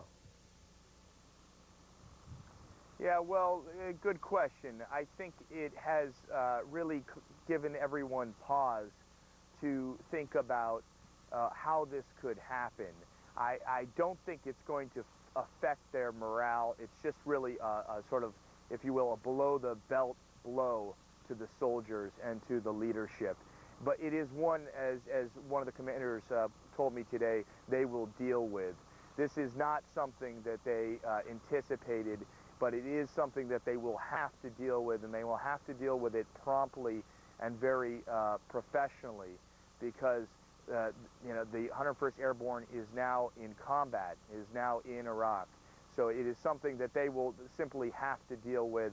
I understand that they are already preparing replacements for some of the soldiers that were wounded in that attack. The 101st Airborne, the soldiers at Camp Pennsylvania, some of those who were injured were involved in were part of what's called the TOC. That's the brigade's operations center, and they are very important to the planning and execution of operations. Still, obviously, the 101st Airborne moving quickly to help those soldiers, help their families, and most importantly, make sure that everyone can move forward from this absolute tragedy. Wolf?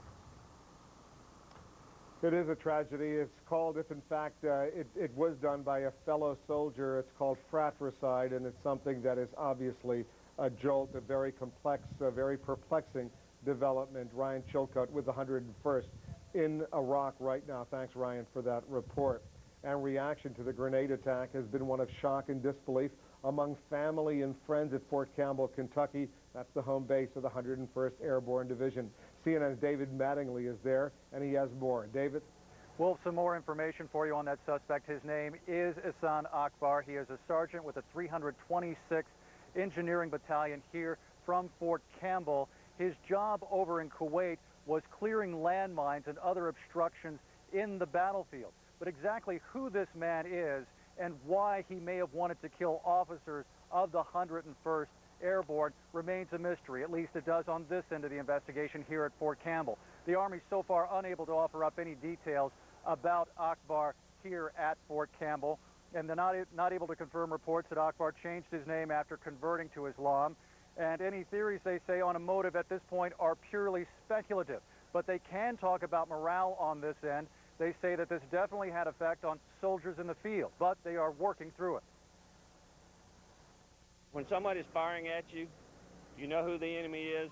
When they're standing in the same mess chow line or using the same shower with you, sometimes it's hard to recognize. So it's had a detrimental effect probably on the morale.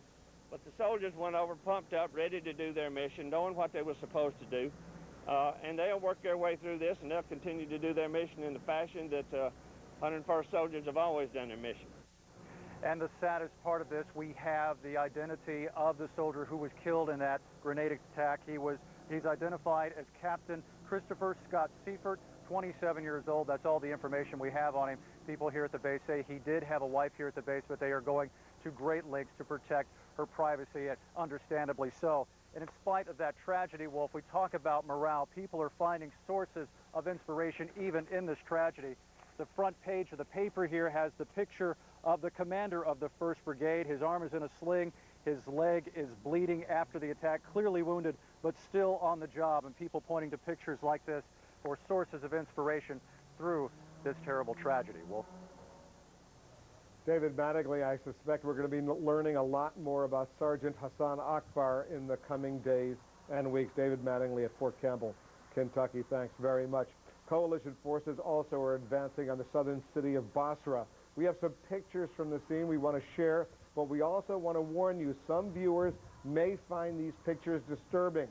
These are Iraqi casualties in Basra as taken by the Associated Press. It's not clear exactly how these people were hurt, either by coalition fire or Iraqi fire. Iraq's information minister says 77 civilians have been killed in the battle for Basra. He also says more than 500 Iraqis in 4 cities were injured in airstrikes yesterday. There's no independent confirmation of those numbers. And this picture was taken in Baghdad. The AP says it shows a father and son shortly after their home was seriously damaged in one of the airstrikes. Iraq's Foreign Minister Najib Sabri was in Cairo for a meeting of the Arab League foreign ministers. He had angry words for the United States. Those aggressors are war criminals, colonialist war criminals, crazy people led by a crazy, drunken, ignorant president like Holako W. Bush. Najib Sabri, the foreign minister of Iraq, still appearing in Cairo at a meeting of Arab foreign ministers. Americans held as POWs in Iraq see what kind of training they've received to help them stay alive. Also, oil fires burning. U.S. Marines race to secure Iraq's black gold. And on the front line, we'll take you on board the USS Constellation. You're watching CNN, the most trusted name in news.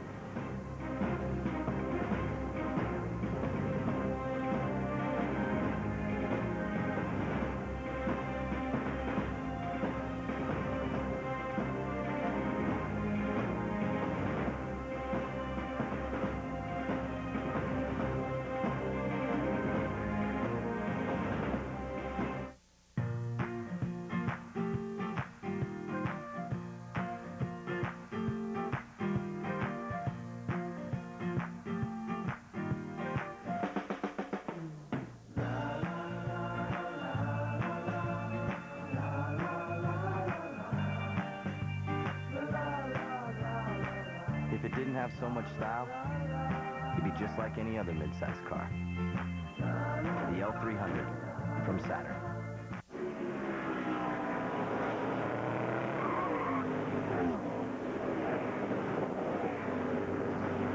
Tough heartburn slowing you down? Try Extra Strength Mylanta. Cooling relief that speeds right to where you need it. Nothing's faster.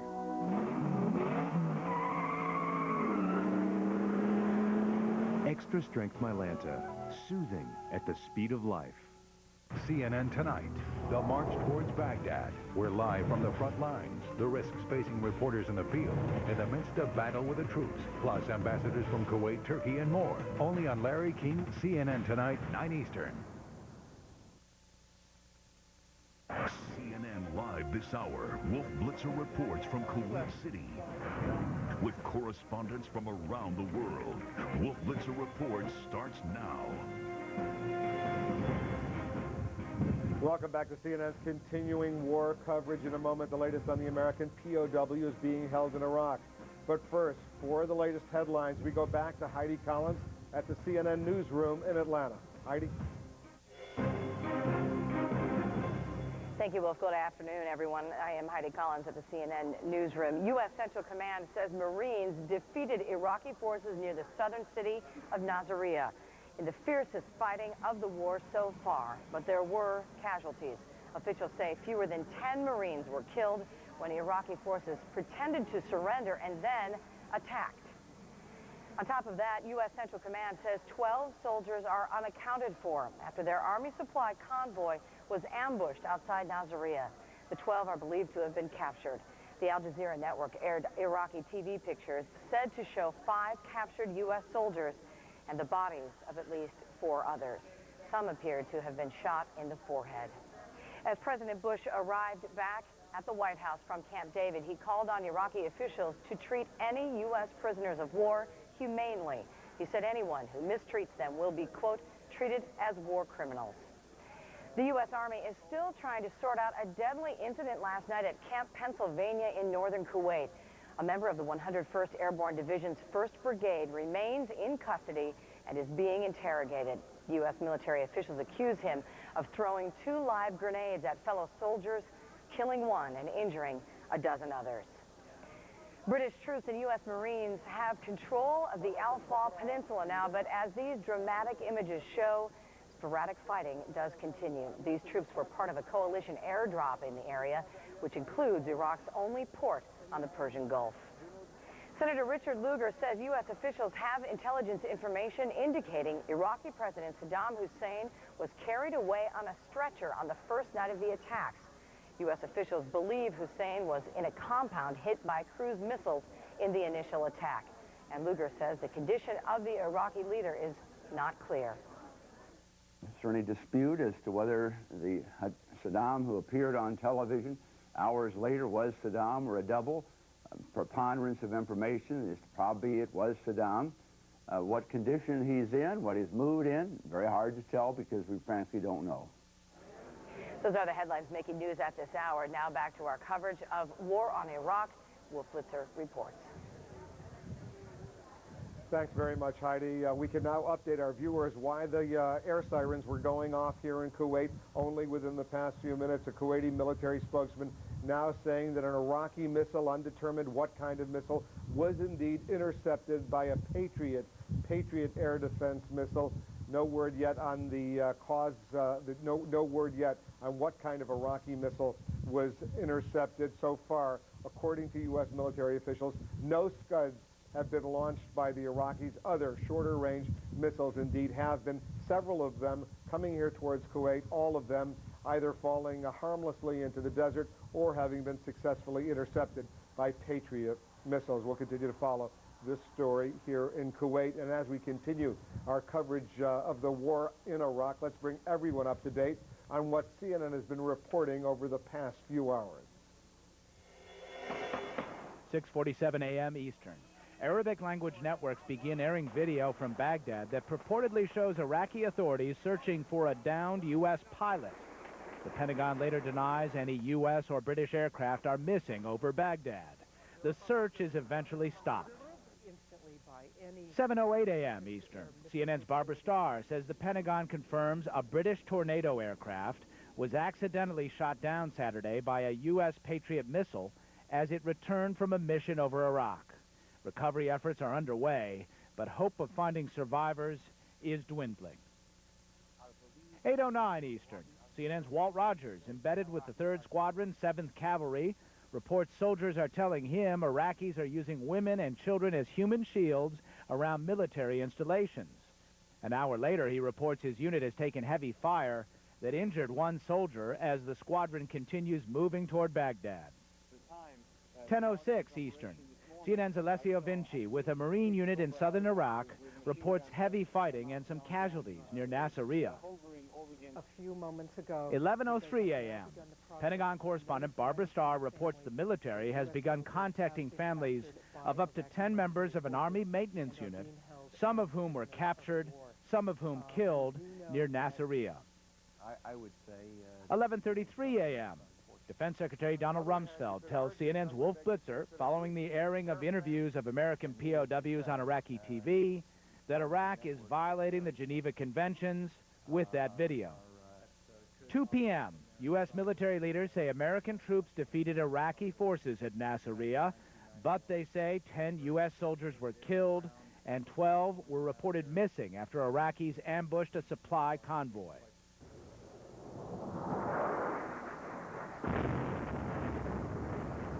2:30 p.m. Eastern Time, 10:30 in Baghdad. Huge explosions are heard and buildings are set ablaze in the Iraqi capital, apparently from a new wave of airstrikes. Miles O'Brien, CNN.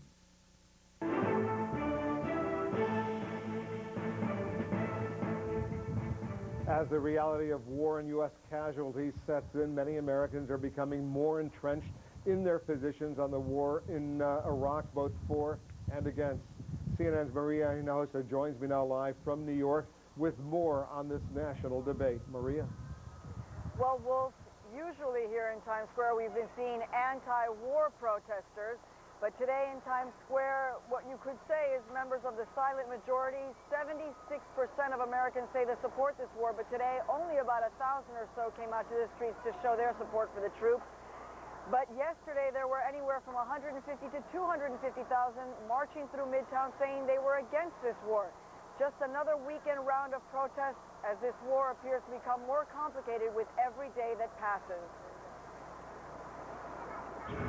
Today in Washington, it was the veterans marching. A quiet plea for peace. While in New York, civilians loudly cheering on the war. Emotions erupting on both sides as more bombs fell and the troops advanced. And the bombing intensified both the war and the national debate. I guess we're looking at the ultimate reality show. With images this Sunday that are painfully real. Civilians injured in wartime conflict. Real injuries in a real war. The bodies of American troops on display on Al Jazeera television, prompting a mixture of difficult emotions here at home. From those with relatives in the war zone. It's very serious. My husband is in the National Guard and is waiting to go overseas right now, so we're definitely very concerned, but things need to get done. From the site of the World Trade Center attack. If we had taken this attitude before 9/11 with the previous things like the coal and the 93 bombing, we may have a couple of big buildings standing here, and I'd have my wife still.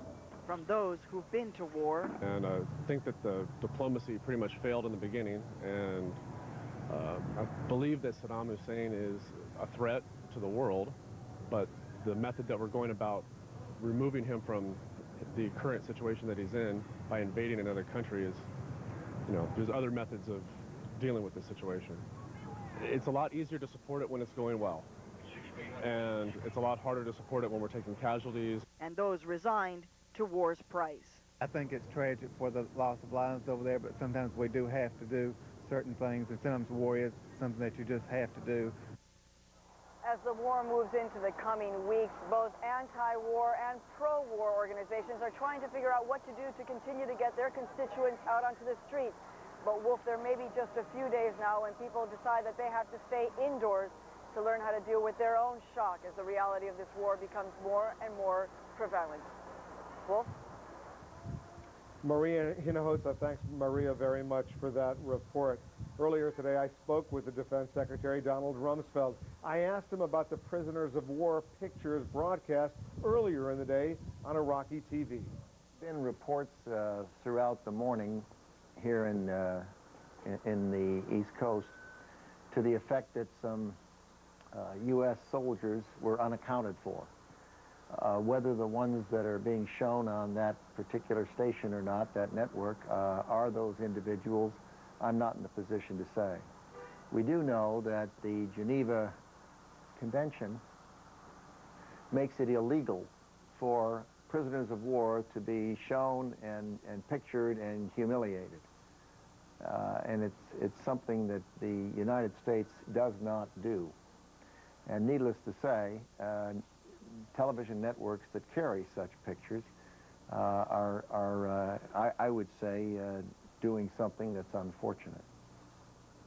On the other hand, you could argue, some would make the case that at least their family members are seeing them alive, even if they're not in the best of condition. They could get some comfort from seeing these videotaped pictures. You can make that argument if you wish. But what I hear you saying is that you're urging all worldwide news organizations, television networks, not to broadcast these images of these American POWs. What I'm saying is that it's a violation of the Geneva Convention for the Iraqis to be, if in fact that's what's taking place, to be showing prisoners of war in a humiliating manner. The Geneva Conventions, by the way, consist of 4 international treaties. They cover a variety of issues, including the treatment of prisoners of war. CNN senior political analyst Bill Schneider is joining us now from the CNN newsroom in Atlanta. Bill, what is the legal issue that the Defense Secretary is referring to? He's referring to the fact that countries cannot deal with prisoners of war as they see fit. There are rules. They're in the 4 Geneva Conventions. They were signed and written in 1949. 160 nations signed those conventions, including the United States and Iraq. Secretary Rumsfeld was complaining those rules have been violated. And Bill, what about the protections of the Geneva Conventions? What do they specifically offer prisoners of war? There are 4 kinds of protections offered by those conventions. The first is humane treatment. Prisoners of war are protected against torture, intimidation, insults, and public curiosity. The public display of prisoners of war is prohibited. Second, questioning. When questioned, prisoners must give their names, ranks, birth dates, and serial numbers. They can't be threatened or mistreated if they refuse to answer questions. Prisoners may not be used as human shields against an enemy attack. And finally, prisoners may not be punished for acts committed during the fighting. If any of those rules are violated, it can, as the President said, be treated as a war crime. Wolf? All right, Bill Schneider, thanks very much. Not all troops receive special training in the event that they become POWs, but those most at risk certainly do. You're about to see that training in the CNN exclusive video. Our journalists recently spent time at the Army Advanced Survival School at Fort Bragg, North Carolina. Joining us now in the CNN newsroom in Atlanta, CNN military analyst, retired Air Force Major General Don Shepard. General Shepard, I want to show our viewers, first of all, this first exclusive training tape video. And as I do, please explain what's going on in the pictures. Yeah, Wolf, this is survival and resistance training provided to the various troops.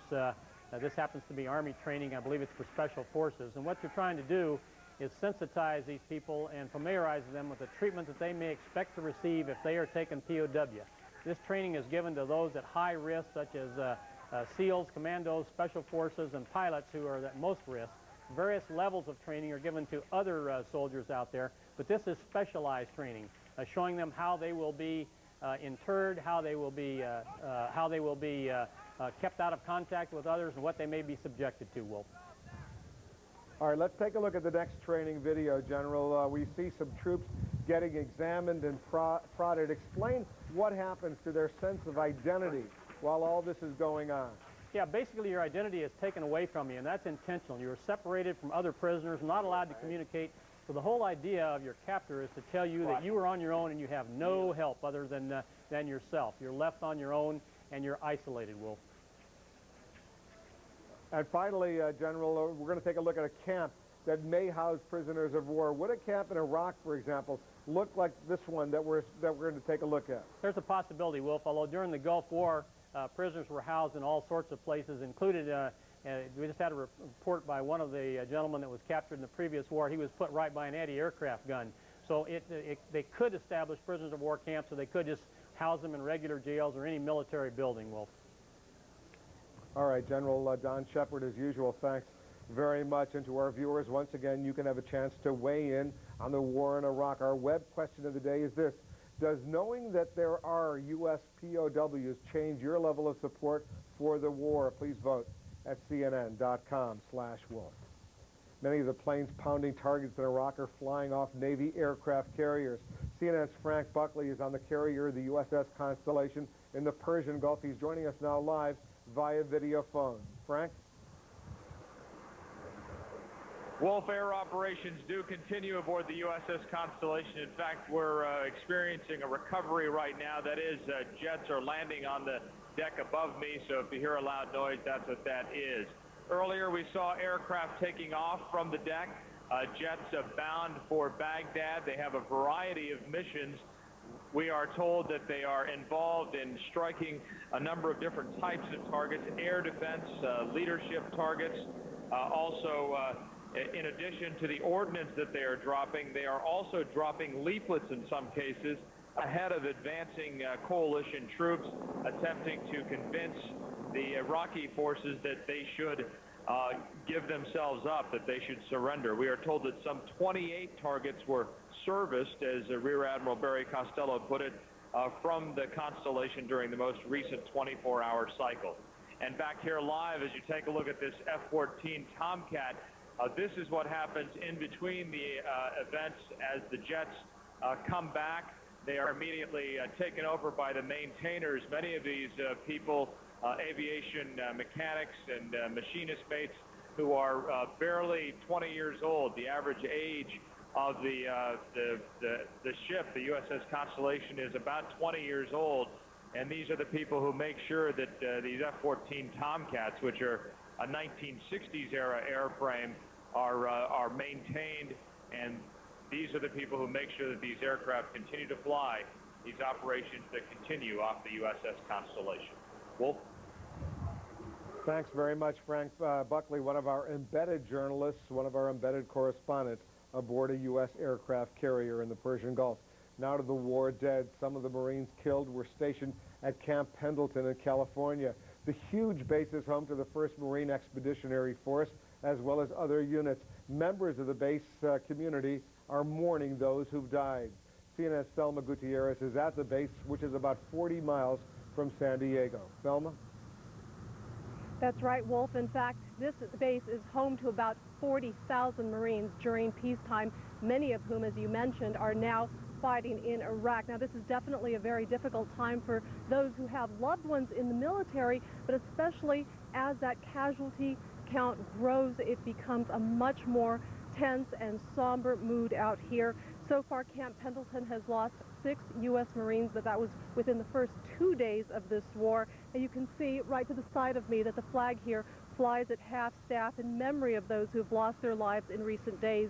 Today, many here turn to their faith to help them cope. We pray for all the victims of war. We pray for the men and women of our military, which we remember daily. We remember those who have died in the conflict so far. May God bring them the fullness of life and console their families. We also pray for the men, women, and children of Iraq. At the mouth of Camp Pendleton Marine Base, the faithful filled St. Mary's Star of the Sea Catholic Church this morning. 40% of those who worship here are military families who told us they are seeking solace and comfort during these difficult times. A book of remembrance in the church has the names of hundreds of Marines who are now serving in the Persian Gulf. One woman placed her husband's picture near the altar for prayers, she said. This morning, we spoke to several wives whose husbands are now in the Gulf. I've always turned to God and to church for everything, and being here, yes, does give me comfort. It's been difficult, but I have complete faith in why we're over there and in my husband's abilities. I told him the night before he left that I believe in you, and that was the last thing I said when I said goodbye. It's scary. Knowing that the closer we're getting to Baghdad, I know it's going to get uglier, and it's very scary.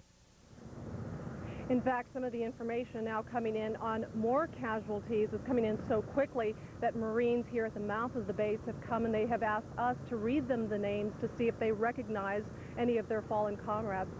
Wolf, back to you. Thanks very much, Thelma Gutierrez. Our heart goes out to all those families. Camp Pendleton, California. President Bush, meanwhile, got back to the White House today as the bad news mounted for coalition forces in Iraq. Let's go live to our White House correspondent, Dana Bash. Dana? Well, if the president is in the White House residence this evening, he is getting constant updates from the war front. We are told this morning, while still at Camp David, the president said he and the First Lady went to church to pray for the lost troops and for their families. Back from Camp David as Iraqis released graphic pictures of Americans killed in action and the first prisoners of war, a stern warning from the commander-in-chief. The POWs I expect to be treated humanely. And just like we're treating the prisoners that we have captured humanely. If not, the people who mistreat the prisoners will be treated as war criminals. Taking reporters' questions for the first time in a week, the president expressed confidence about the war's progress, but as the reality of casualties on the battlefield set in, he braced the country for a tough fight ahead. I know that Saddam Hussein is losing control of his country, that we're slowly but surely achieving our objective. It's important for the American people to realize that this war has just begun. Despite some resistance, Mr. Bush said U.S. forces achieved a key objective, securing most of southern Iraq, especially the oil fields. Tommy Franks put a plan in place that moved on those oil fields quickly, and at least in the south, they are secure. And that is positive news for all of us. But things are more precarious on the northern front. The administration is concerned Turkey may send troops into Iraq. We're making it very clear to the Turks that we expect them not to come into northern Iraq. We're in constant touch with the Turkish military as well as Turkish politicians. They know our policy, and it's a firm policy. And we've made it very clear to them we expect them not to go into northern Iraq. As for Saddam Hussein, the president made clear the opportunity to leave Iraq safely has come and gone. And to help convince Iraqis the purpose of this U.S. attack is to liberate, not conquer, the president said behind the ground assaults will be massive amounts of humanitarian aid. Wolf? And I'm sure it will be quite extensive. Dana Bash at the White House. Thanks very much.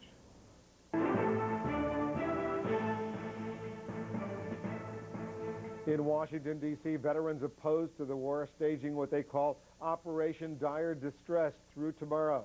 Today's protest included a rally and march, and wreath-laying ceremonies were planned at the Vietnam and Korean War memorial sites. Meanwhile, at the Lincoln Memorial in Washington, another crowd rallied in support of U.S. troops. The demonstration was organized by the group Free Republic.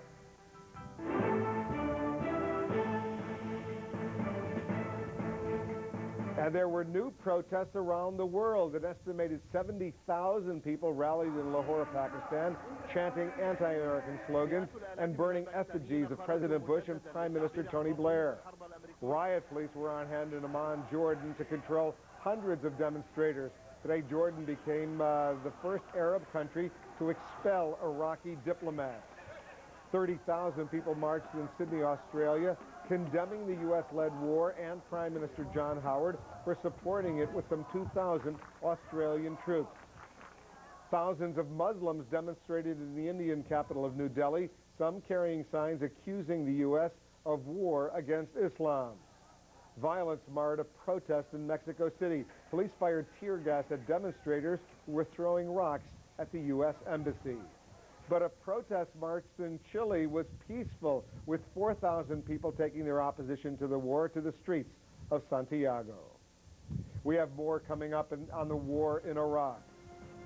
Christiana Amanpour is in southern Iraq with the latest on the battle against oil fire.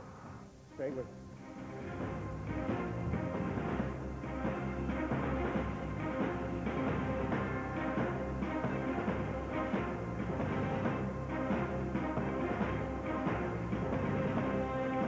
The war in Iraq continues, and no one takes you closer than CNN, live throughout the day. Stay with CNN, the most trusted name in news. The Hyundai Santa Fe, a comparison. More standard features than a Ford Escape XLS, all for over $1,400 less when comparably equipped. And only the Santa Fe is protected by America's best warranty. 10 years, 100,000 miles. Looks like we have a winner. Test drive the Hyundai Santa Fe nicely equipped for just $17,044 at your Hyundai dealer. It's the Santa Fe Triple Play, $1,000 cash back, or a $199 a month lease, or 0% APR for up to 60 months.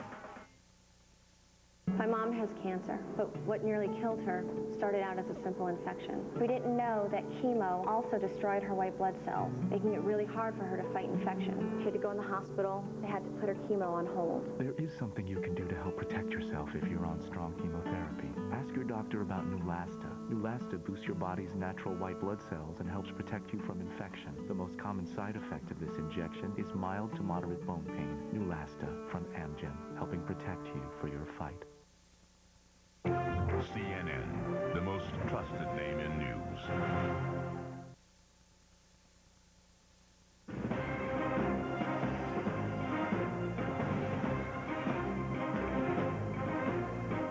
So far, fears that Iraq would carry out a scorched earth policy have not necessarily played out. CNN's Christiana Amanpour reports from the oil fields of southern Iraq. At war, would the Iraqi regime resort to a scorched earth policy? Would it torch its own oil fields, as US and British officials insisted? That was the big question. And to be sure, close up, any oil well fire looks catastrophic. But in fact, only 7 of about 500 wells in the Rumaila oil field, Iraq's biggest, have been set ablaze. In the end, there was effectively nothing at all, which was, for us, very reassuring. But we actually obviously had to work on worst case.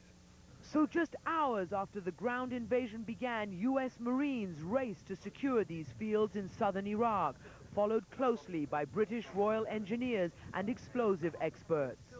This wasn't a little sideshow in the operation. This was a critical part of the coalition operation.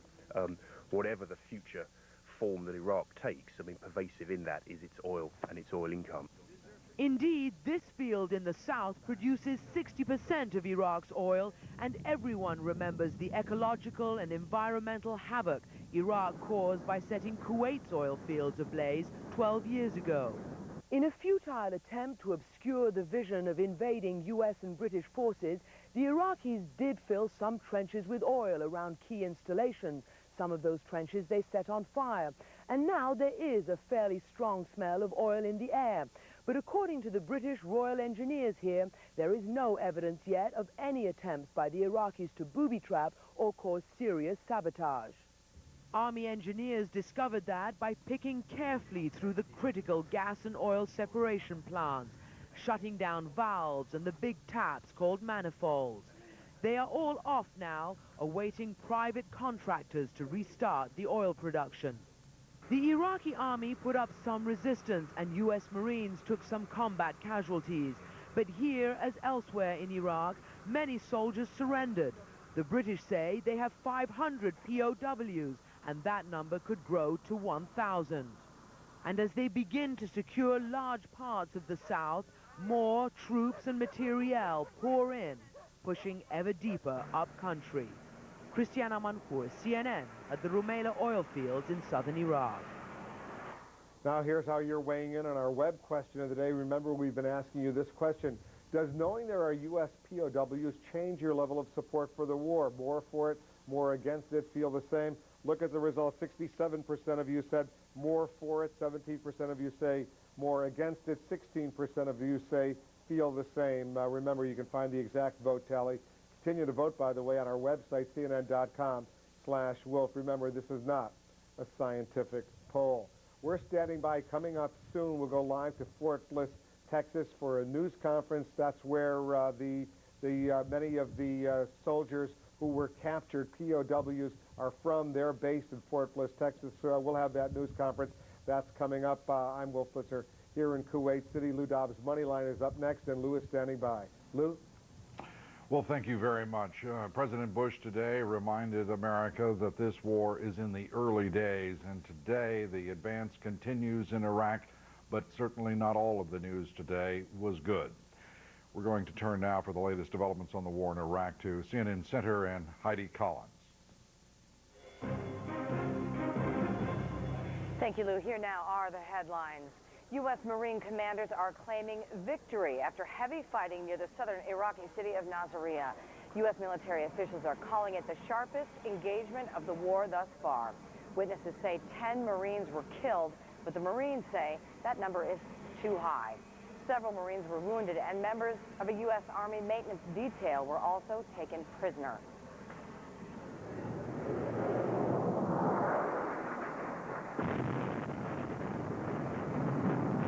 Large explosions rocked Baghdad tonight, the latest air raid in the American-led bombing campaign against the Iraqi capital. One explosion created a huge smoke cloud that drifted over the city. You see it there. Iraqi officials claim Allied planes have been shot down, but U.S. officials deny that, saying that all planes have returned safely to their bases. The U.S. soldier suspected of a grenade attack on his own unit is now being identified. Military officials say Sergeant Hassan Akbar of the 101st Airborne Division lobbed 4 grenades into tents at the unit's camp in Kuwait, killing 1 soldier and injuring more than a dozen. Akbar could be sent back to Fort Campbell, Kentucky for military proceedings. The U.S. says Russian military sales to Iraq may be endangering coalition forces. The State Department has now lodged a formal protest with Moscow, accusing Russian companies of selling, quote, military-sensitive equipment to Baghdad. The list includes anti-tank missiles, night vision goggles, and electronic jamming equipment. All right, now more on the coverage on the war in Iraq with Lou Dobbs.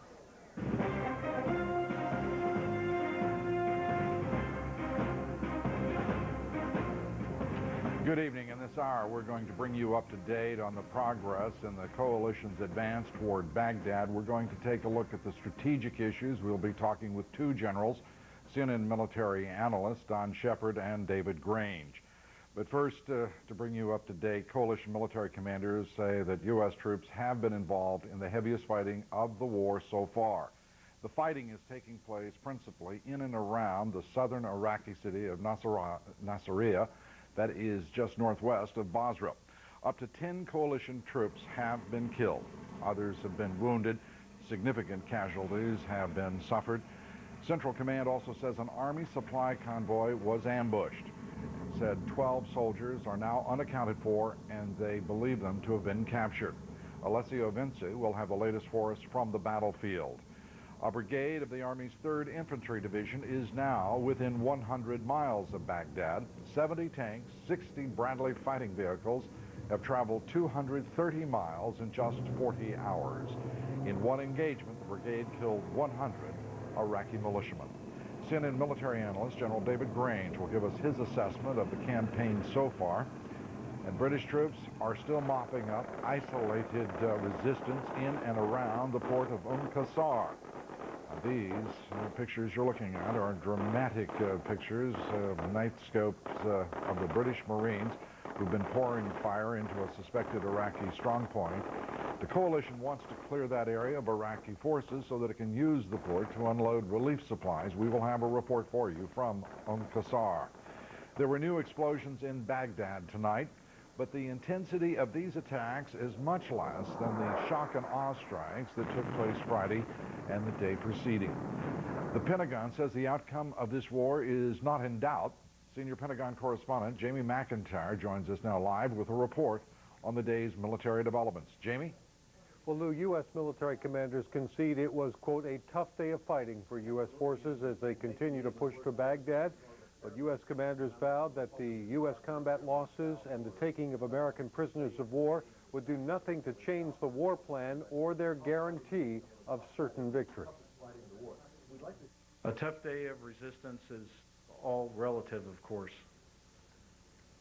It's the toughest day of resistance that we've had thus far, but it's also a day in which we have continued the attack in almost every area. We understand that there may be other tough days ahead of us, but the outcome is still certain.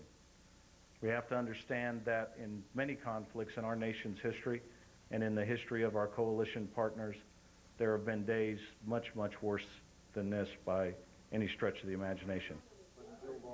U.S. Marines thought the main fighting at Nasiriyah was over, but they were tricked, U.S. commanders say, by special Republican Guard units who had infiltrated the regular troops and were, in some cases, pretending to surrender, in other cases, posing as welcoming civilians.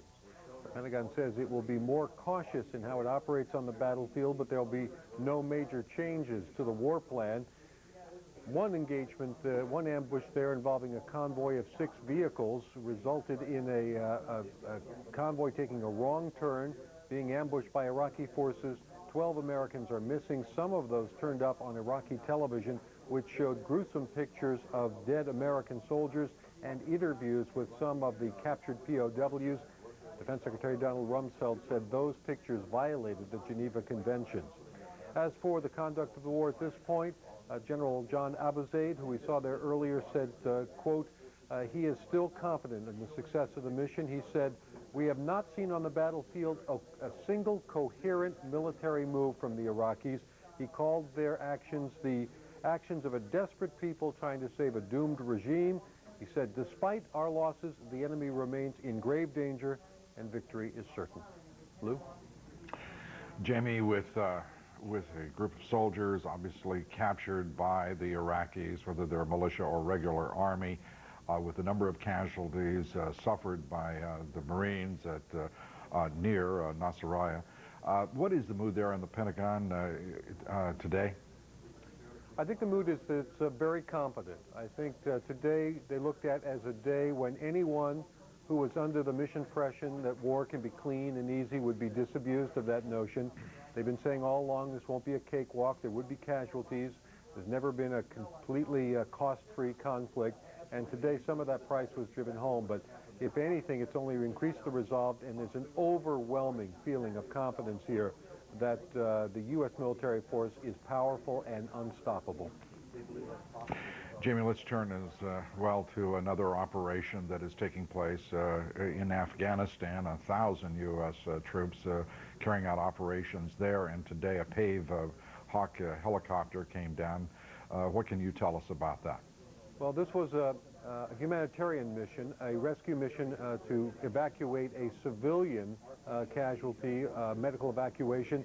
Unfortunately, the U.S. Air Force PAVE Hawk helicopter crashed. All 6 people on board were killed. No indication there was enemy fire in that incident. It looks like it was some kind of an accident. Lou? And all 6 service members aboard killed. Yeah, Jimmy McIntyre. Jimmy, I'm sorry, go ahead. I was just going to say, we're not absolutely sure they were all military personnel on board the aircraft. There were 6 on board. It did crash in Afghanistan. There were no survivors. Jimmy McIntyre, our senior Pentagon correspondent, thank you very much. Earlier today, the Pentagon said that fewer than 10 of its troops were missing. Shortly after that, CNN received the first pictures of American soldiers killed and captured in action in Iraq. The pictures were transmitted by Al Jazeera, the Arab-language satellite network based in Qatar. The video was shot by state-run Iraqi TV. We want to let you know that these pictures and the interviews were extraordinarily disturbing, and as a result, CNN has made a decision not to show the video of those killed and captured, and we will instead simply show a single image with no identifiable features. And in other images, it was apparent some soldiers had been shot, some of them shot in the forehead, and we do not know their identities. 5 other soldiers were interviewed in the Iraqi TV videotape that was shown by Al Jazeera, and each gave their name and home state in the United States. The Pentagon tells us that it's notifying the families of those captured and those who were killed in action. Central Command said it believes the soldiers seen on Al Jazeera television were from a supply convoy ambushed near the southern city of Nasiriyah. Marines trying to take control of that city are facing a tough battle. Alessio Venci is with the 1st Battalion, 2nd Marines, and has the report. What I can report to you at this time is that a number of U.S. Marines at this time have entered the southern city of Nasiriyah in the southwestern part of this country. Everything began early this morning when the column of several thousand Marines advanced towards Nasiriyah and started encountering some resistance from Iraqi forces. Those Iraqi forces who had earlier on ambushed a military convoy carrying supplies to U.S. forces in this region. And as we drove by that ambush, the aftermath of that ambush, we saw several U.S. military vehicles with bullet holes in their windows and their flat tires, and obviously the personnel on board had to be taken away really quickly before the Iraqi forces could do something to them. We also saw Cobra helicopters flying overhead with the 20mm machine guns retaliating against that ambush, and we saw, according to U.S. commanders, 3 Iraqi tanks destroyed, 5 trucks, and also 3 anti-aircraft batteries. Alessio Venci with the 2nd Marines, 1st Battalion. We are going to go as soon as the people at Fort Bliss begin their press conference. We're awaiting the beginning of that press conference. Leading the press conference will be Colonel Ben Hobson.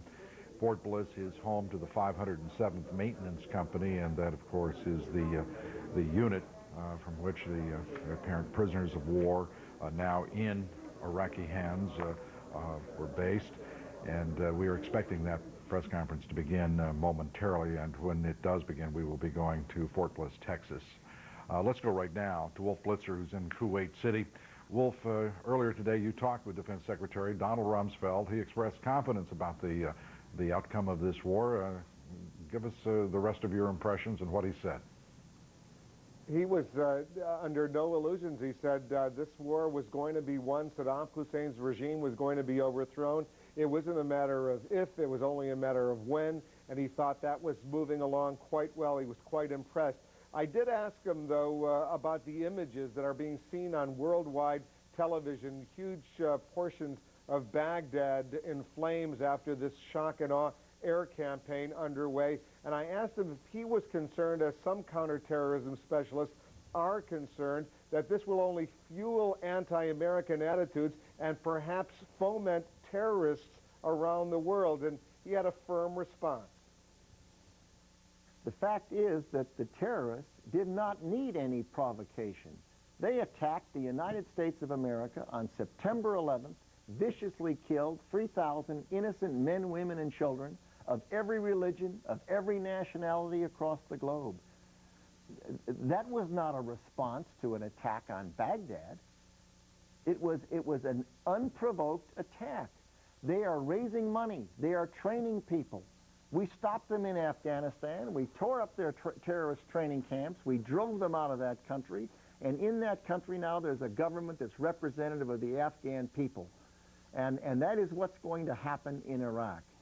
And the idea that this is provocative is wrong. Weakness is provocative.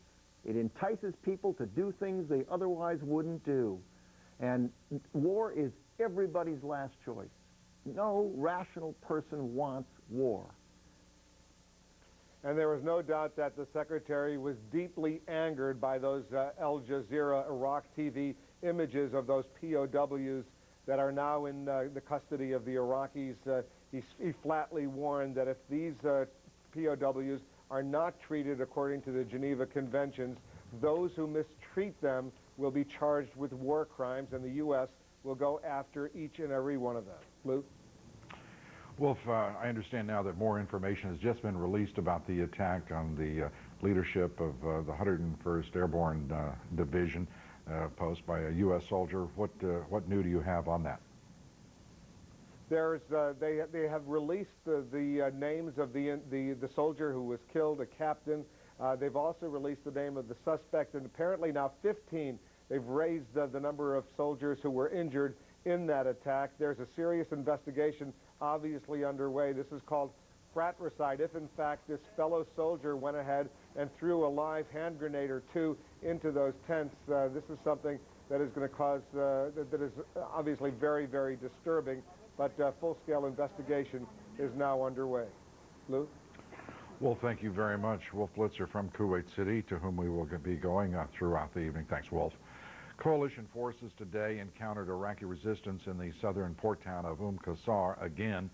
It came 2 days after U.S. and British officials claimed that the area had been secured. Much of the battle was captured by a British television crew traveling with the 15th Marine Expeditionary Unit. David Bowden reports. We're assessing the situation here. There are people running up and down with messages. They've got binoculars on the area, but this situation has not come to a halt yet. This is ongoing. It is not yet declared safe. I tell you, I overheard, and you can probably hear that those shadowy figures, they've got eyes on them, as they say here now. Mike, you feel you're safe enough there? Mike Donnelly, my cameraman, do you feel you're safe enough where you are? He says so. You probably saw that, Simon. It's a difficult call. We're trying to cover the war here, but at the same time, as I say, this is not a soap opera. It's not being done for television. It's being done to carry out the mission here. We're simply bystanders. We're tagging along. It is not easy to operate in these conditions when there is nobody firing at you. It is more difficult, of course. Adrenaline will be pumping. There is a life-threatening situation here. So it's very, very difficult to operate in these conditions, certainly for the soldiers. Marginally less so for us, obviously, because we're just a few yards back from what is de facto the front line. But it's very hot, very difficult, very dusty, and the sand, as you know, and dust gets into everything.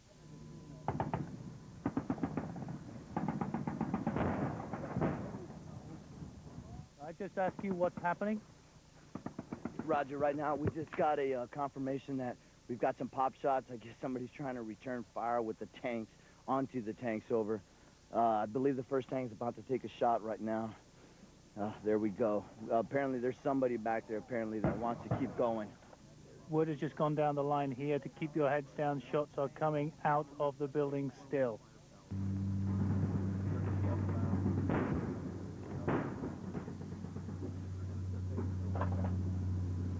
But obviously the U.S. Marines are not satisfied that that building is safe, so they are still pounding it, and I suspect they will take it down brick by brick if necessary.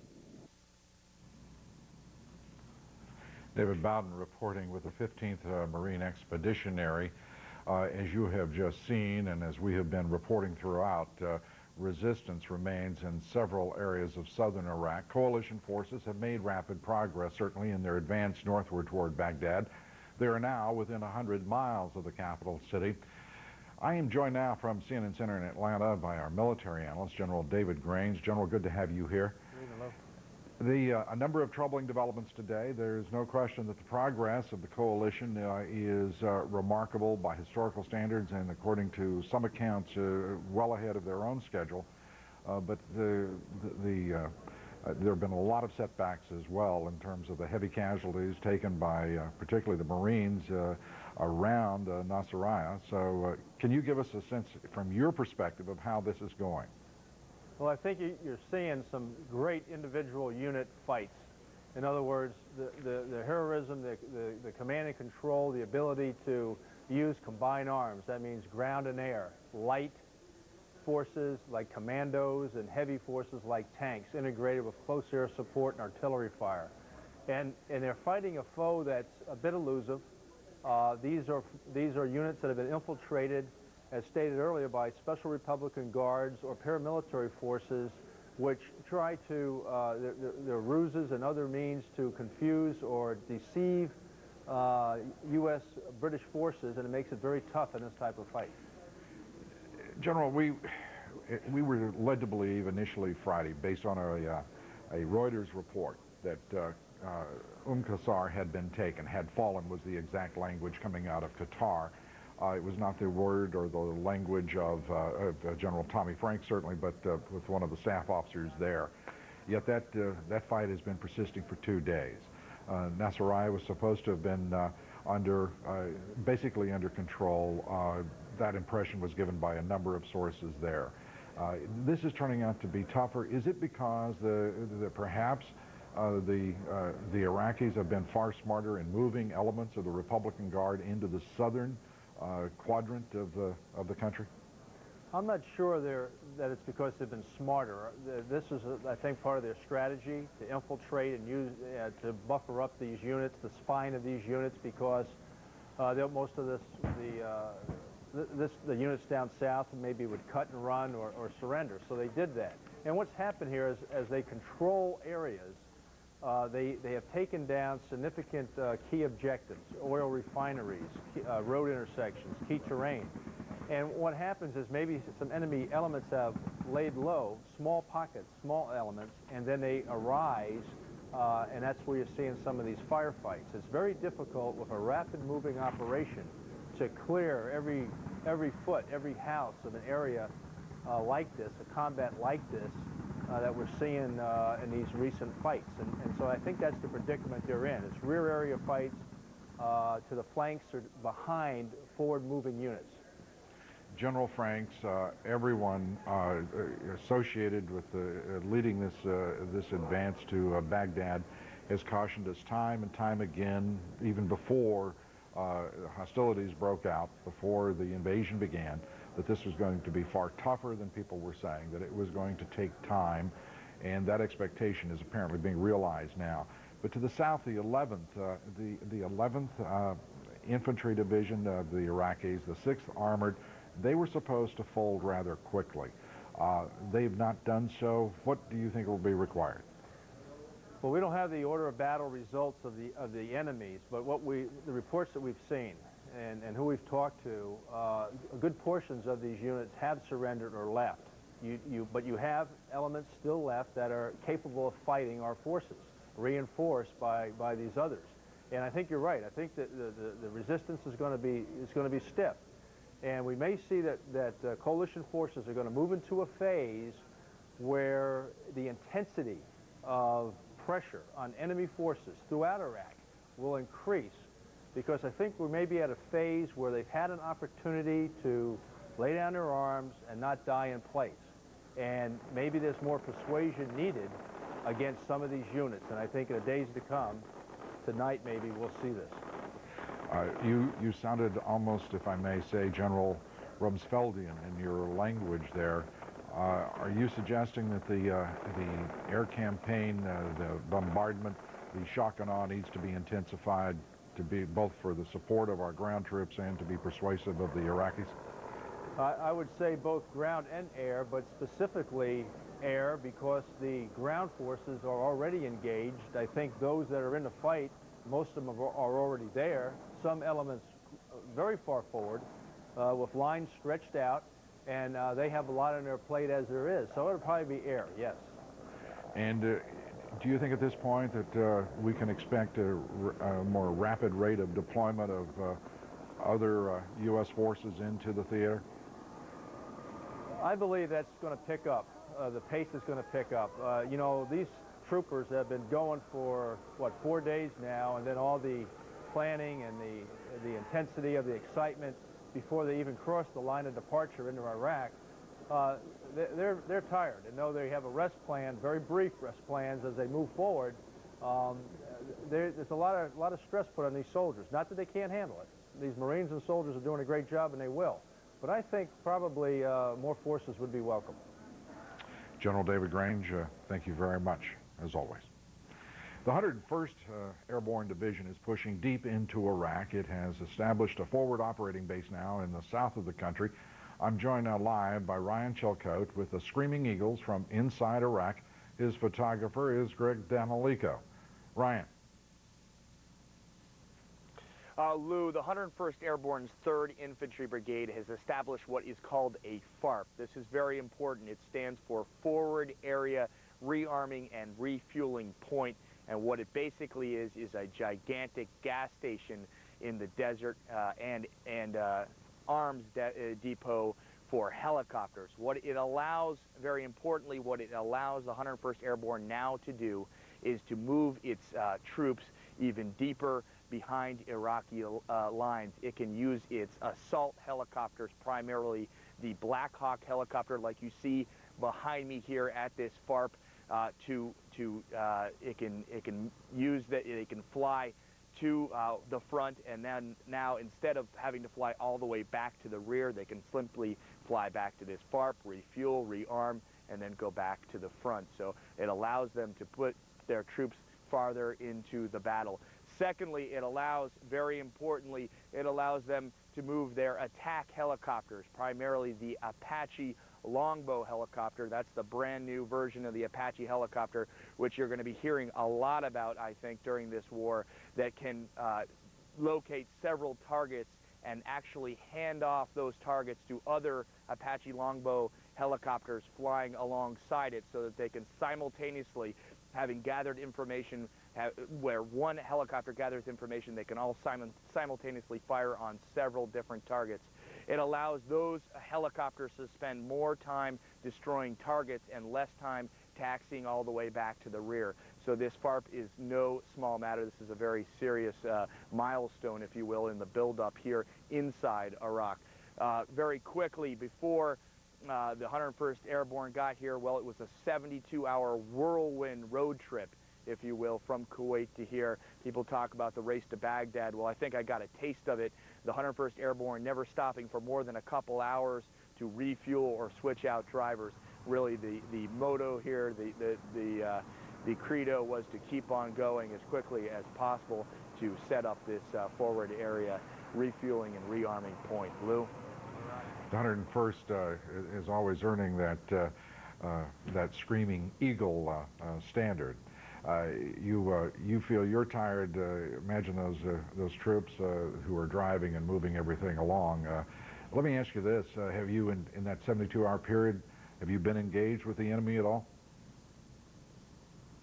No, absolutely not. Very friendly, actually, environment. The 3rd Infantry Brigade went through 3 towns. The first town, a very warm reception. That was on the first day. A lot of Iraqis turned out on the streets, waving to the troops, giving them the thumbs up, shouting to them. The soldiers tossing MREs, meals ready to eat, to the Iraqis waiting on the side of the road. It was a very friendly environment. The second town, not quite that way.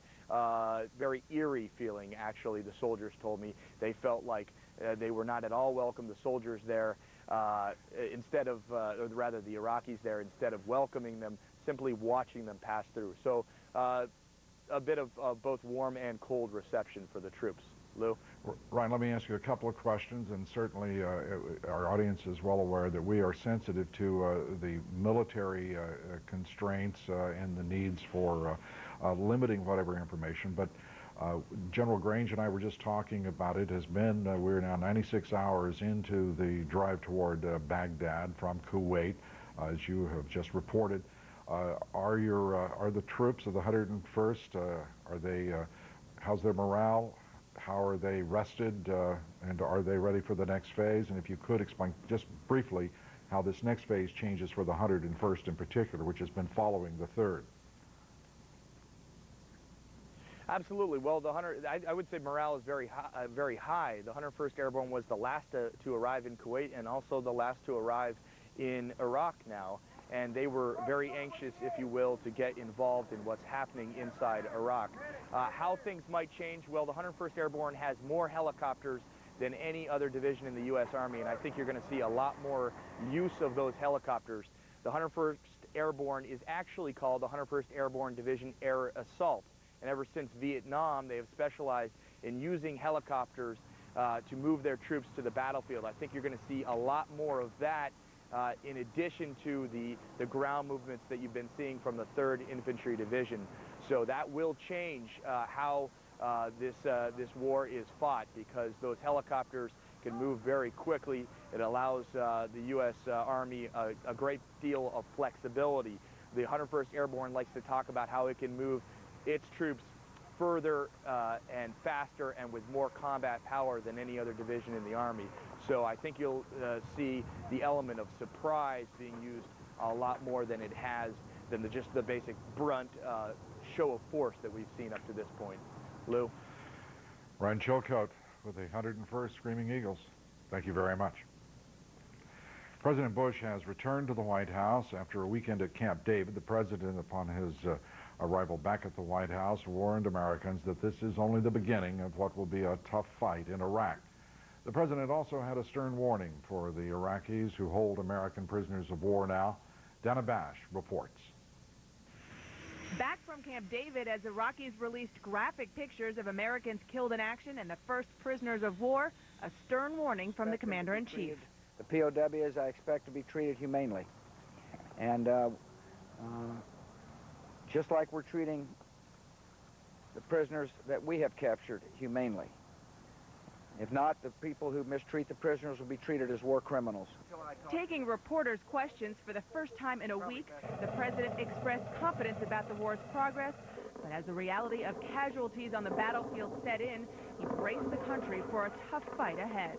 I know that Saddam Hussein is losing control of his country, that we're slowly but surely achieving our objective. It's important for the American people to realize that this war has just begun.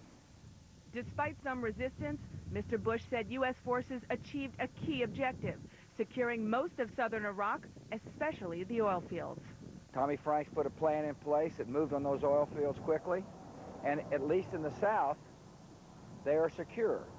And that is positive news for all of us. But things are more precarious on the northern front. The administration is concerned Turkey may send troops into Iraq. We're making it very clear to the Turks that we expect them not to come into northern Iraq.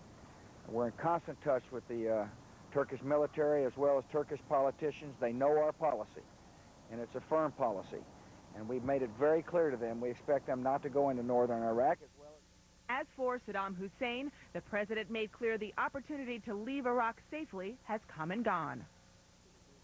And to help convince Iraqis the intention of this attack is to liberate, not conquer, the president said after the ground assault, there will be massive amounts of humanitarian aid, maybe in the next 36 hours. Lou? Dana, thank you very much. Dana Bash from the White House. Coming up next here, the latest developments on the war. The United States is now accusing Russian companies of selling equipment to Iraq that is being used against our forces. Andrea Koppel will have the latest for us from the State Department. We'll also be joined by CNN reporter Frank Buckley aboard the USS Constellation in the Persian Gulf. That and a great deal more still ahead. Stay with us. Coming to DVD. Good morning, Will. So nice of you to visit. Experience the most chilling thriller since The Silence of the Lambs. Red Dragon. I need your advice, Dr. Lecter. You want to know how he's choosing them, don't you? A suspenseful masterpiece. The best Hannibal movie yet. Give me what I need. Just tell me. Let the DVD take you inside the mind of Hannibal Lecter. Hosted by Hannibal Lecter. Be among the first to own Red Dragon on DVD April 1st. Introducing New America Online 8.0. With hundreds of new features, there's never been a better time to try it. You've got mail. With 8.0, I can customize my email. AOL's new parental controls I can set up for each one of my children. Now AOL searches are faster than ever with Google. The customer service is free and it's 24 hours a day. Call now and get 1,025 free hours for 45 days. There's no commitment and you don't even need a credit card. America Online has so much more. New AOL 8.0 with hundreds of new features. There's never been a better time to try it. CNN Tonight, the march towards Baghdad. We're live from the front lines, the risks facing reporters in the field, in the midst of battle with the troops, plus ambassadors from Kuwait, Turkey, and more. Only on Larry King, CNN Tonight, 9 Eastern.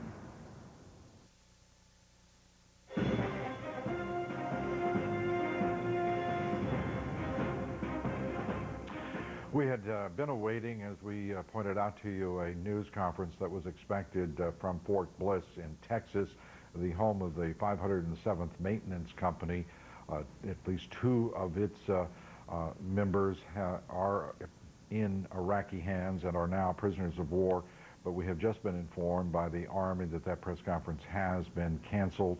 We will get as many details as possible over the course of this evening and be reporting them back to you. Coming up next, we'll be joined by CNN military analyst General Don Shepard. He will assess for us the U.S. ground campaign in this war and the air campaign and the strategy involved. But first, Heidi Collins has the very latest for us on the war in Iraq. Thanks, Lou. Here now are the headlines for this hour. As coalition troops advance on Baghdad, the death toll is increasing. Several Marines were killed in battle today. U.S. authorities say fewer than 10. 2 earlier Marine combat deaths have been confirmed by the U.S. military. 2 British flyers were killed when their jet was mistakenly shot down by a Patriot missile. 1 U.S. soldier was killed in a grenade attack by a fellow soldier in northern Kuwait. Another was killed in a vehicle attack. 5 Americans and 14 Britons have died in accidental crashes. There were casualties today, too, in Afghanistan. All 6 people aboard a U.S. Air Force helicopter were killed when it crashed in the central eastern part of the country. The Pentagon says the crash was not a result of hostile fire. The Payhawk chopper was on a civilian medical evacuation mission. Britain's ITN television news says one of its correspondents, Terry Lloyd, who disappeared in southern Iraq, is believed to be dead. ITN says Lloyd and other members of his team apparently were fired on by Allied forces. It says Lloyd was driving toward Allied lines accompanied by Iraqi-driven vehicles, including a truck filled with soldiers. 2 members of Lloyd's team are still missing. The fighting in Iraq prompted more demonstrations in America today, both for and against the war. Hundreds of people gathered in New York Times Square to show support for the U.S. troops. Hundreds of anti-war activists, some of them posing as war victims, staged a march on Defense Secretary Donald Rumsfeld's vacation home in New Mexico.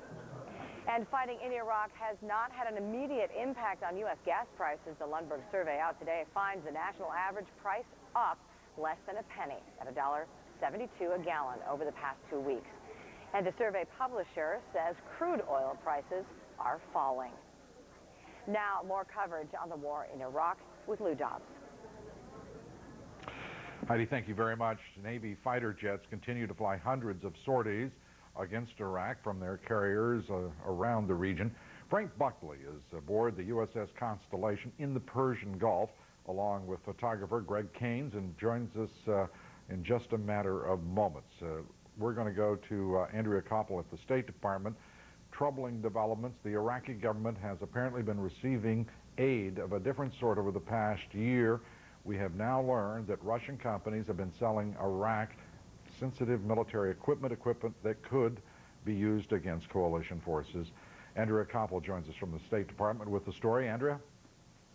Lou, this is a story that has been simmering behind the scenes for about a year, but reached a boiling point last week when U.S. intelligence discovered what it says was evidence that employees of one Russian company were actually in Baghdad helping Iraq learn how to use highly sophisticated jamming equipment that can jam global positioning systems, which are used, as you know, by the U.S. military. For that reason, the State Department made the decision that they were going to lodge a formal protest with the Russian government. That is what they have done now in recent days.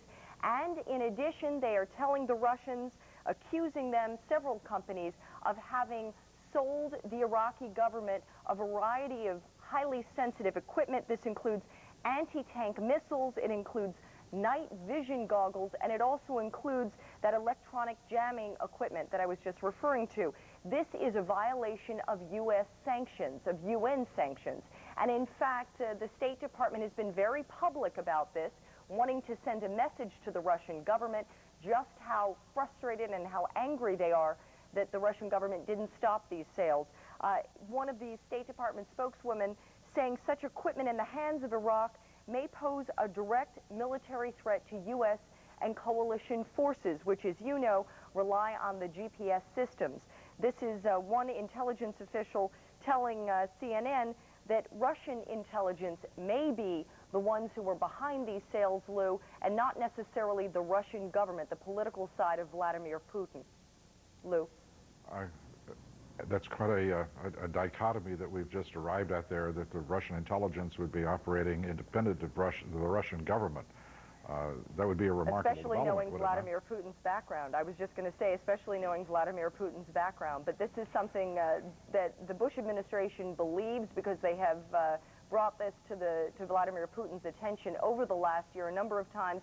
They have given him the names of these companies, the phone numbers, the addresses, and for some reason, he was unaware of a lot of this. And so the U.S. has concluded that perhaps, in fact, Lou, he was not behind it at all. Lou? Again, a wonderful a piece of work to arrive at that conclusion, but certainly we know now his awareness has been, as they say, heightened. Andrea Koppel from the State Department, thank you very much. Earlier today, President Bush promised that humanitarian aid will be arriving in Iraq within the next 36 hours. My guest tonight says that aid is critical to the Iraqi people. Ambassador Joe Wilson points out that in areas already liberated in the South, the mood is turning from relief and joy to, in some cases, anger and discontent. Ambassador Joe Wilson, the last American diplomat to meet with Saddam Hussein some 12 years ago, joining us now from our studios in Washington. Good to have you here. Good to be with you, Lou. How are you this evening? I'm terrific. I guess under these circumstances, I'm not entirely satisfied that the diplomatic answers in terms of equipment, sensitive military equipment being sent from Russians to Iraqis, is that we adequately understand it. What's your reaction? Well, I think it's disappointing to say the least. And we've had these sanctions in place for the past 12 years, and for governments to willy-nilly be complicit in the violating of them just undermines the whole regime that's been put into place. It was the Chinese with their fiber optics. There have been some reports of French commercial establishments, perhaps with the complicity of French government, and now this Russian story. If you ever hope to have these types of arrangements under UN auspices work, governments have to be prepared to enforce them. Governments have to enforce them. The United States government, the president says, will be sending humanitarian aid in within 36 hours to Iraqis. That aid will be from the United States. It will not be from the United Nations or an external organization. Is that correct? Well, that's my understanding. I mean, clearly the United States has always been at the forefront of providing emergency humanitarian assistance. I have no doubt whatsoever it will be this time as well. I think it will be important to engage the United Nations and the international relief organizations as soon as possible for a number of reasons. One, you want to get the military out of this business as soon as it's safe to hand it off to civilian agencies. And two, I think both in the relief area and in the redevelopment and reconstruction of Iraq, it is going to be such a big task that it will be in everybody's interest to have as many people involved in it as possible. Ambassador, these are American bombs, and British bombs in particular, dropping on Iraqis. Help me out on this. Why should not the United States, after it has to inflict damage, and there will be unfortunately casualties amongst the Iraqi civilian population as well, isn't it critical that this aid not come from another flag or another institution, but rather the United States, if we are, as the President says, to build up a sense of representative government in the Middle East? Isn't the United States forfeiting a great opportunity to do good things and to have them recognized as such if it gives up humanitarian aid to another institution? Oh, I think there's lots of humanitarian requirements to go around. I would make the argument that, in fact, we will be exercising leadership in this, as we did in Afghanistan, as we have done around the world. Anytime that there is a humanitarian crisis, we're always at the forefront. You see the handshake of USAID and the Office of Foreign Disaster Assistance everywhere, earthquakes or wars. I just think that the task of both of humanitarian relief and of reconstruction is one that is sufficiently large that it will be in our interest to mobilize as many of the world's powers as we possibly can, both to share the burden and to share the risk of as we go forward in this great endeavor of reconstructing Iraq in the image of Western civilization. In the south, the Shia south of Iraq, a number of surrenders, literally thousands, but at this point the Shia have not, in Basra at least, surrendered at anything or opened their arms to U.S. and coalition forces. Do you think that is likely to occur now that we have had 4 days experience in the region militarily? Well, you know, it's still pretty early in the military campaign, but I must say that I would hope in the next couple of days that we will see some evidence in these great cities of southern Iraq, the great Shia cities of Basra and then Nasiriyah, which is the one that was apparently taken today, and then moving up towards Al-Najaf and Karbala, where they actually did rebel against Saddam in 1991. It will, I think, reinforce the message that we are liberators if you actually have Iraqis coming out and acting like liberated. It's not, it's understandable that they're pretty much hunkered down right now, but I must say the pockets of resistance, which have apparently been rather intense in Nasiriyah and Basra, as well as Qasr, are of some concern, it seems to me, if in fact this is a liberation effort. Ambassador Joe Wilson, we thank you very much for being with us here. No, it's good to be with you, Lou. As I said, Navy fighter jets flying hundreds of sorties, and Frank Buckley is aboard one of the carriers, the Constellation, the USS Constellation in the Persian Gulf, and joins us now live with the very latest. Frank? Well, Lou, a very active flight deck here on the USS Constellation. Planes taking off and landing throughout the night, going to various points in Iraq. Those planes taking on a variety of missions, we are told, hitting leadership targets, also air defense facilities. In some cases, they are dropping leaflets ahead of advancing troops, trying to get the Iraqi soldiers to consider surrendering before coalition troops arrive on the scene. Earlier this evening, we talked to one F-18 pilot as he returned from a trip over Baghdad. His mission was, in fact, to drop leaflets over Baghdad to try to get to those Iraqi troops with those leaflets. We asked him about air defenses and whether or not he felt that the air defenses were being degraded in and around Baghdad. Definitely. With just by the fact that they're not guiding them, that's probably the biggest indication that we're exceeding in our mission to degrade their air defenses. They still have the missiles, so you can always just point it at the sky and launch it. You can't really prevent that unless you destroy it, and it's fairly difficult to get every single one of them. And we are hearing from these pilots that while they believe that they are successfully eroding those air defenses, the one thing that you will hear often from these pilots is they're concerned about something that they call the golden BB. That is some lucky shot that will somehow bring down a coalition aircraft. But they say that when they do see the surface-to-air firings, that they are not guided by radar. They are ballistically guided. That is, it appears as though the Iraqi forces are simply aiming in the sky and pulling the trigger and hoping that it will hit something. And so far, the U.S. aircraft have been successful in their trips into Iraq. They've been able to go in and return safely so far. Lou? Frank, thank you very much. Thank you for that report and that good news.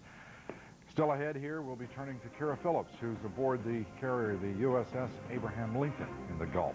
Also, the coalition forces advance against Baghdad, but they do meet intense resistance in some quarters. We'll be joined by CNN military analyst General Don Shepard to assess the campaign.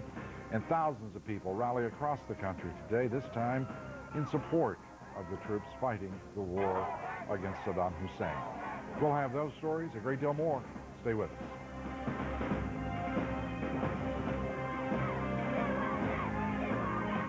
CNN Tonight, the risks facing reporters on the Iraqi front lines, plus ambassadors from Kuwait, Turkey, and more. Only on Larry King CNN Tonight, 9 Eastern. In the market for a new car? Here's what your neighbors say about Davis Pontiac Isuzu in Richboro. Since 1978, we've bought 26 cars from Davis Pontiac. There was no hassle. It was the easiest thing. For Grand Am, Bonneville, Aztec, and the all-new Vibe, Davis has your best price. There's no need to go shopping around. I always come back. That's Davis Pontiac Isuzu, Richboro. And remember, my name on the back of your car is like getting me in the back seat.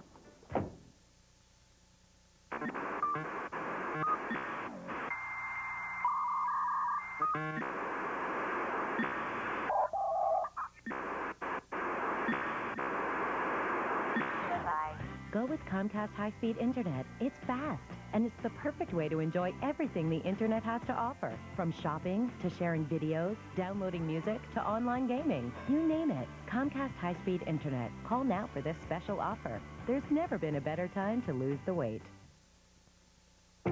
CNN, the most trusted name in news.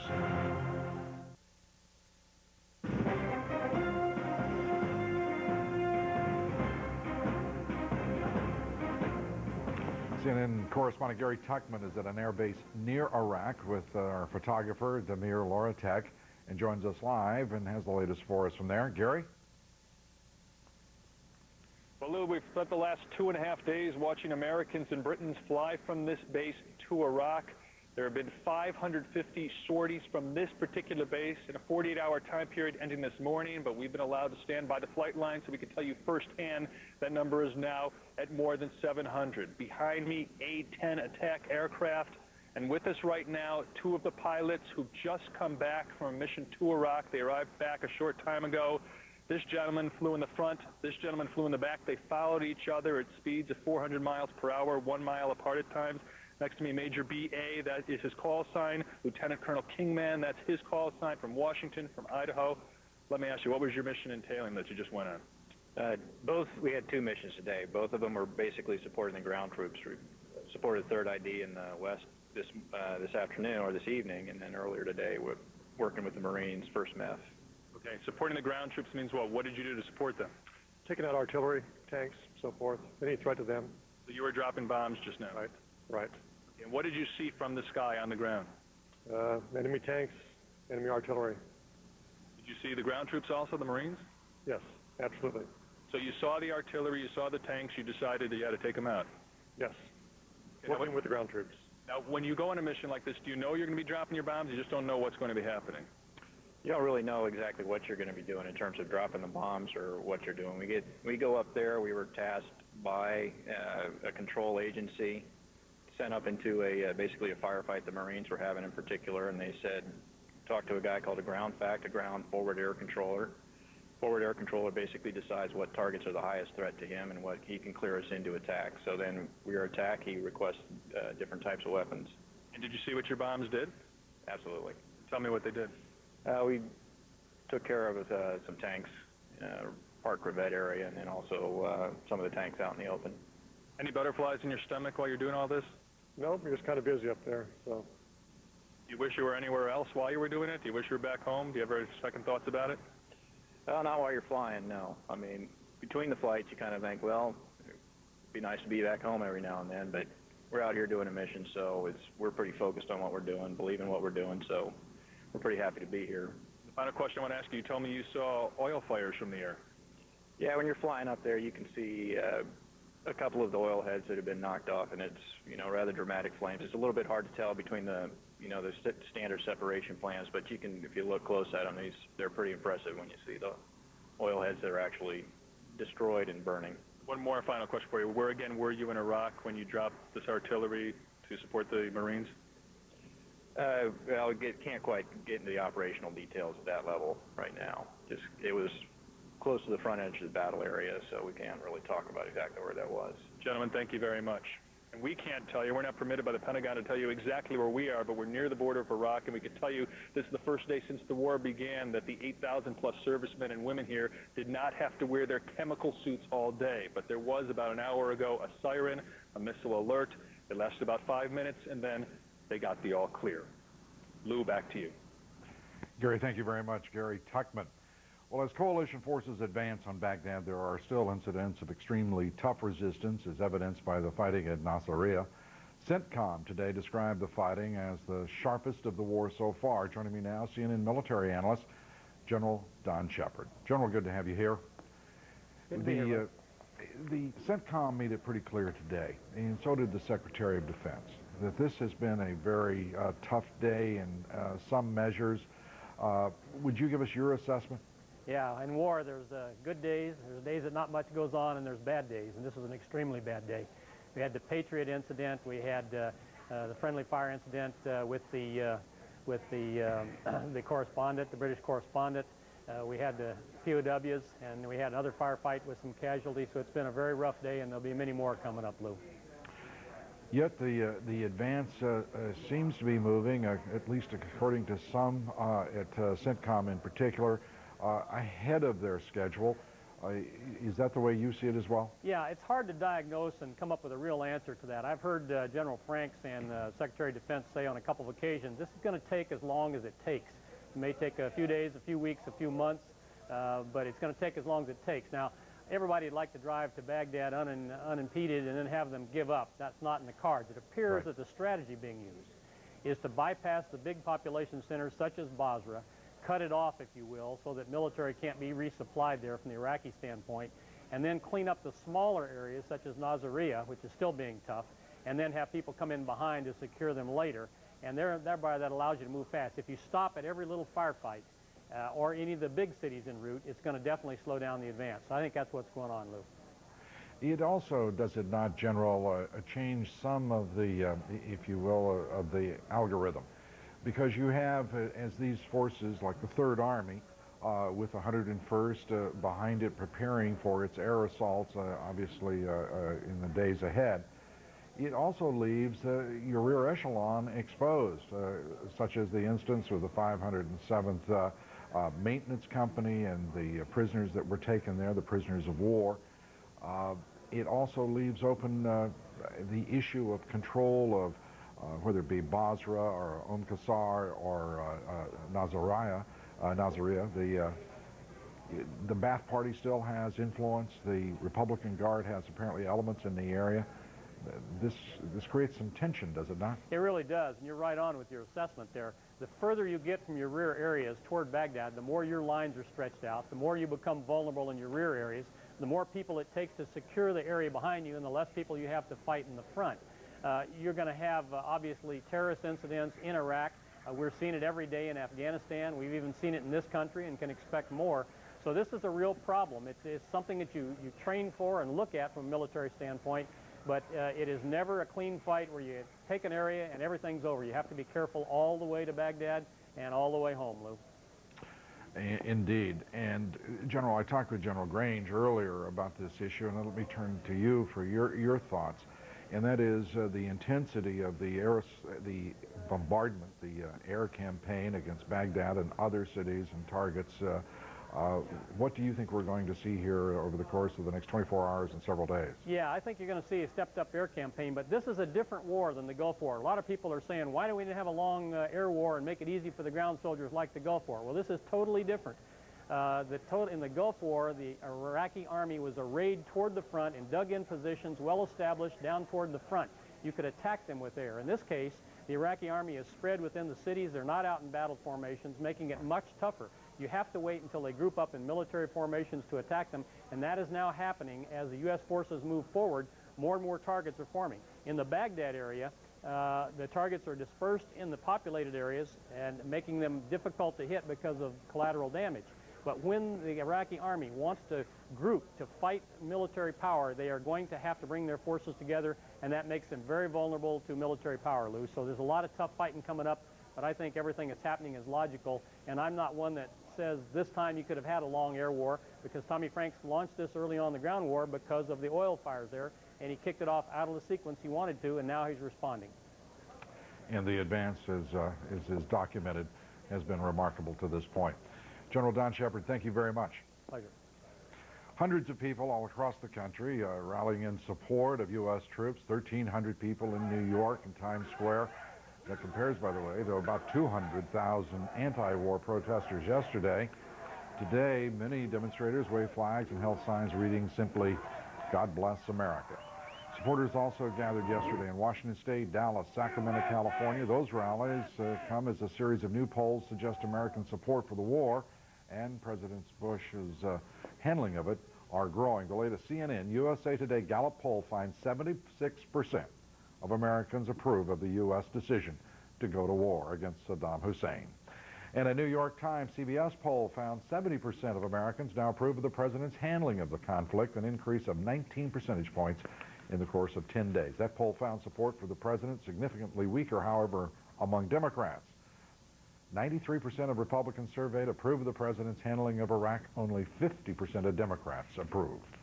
Aircraft carrier USS Abraham Lincoln is part, of course, of the strike against Iraq, and our Kara Phillips is on board and has the report. Every morning here, Admiral John Kelly comes across the shipwide speaker and encourages and updates all the sailors here who are carrying out Operation Iraqi Freedom. He talks about cockpit discipline.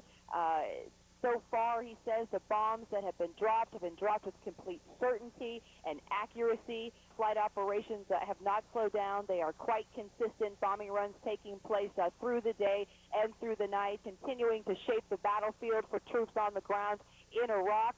Talking to a number of strike fighter pilots as they've been coming back, a big concern about the troops on the ground. A number of missions, FAC missions, forward air control missions taking place, and that's where strike fighters launch off the carrier here, go into Iraq, basically providing a type of protection and cover for the troops, communicating with the troops on the ground. If indeed the troops might feel there's a threat ahead, the strike fighter pilots will observe from the air and radio back to other strike fighters if indeed they do see a threat coming. The strike fighter pilots tell me that recent targets they've taken out include leadership compounds, runways, air defense systems, command and control sites, a number of tanks, and other facilities such as Republican Guard special operations facilities. Other things going on, hundreds of Tomahawk missiles, I am told, by one of the captains here on the ship, continuing to be launched from the destroyer squadrons into Iraq.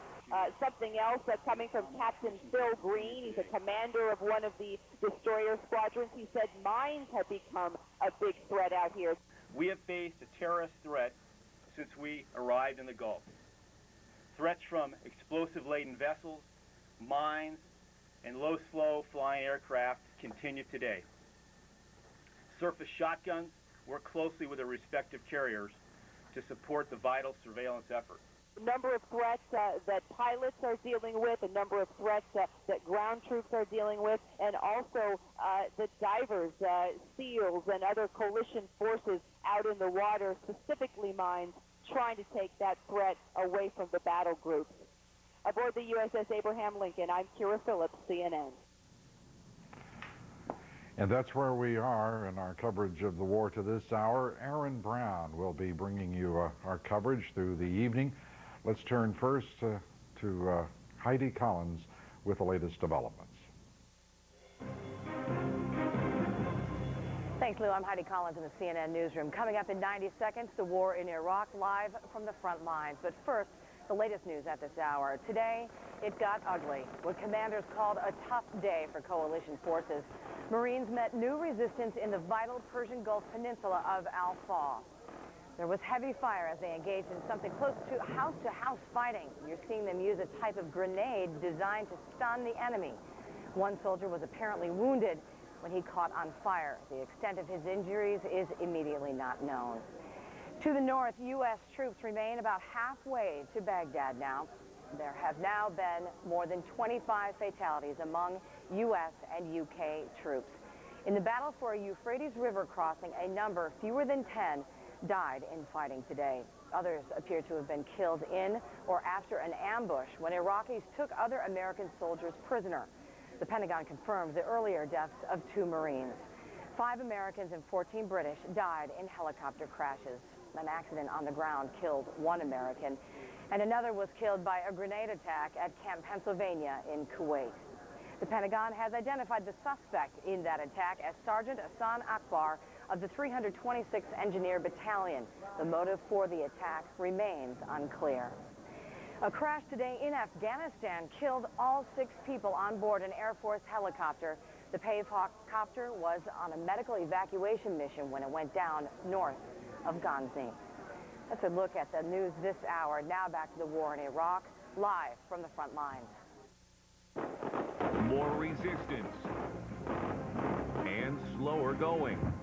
It's going to take a while to achieve our objective, but we're on course, we're determined, and we're making good progress. Casualties, human shields, and prisoners of war.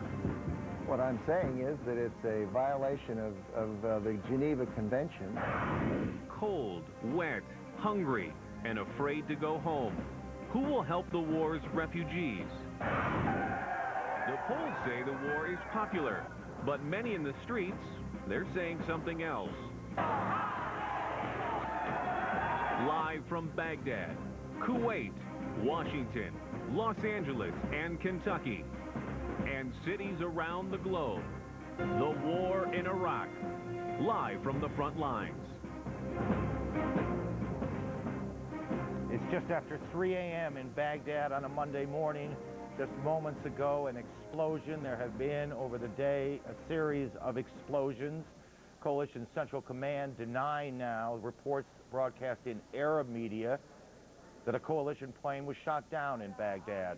Though Iraqis did make a show, if that's what it was, of firing into the river, into the reeds, presumably in their search for an American pilot or coalition pilot, leading a coalition general to say Iraqi search and rescue techniques, quote, leave something to be desired. Good evening again, everyone. It is a reminder today that war is nasty business, difficult business, and often heartbreaking business.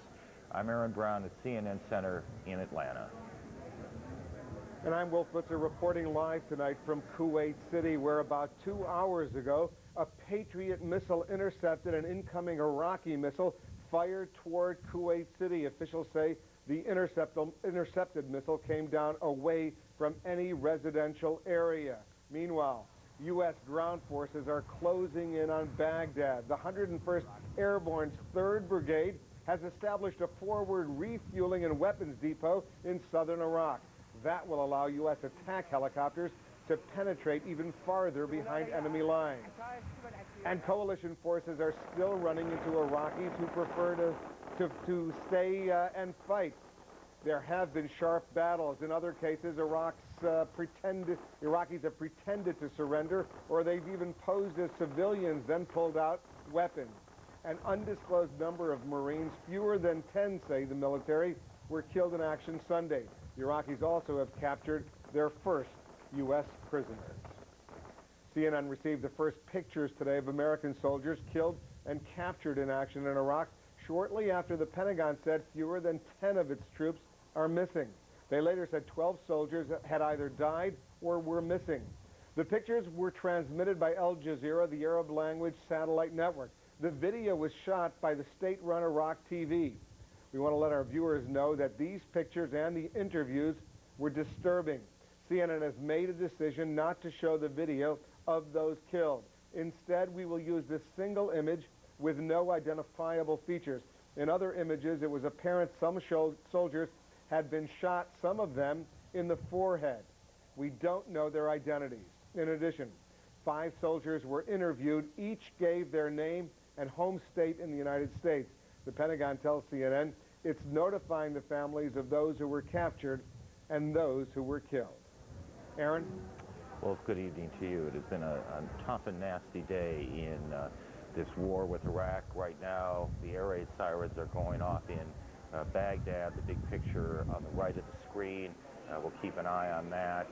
This is the time of night, 3 in the morning over there, when coalition forces might well launch a strike, and we'll just have to see if that's what happens. About 5 hours ago, there was an enormous explosion in Baghdad, and we'll just see what unfolds before us live. Back to the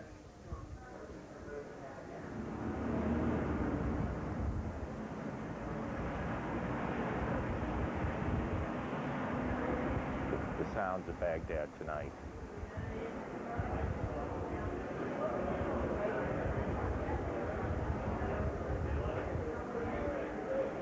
There are cameras in a number of locations. As many of you know, these are fixed cameras.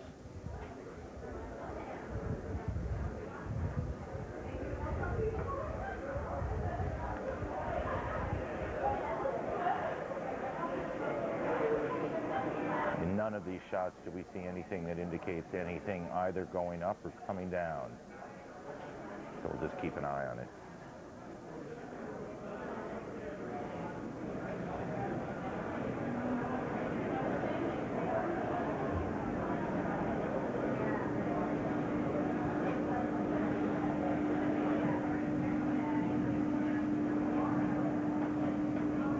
Iraqis have been seen on their state TV today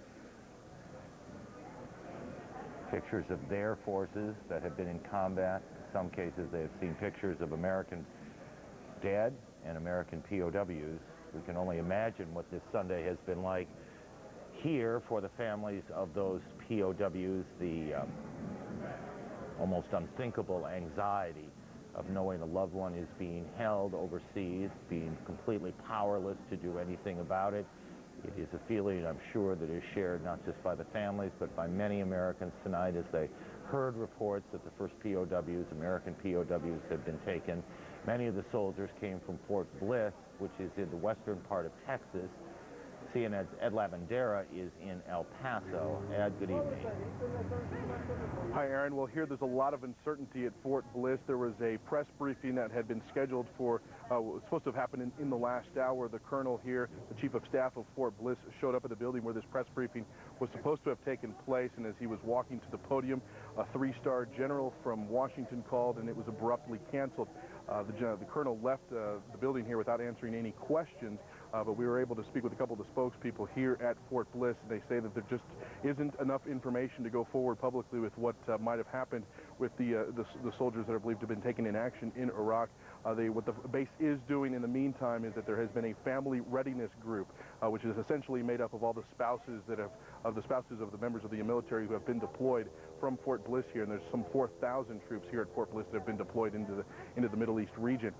These members of these groups and also the chaplains here at Fort Bliss have been in contact with these family members, helping them get the information that they need to bring some ease to them, if you will. But of course, the situation here, I asked one of the spokespeople is if there had been something that happened in the last hour or so that caused the cancellation of this press conference, and they do say that there's always such a fluid situation, and with what exactly is happening with these soldiers is not exactly clear at this point, so they just didn't feel comfortable going public with the information that they have. So needless to say, they have not released publicly the information of the soldiers that have been captured, and they're working with these family readiness groups to help them deal with what is going on. We're told that some of the family members are here and that there are some family members that are not here at Fort Bliss as well. So the situation here continues to move as the higher ranking officials here at Fort Bliss continue to get more information as to what exactly has happened in Iraq.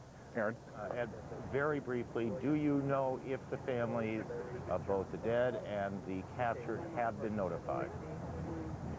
They won't comment precisely, but it seems like some of them have and some of them have not at this point, quite frankly, from what we've been able to gather so far. All right. So that's important for a number of reasons, and we'll just leave it at that. The images of, and we saw this tape that aired across the Arab world today of dead and captured U.S. soldiers are a horrible reminder that the battle in Iraq is a long way from over and in many respects is really starting. It is a reminder, too, that another mission is still going on in that region of the world. There is word out of Afghanistan tonight that a U.S. Black Hawk medical helicopter has crashed and everyone on board has perished. So it's been a tough day. CNN's Jamie McIntyre is at the Pentagon. Jamie, we have a couple of things to work through. Let's start with the POW question. Add to what reporting you can, and we'll go from there. Well, Aaron, this is one of those days when if anyone thought that there was... Jamie, I'm going to stop you here. Jamie, let me stop you here. Jamie, thank you. The pictures you're seeing now are Baghdad. You can see the sky has been lit up in orange flame, if you will, coming up. Obviously, something going on now. I think if we just take the lower right picture full, because the others don't seem to offer us much here, guys. Thank you. الآن لا تسمع أي أصوات انفجارات جديدة. This is an Arab language feed, and that's why you're hearing foreign language reporting. ولكن أشاهد وميض لمقاومة طائرات بعيد جدا. بالنسبة لسكان بغداد في هذه الحالة يعني منذ 4 ساعات هم في حالة حذر، يعني في هذه الحالة ماذا يفعلون؟ أين يتوجهون؟ Let's just keep an eye on this as it happens together. We'll all keep our eye on it. We'll go back to Jamie. Jamie, pick up where you left off. Well, Aaron, I started to say this is one of those days where the Pentagon, the Pentagon said from the beginning this was not going to be a cakewalk. But if anybody had the impression that this war was going to be easy or clean, this was the day that disabused them of that notion. Nevertheless, though, U.S. military commanders insist the war is on track and they are guaranteeing a U.S. victory. What military commanders call the sharpest occurred at the southern Iraqi city of Nasiriyah, about 100 miles north of Kuwait. Today was a tough day of fighting for the coalition, but we continue our attack to remove the regime and to destroy the forces supporting it. U.S. Marines thought the main fighting was over at Nasiriyah, but they were tricked, U.S. commanders say, by Special Republican Guard forces who had infiltrated the regular Iraqi troops. In one incident, a flag of surrender was displayed, and it was followed up by artillery fire. In another incident, there were troops dressed in civilian clothes that appeared to welcome the forces and then ambush them. It was also near Nasiriyah where a U.S. military supply convoy came under attack after making a wrong turn. I can tell you for a fact that we are definitely missing 12 Army soldiers that are unaccounted for, some of whom I believe ended up on Baghdad television. Now, Iraqi television aired those gruesome pictures that showed what appeared to be 4 dead soldiers and 5 captured POWs. Iraq said it would abide by the Geneva Conventions, but already Defense Secretary Donald Rumsfeld accused Iraq of violating those conventions simply by displaying those pictures on television, pictures, by the way, which CNN is not showing. U.S. troops will now use more caution in the field in approaching what may be friendly Iraqi, may or may not be friendly Iraqi troops or civilians, but the war plan remains intact. General Abu Zaid today said essentially that Iraqi troops are fighting, are desperate people trying to save a doomed regime, and he promised that U.S. main forces would be near Baghdad soon. Jamie, thank you. We will get back and talk more about the incident in Afghanistan a little later. Go ahead and take that full for a second. As you can see, the pictures of Baghdad tonight now about 3:15 in the morning. 15 minutes ago when we went on the air, it was just Wolf as black a night as you could imagine, and now, as you can see from your position in Kuwait as well, there is that orange of fire that is lighting up the sky.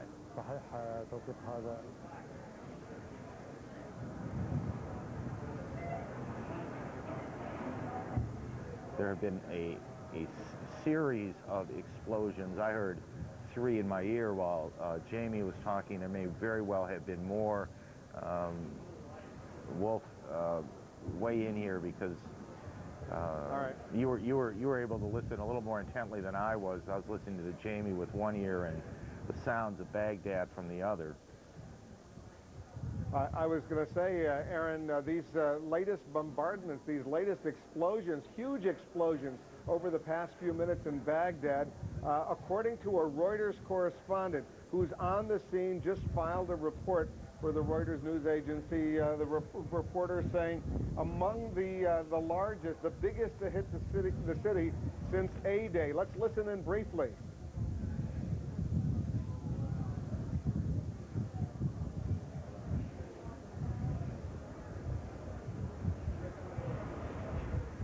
Even, Wolf, as you were speaking, we could hear that pounding sound of the explosion.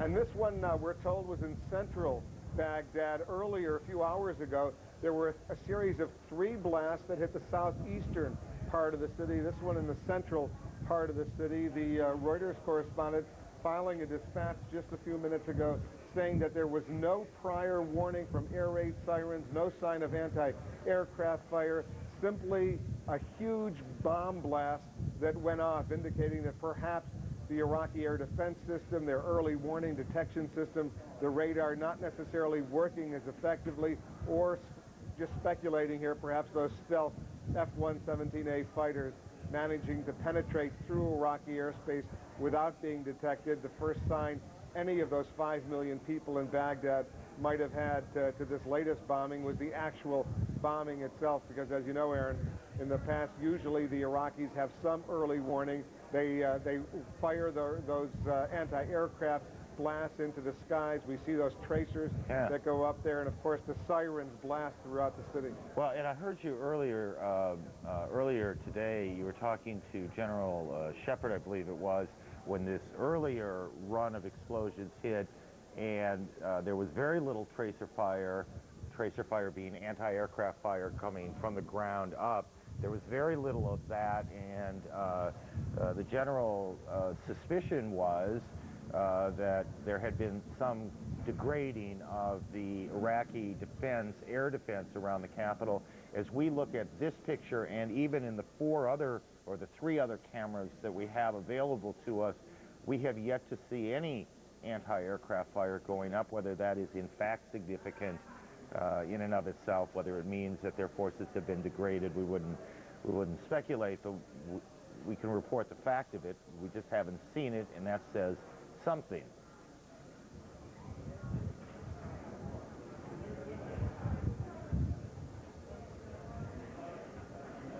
What it says to me, Aaron, is that our cameras are not necessarily positioned in the middle of the night. It's after 3 a.m. in Baghdad to get perhaps the pictures that we would like to see. But those cameras, as you point out, are fixed.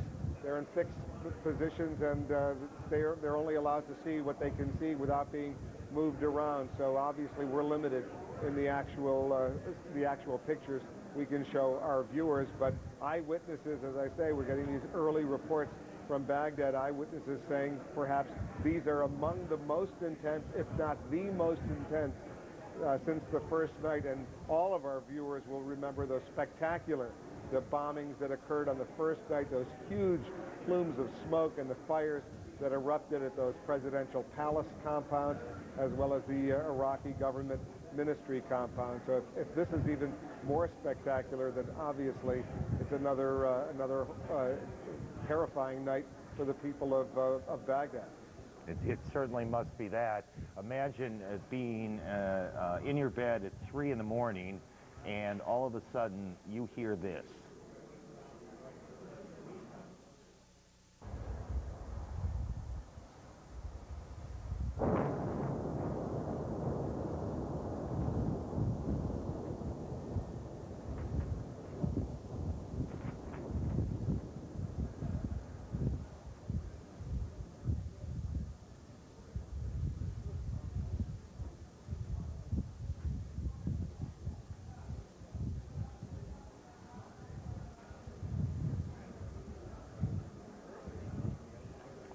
And you hear it without the advance warning of any air raid sirens or anything else. So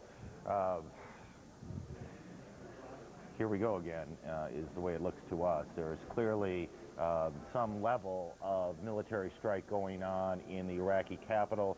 As we've often said, as we've shown you snapshots of this and that, they are just that, snapshots. How extensive this particular attack is will become clearer, I suspect, as we go over the next couple of hours.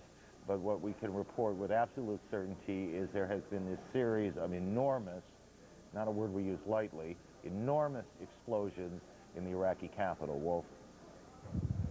And we're also told, Aaron, that similar explosions, similar bombing raids are being done elsewhere in Iraq, throughout the country, indeed, going after Republican Guard positions, suspected weapons of mass destruction locations, certainly up in the north in Mosul and Kirkuk, as well as in the hometown of Saddam Hussein in Tikrit. So this is not an isolated incident. Planes taking off from aircraft carriers, Tomahawk cruise missiles being launched from destroyers throughout the region, as well as U.S. Air Force warplanes launched from bases throughout the region. So this is obviously going to be a long, long night for the people of Baghdad and other cities throughout Iraq.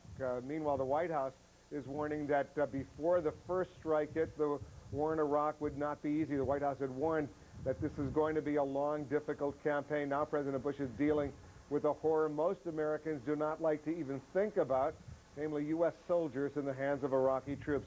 Our White House correspondent Dana Bash is joining us now live with the latest from the White House. Dana? Well, Wolf, I just talked to a White House official who said that they are outraged here tonight by the apparent treatment of these prisoners of war in Iraq. He said that there is just absolute disgust about the brutal and cruel treatment of them. And the president himself said when he arrived from Camp David this afternoon that he was briefed on the situation, on the grim news from the war front, on the casualties and on the prisoners of war. He said that he was praying for them and for their families. And he said he went to church this morning to express that prayer. And he said that there should be a stern warning for the Iraqis who have the soldiers in captivity. The POWs I expect to be treated humanely. And just like we're treating the prisoners that we have captured humanely. If not, the people who mistreat the prisoners will be treated as war criminals. But the president did have some support and said that there was some progress in the war. He said that he was very pleased with the fact that they had that the U.S. coalition forces had taken over most of the southern front, particularly the oil fields. And he said that they feel that Saddam Hussein's days are numbered. But as you said, Wolf, they are concerned that Americans might think this will be a short war. He said that there are tough days ahead. I know that Saddam Hussein is losing control of his country. That we're slowly but surely achieving our objective. It's important for the American people to realize that